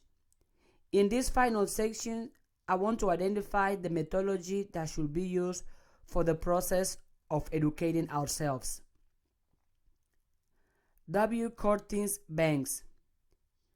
In an important discussion describing the development of Black philosophy, identified as a very similar problem to the one that we are identifying as existing in the education of African Americans. This problem was the failure of European American psychology to offer the kind of understanding and approach that would permit it to effectively improve the life of Black people. Dr. Banks identified three criteria methods in this development of Black psychology. These methods were deconstructionist, Reconstructionist, and Constructionist. These rather big terms have simple meanings and great importance to our learning of how to educate ourselves. Deconstruction. The deconstructionist approach is intended to critique or identify the error and weaknesses found in the typical approach to education for African Americans. Much of the precedent discussions in this book has utilized the deconstructionist approach in its description of the limitations of the Europe-American approach to teaching non-European people. Even the concept of miseducation by Dr. Woodson, which has served as the foundation of much of our discussion, is based on this approach, which identifies what is wrong with the educational experience of African American people.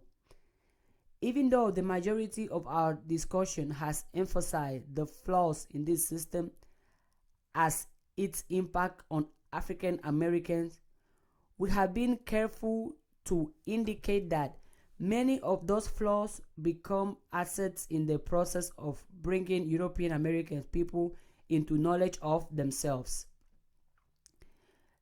Deconstruction is the necessary first step in the re-educational process of African Americans because of the extensive influence of European American methods and ideas of education.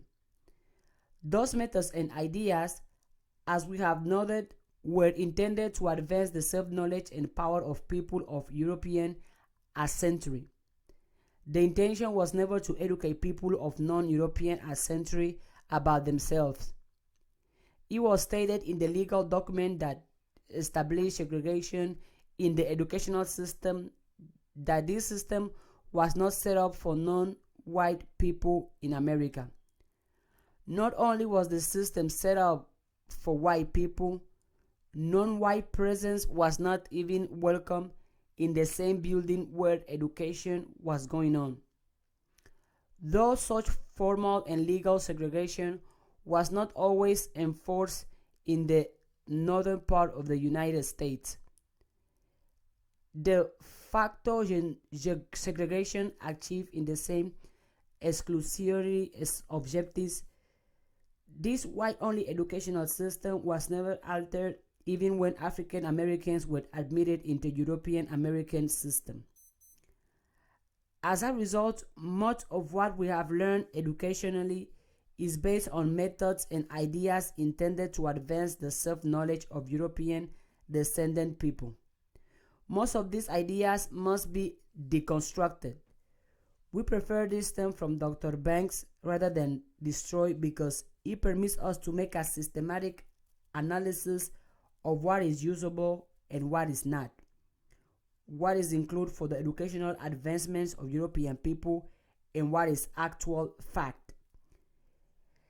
The deconstruction process permits us to pick and choose based on our redefinition of education in order that we might understand the educational process that European people have used for themselves, and at the same time identify those things that have inhibit our educational development.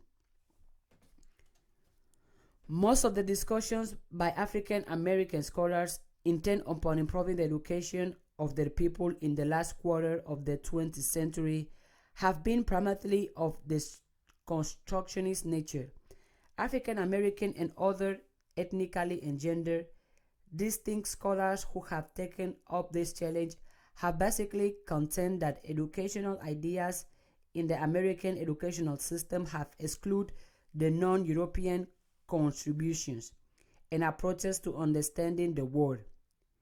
These numerous scholars have argued for Black studies, Native American studies, Latino studies, Asian studies, and women studies as an effort to address these distortions in a Eurocentric, male-centered approach in most educational settings. They have argued, as has been repeatedly suggested in this volume, that education in America has been built around a set of goals which advance white and male supremacy. The deconstructionists must address this limitation in traditional European American education. Many African and African American thinkers, such as Molefi Asante, Joseph Ben Jod Chanman, John Henry Clark, Q. Anta Diop, Asa Hilliard, John Jean Jackson, Maulana Karenga, Wade Nobles, Ivan Van Sertima, Chancellor Williams, and many others, have consistently addressed the historical omissions that have excluded us from the world stage. The Europeanizing and widening of African, particularly Nile Valley civilization, has been a major point of interest in their discussions. The deconstructionists have attempted to discard those distortions of history, which have failed to address the contribution of African people. Similarly, the early deconstructionists from the first half of this century, such as Carter G. Woodson, G. A. Rogers, George G. M. James, and others, sought to point out how African people have been omitted as contributors to human progress. Deconstruction is the necessary first step towards the education of African people who have already been miseducated by the European American educational system. Since so much of our information, even the language that we use, has come to us through the European system, we must carefully scrutinize the information that we are using. It is critically necessary to realize that something is wrong with our training before we can even begin to address what is needed for our re-education. When we have been miseducated, we have been implanted with a defense of what has been learned.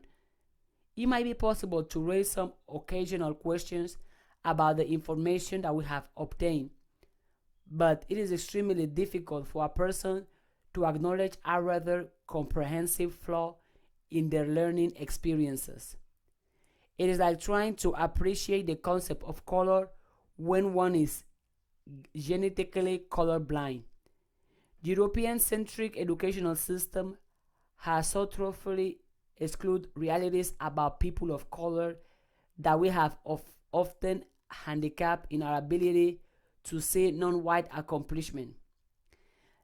This has infected us with a kind of academic color blindness, and we don't even know that we are. From this point of view, many of the uneducated or poorly educated offer the least resistance to the need for deconstruction. Purpose. This is why the radical reform advocated by important African American community leaders such as Marcus Garvey and Elijah Muhammad appeal to this group of the minimally miseducated. The so-called marginal members of African Americans overwhelmingly populated Marcus Garvey and Elijah Muhammad's self-help movements. It is equally interesting to note that the strongest resistance to the call for independent thought, self-determination, and independent education came from those who were trained the most.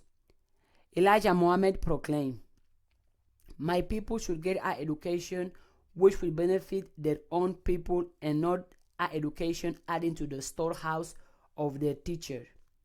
We need education, but our education will remove us from the shack slave of slavery and servitude.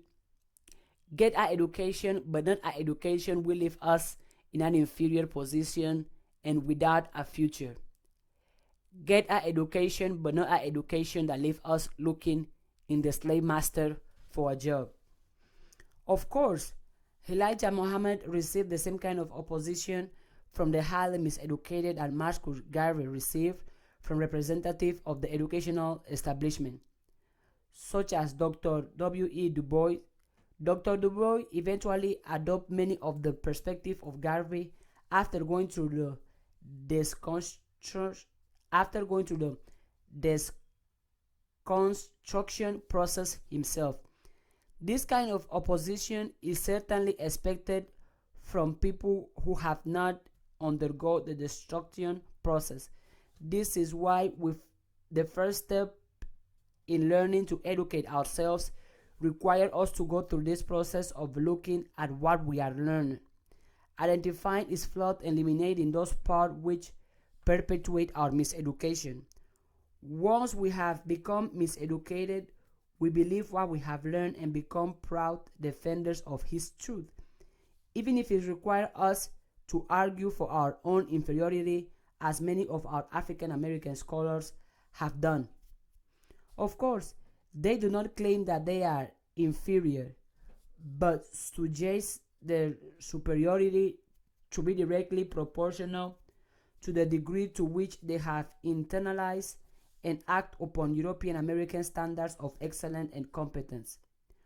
Once they have gone through the process of deconstruction, they are better equipped to purge themselves of the self-destructive ideas that fail to empower them and compel them instead to maintain white empowerment. Reconstruction. The Reconstructionist approach is the next stage in this process of learning to educate ourselves.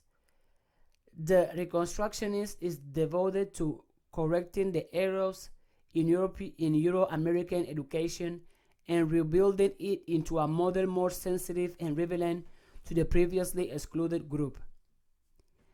The approach of this methodology goes one step beyond the criticism and description of the problems found in the Constructionist approach and begins the process of trying to build a corrected educational system. Though it is still building from the context of what is wrong, the emphasis is shifted to how to make things right.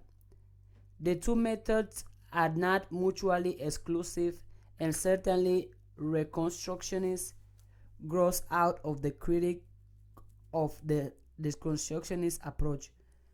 Reconstructionist is primarily a corrective approach that is very sensitive to the inaccurate information and approaches that have been discovered through the Deconstructionist phrase.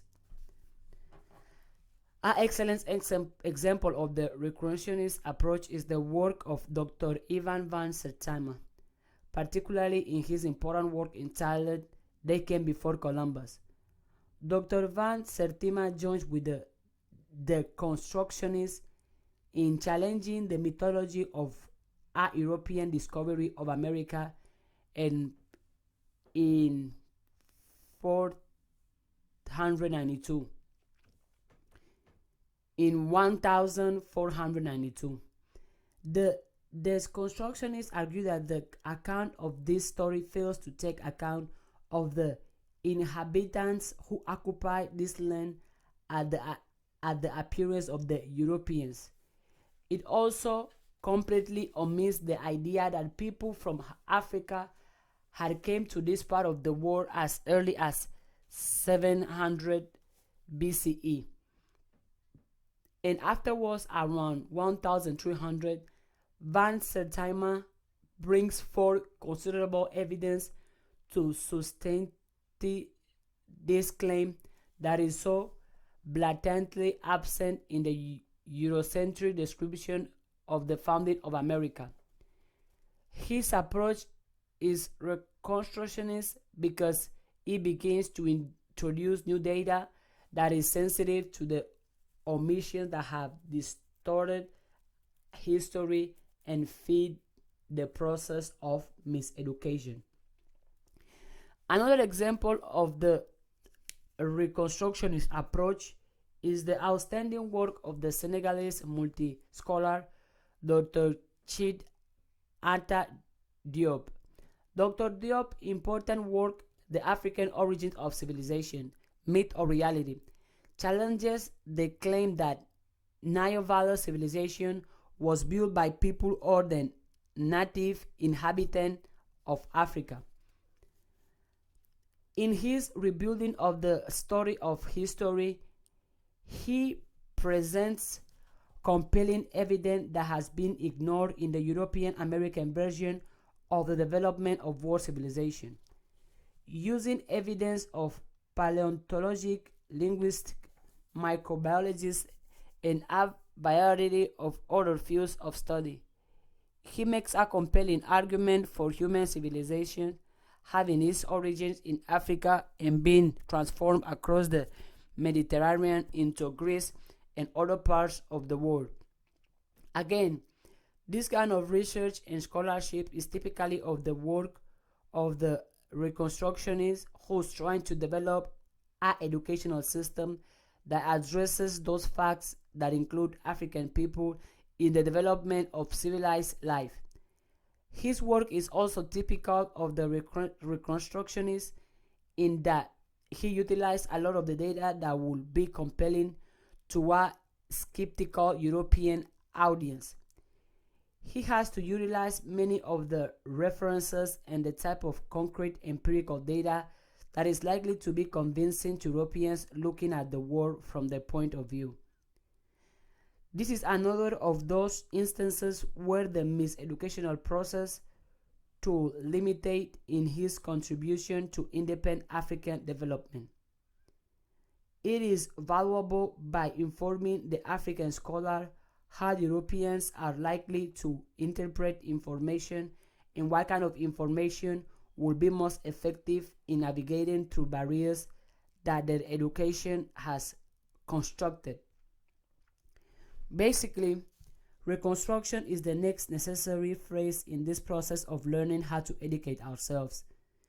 It is not sufficient to just point out what's wrong in the miseducational system. It is necessary to do the research that begins to set the record straight. As I have noted throughout this discussion, it is not possible to have functional self-knowledge unless we begin to know facts about ourselves. The Reconstructionist scholar and educator make a conscious and deliberate effort to dig up the hidden facts and develop a compelling argument that begins to include those crucial pieces, which have been excluded from the miseducational system. This second phase is also the student's next step in correcting their miseducation. Once the student has been made aware of the flaws and fallacies in the miseducational system by exposure to the ideas of deconstructionists, they must begin to reconstruct and fortify their education by studying the work of the Reconstructionists. In other words, once we know that our story and experience have been excluded from the learning environment, we must begin to supplement our learning in order to locate the pertinent information about ourselves. Another important component of the Reconstructionist approach is to operate with the express objective of providing information that will revelate the African American mind. This means that the educational information is intended to provide the learner with aspiration and understanding of what it means to be a free people, whereas miseducation fosters a dependency on others and disrespect for the autonomy of the oppressed group. The Reconstructionist is committed to developing ideas that demonstrate the ability of the group to conduct themselves as an independent group among other independent groups of human beings. They must help the learner to develop that they historically have been capable of doing those things for themselves that ensure survival. Despite their long-term oppression, they are still capable of engaging in independent, self-determined activity.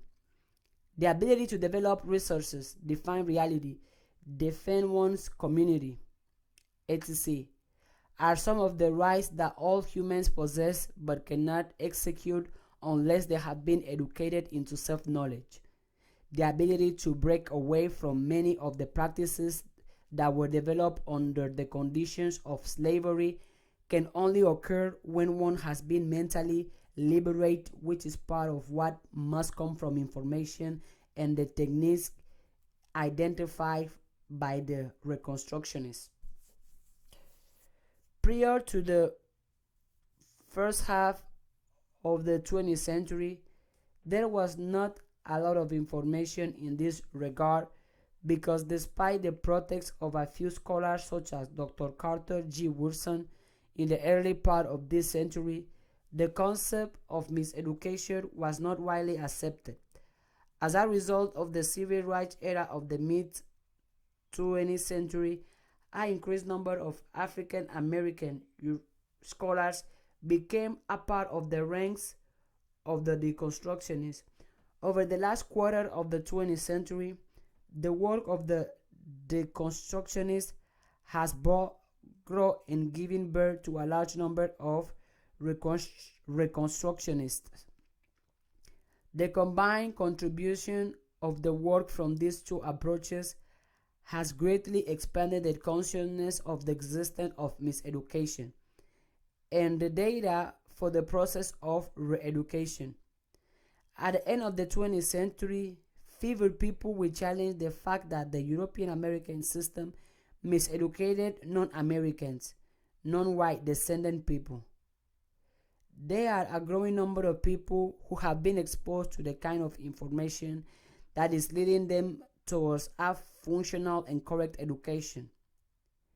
There are not yet enough Reconstructionist and even fewer Reconstructionist institutions that can effectively offer an alternative education for the real empowering self-knowledge of African American people.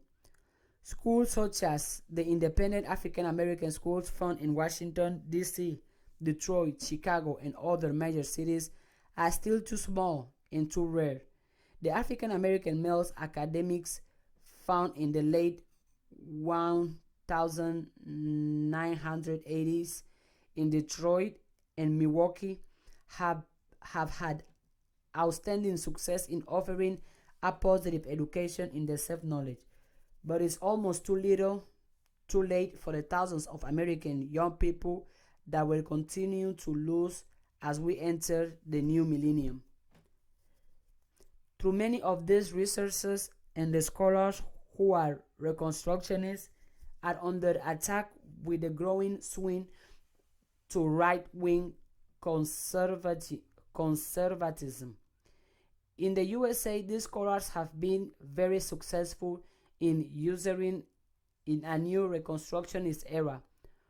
Organizations such as the Association for the Study of Classical African Civilization, the Journal of Black Studies, and the Journal of Black Psychology, and many other documents have effectively dispersed the messages of Reconstructionists throughout the world. There is a growing body of information that presents the Reconstructionist data. Construction. The third methodology described by Dr. Banks in this development of a self-serving approach to knowledge is the Constructionist approach. Wade Nobles also used the Banks model in his description of the development of African psychology. Nobles suggests that Reconstructionist approach reflects the belief that work found in the field of African psychology must result in simultaneously promoting the welfare of black people and advancing the critical growth of knowledge. This approach maintains the objectives of the preceding approaches of deconstruction and reconstruction because it remains combined to the conscious and deliberate development of knowledge that promotes the welfare of black people. This is clear and deliberate condition for the educational process for self-knowledge that we are discussing. As I have established in the preceding chapters, if the education does not enhance the well-being of the people involved in the process, then we cannot accurately identify it as education. As I have established in the preceding chapters, if the education does not enhance the well-being of the people involved in the process, then we cannot accurately identify it as education. The constructionist approach goes a step further than the preceding approaches, in that it seeks to advance the critical growth of knowledge. This goal does not preclude the work of the deconstructionist who offers a critique of the exclusion and oversize of the existing knowledge base. This deconstructionist critique offers insight into the inaccuracies in the existing knowledge and invites continued review and discussion of ideas. From this point of view, the deconstructionist approach represents a significant contribution of the growth of knowledge. Knowledge must ultimately expand our grasp of the truth and the identification of untruth, either by commission or omission, as it assists us in our understanding. Knowledge must automatically expand our grasp of the truth and the identification of untruths, either by commission or omission, as it assists us in our understanding. Certainly, the Reconstructionist approach provides a great contribution to the advancement of understanding by offering new information that has been excluded or disturbed in the existing educational arena. In addition to continuing down the path of these earlier two approaches, the constructionist assumes a particular responsibility to develop a synergy that tries to counter earlier errors, remain true to the particular interests of a specific group of learners, and offer a balanced perspective that permits knowledge to grow. The ideas of Eurocentric education critique to the educational ideas of the deconstructionists, modified by the information offered by the Reconstructionists, and ultimately brought into balance with a more universal perspective offered by the Constructionists, offers a holistic contribution through these studies.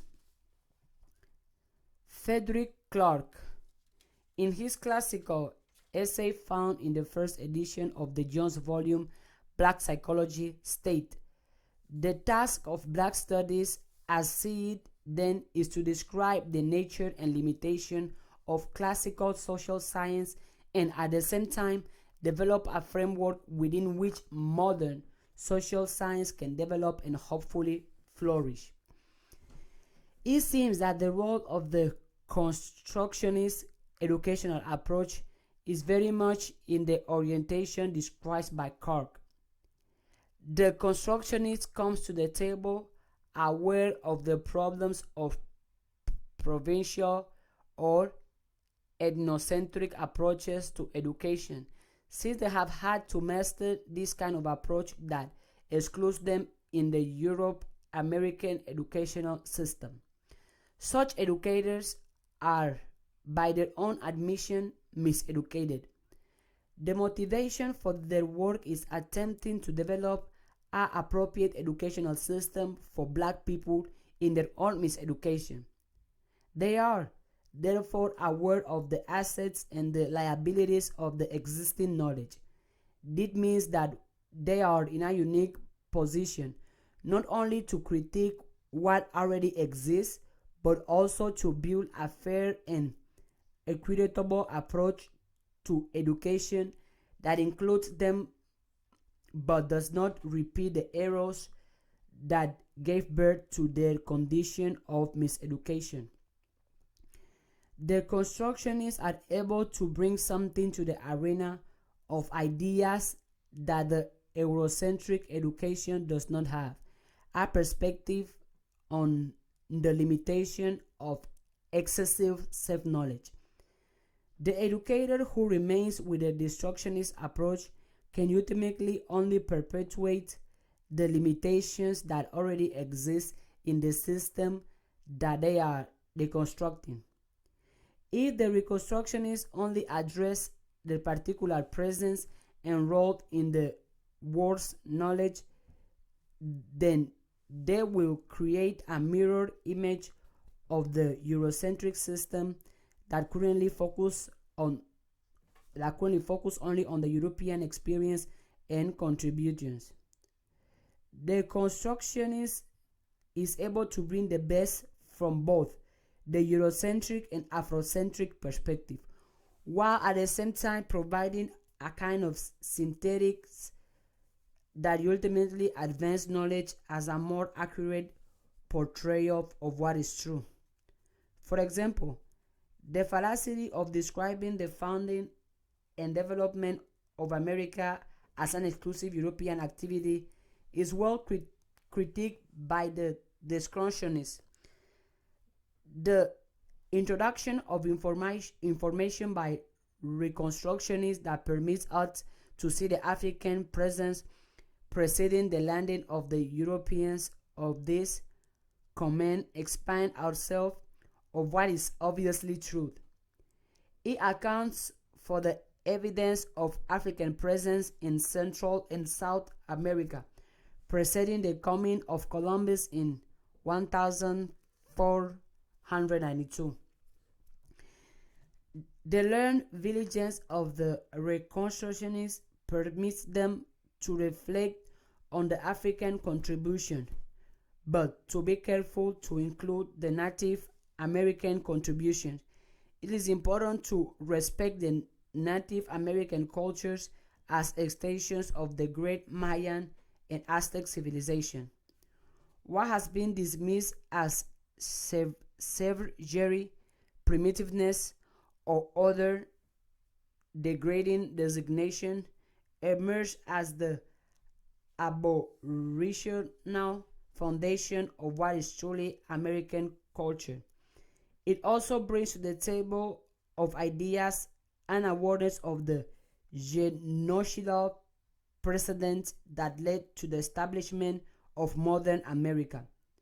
The possibility of cleansing the U.S. of this deadly moral flaw in the fiber of its foundation is a critical necessity in order for healing to take place. Despite these critiques, there are no efforts to deny the considerable positive contributions that have come from European presence in America. This type of analysis can only come from the kind of educational system that is able to see broadly from more than one perspective of self-knowledge. Ironically, only those who have gone through the process and have been effectively deconstructed have this perspective. Similarly, the constructionist approach requires a critique of the roots of one's real self, the kind of human miseducation that permit Africans to participate in the enslavement of their own people and to fall victim to the materialistic offers of the invaders must be critiqued. There is certainly much greatness about Africa that must be taught in this reconstruction education, but must be explained. There is certainly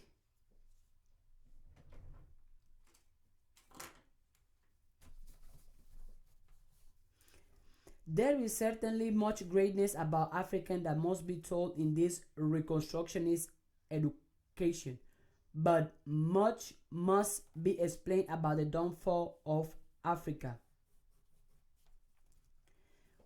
Where was the vulnerability and what role did the limitation of African self knowledge play in the defeat and victimization of Africa? If European power was great enough to take us without any resistance on our part, then we need to understand and purpose adopt the European approach to knowledge. But if there were things in our own human development that were flawed, then the constructionists should help us to better understand those limitations and offer us an arena for greater growth. If we can master this limitation in our own development, then we are best equipped to make some very unique contribution to the development of knowledge for all of humanity.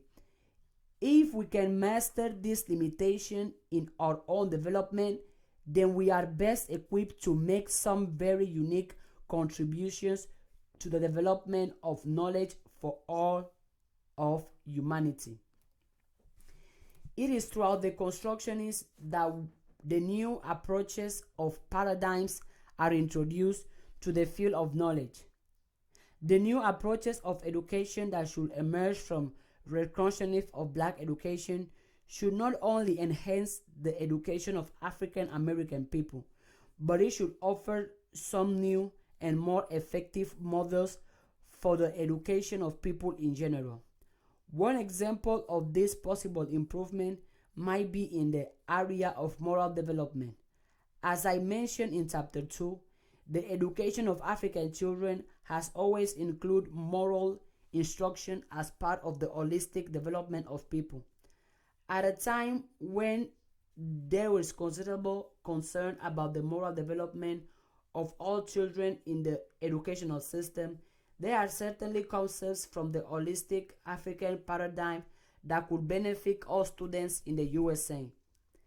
This is an example of how contribution to the overall growth of human knowledge is made from the constructionist approach. Another objective for the constructionists is to offer an orientation and encourage the development of institutions that perpetuate the developing ideas that have come from the Reconstructionists and from their work. The constructionists must be institution builders because they must maintain the independent knowledge base that has emerged from the evolution of their approach. They must have independent institutions that generate ideas, distribute them, and maintain them. The constructionists then must advocate and work towards developing think tanks for the development of new ideas, laboratories for the exploration of these ideas, and publication for the dissemination of these ideas. There must be schools and settings where ideas can be effectively communicated without the interference of alien funding and controlling forces. So an important part of what the constructionists must do is to create methods for generating wealth that will provide the kind of independent funding that will let such institutions exist and thrive. The constructionists must address whatever political and economical tools might be necessary to maintain the self-sufficiency of such independent institutions. Without such institutions, the work of the constructionists is of no significance. It is the constructionists who ultimately must pioneer the new institutions that provide the shelter for the deconstructions, and the reconstructionists who will ultimately be unable to survive in the old institutions that their work requires them to condemn. Many great philanthropists have supported institutions of learning such as universities and settings such as libraries and great museums. These great men and women of wealth understood that their alliance with the constructionists preserved their wealth and power for even unborn generation, because by preserving ideas and education, one is able to maintain power in perpetuity for one's kind.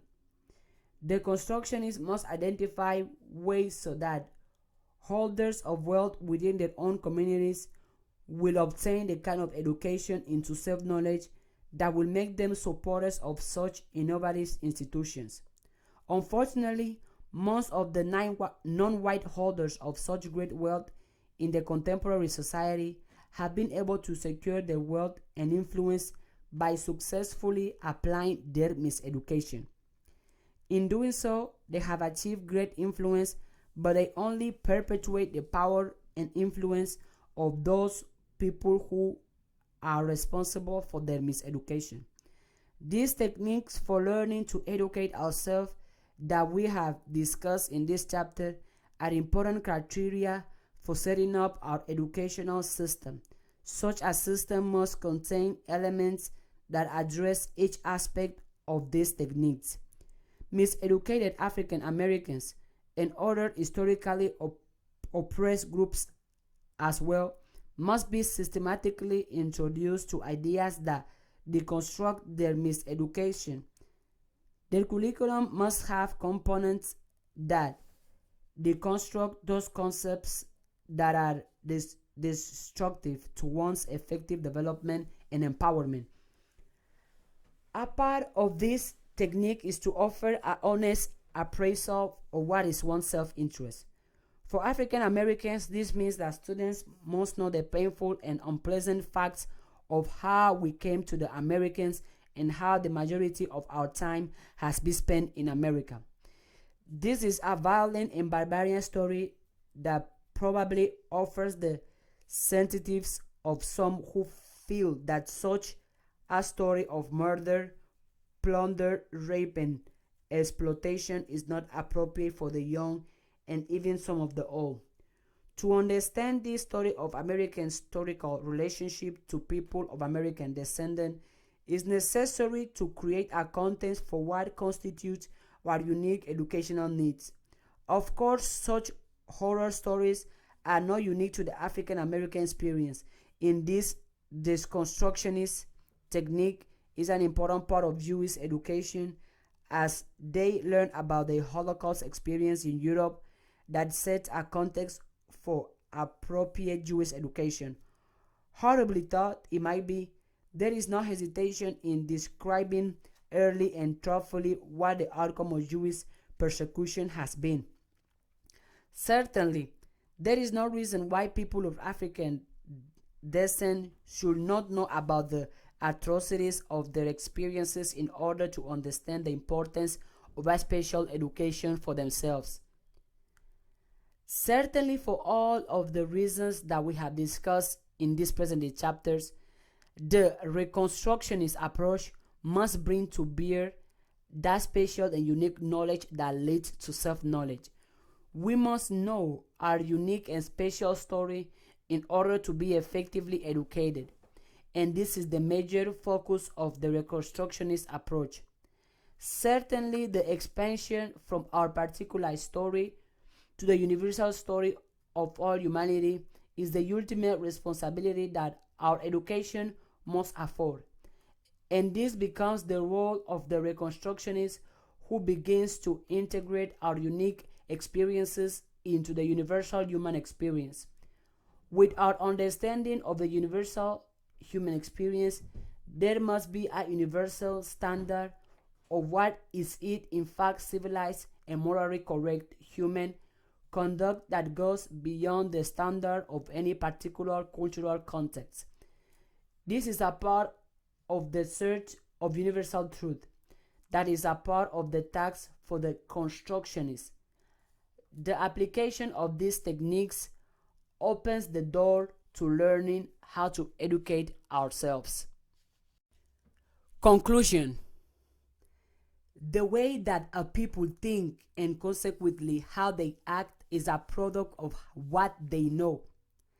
The knowledge that a people receive is a consequence of their education. This discussion has joined the church of distinguished thinkers and activists who have argued for nearly 100 years that the persistence of many self-destructive and not constructive behaviors within the African American community is a result of the kind of thinking that has not been inspired by our self-interest. Dr. Carter G. Woodson simple little masterpiece entitled The Miseducation of the Negro has become the classic document that describes the origin of this thinking. Dr. Woodson claimed that African Americans have been educated out of their own self-interest. It's a position that has grown in acceptance despite its nearly rejection by many African Americans and certainly most European American scholars. Dr. Woodson recognized that the thinking that keeps most African Americans working to advance the cause of non-African people and systematically sabotaging their own success was a consequence of the kind of knowledge that we had. Perhaps if his call had been heeded in the 1930 years when he went out, we would not have spent most of this century chasing ideas that were not our own. The underappreciated but highly successful social and religious movement directed by the Honorable Elijah Muhammad was another powerful example of the call for African Americans to develop self-knowledge as the necessary prerequisite for changing our life and changing our communities. Through this call and analysis did not come from the academic as did Dr. Woodson, it too fell on deaf ears among the majority of the African American community and was summarily condemned by almost all of the non-African world. The represented reformation, transformation, and developments that Elijah Muhammad achieved with his work in the Nation of Islam were the most well demonstrated the highly successful consequence of applied knowledge of self. Certainly, his approach and his metaphors were highly unusual, but the foundation of this approach was defiant conviction to be self-determining and committed to the re-education of the African American person. Throughout, he achieved considerable economic success and institution building. The most impressive outcome was the solid and meaningful personal reform that was brought about in the life of the heirs to Mr. Muhammad movement. The fact that this movement was able to take destroyed and misdirected lives that had been thrown away to vice, criminality, and personal self-destruction, and to convert those lives to responsible and constructive social contributors was nothing short of miracles. Throughout the movement was ideologically and structurally very complex. The fundamental concept that guided everything else in the philosophy was the importance of self-knowledge as the key to transforming human life. This discussion was identify some of the critical elements involved in self-knowledge. I have looked at the ancient directive from the Nile Valley civilization, man, know thyself, and point out the significance of this simple but profound dictum. Education is identified as the vehicle by which conscious or knowledge is transmitted. The distinction between training and education being that the latter is successful in formulating a meaningful identity, in it initiating the learner into the unique human legacy and involving them in formulation of a shared vision. Self-knowledge is not possible until we are clear as to what the self is. The particular understanding of the self from the vantage point of traditional African thought was a key component to our formulation of how to develop this effective and relevant knowledge of self. Anyone committed to the effective improvement of the lives of human beings in general and of African American lives in particular must always deal with the vexing question of so what? Is the discussion just one that is supposed to be philosophical, entertaining, or provocative? Or is it supposed to make a real difference in the social and personal lives of people? The so what question for this definition of education is answered in the description of education as power. It is precisely this education that is described as self-knowledge that empowers people to influence the environment to produce those necessities that ensure their advancement as people and heals those disabilities that interfere with this advancement. So what? With a proper understanding of what education is and then the acquisition of that education, we become more than acceptable vehicles from the advancement of others people's objectives, but we cast ourselves in steering roles on the stage of human progress. In the description of the content and process for self-education, I provide specific guidelines for the development of an authentic education system that achieve for disempowerment people the same ends that education achieves for people with power. This is not intended to be document to advocate for the establishment of an afrocentric or separatist educational system. It is intended to advocate for a self-determined education system. From the perspective of a psychologist who is committed to the healing of the collective black mind, I believe that clear concepts are needed to guide our approach to education. I believe that those concepts should be communicated effectively and in a reasonably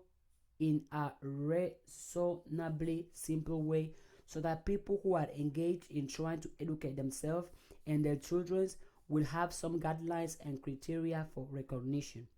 True. Education when they say it. The content of such education has been frequently discussed and well researched. The special task of this book is to help us understand why people should be responsible for their own education and what they should try to accomplish in this process of developing knowledge of self. As we enter this new millennium, we must be clear that our position must be dictated by our empowerment as human beings. We cannot continue to be reactors or participants in the vision and worldview of other people who see us as fixtures in the world rather than as co-builders of a world that places our priorities and perspective at the top of the human agenda. The experiences of human degradation and challenge that have been endured and overcome by people of color during the last half of this millennium have been preparatory for African people.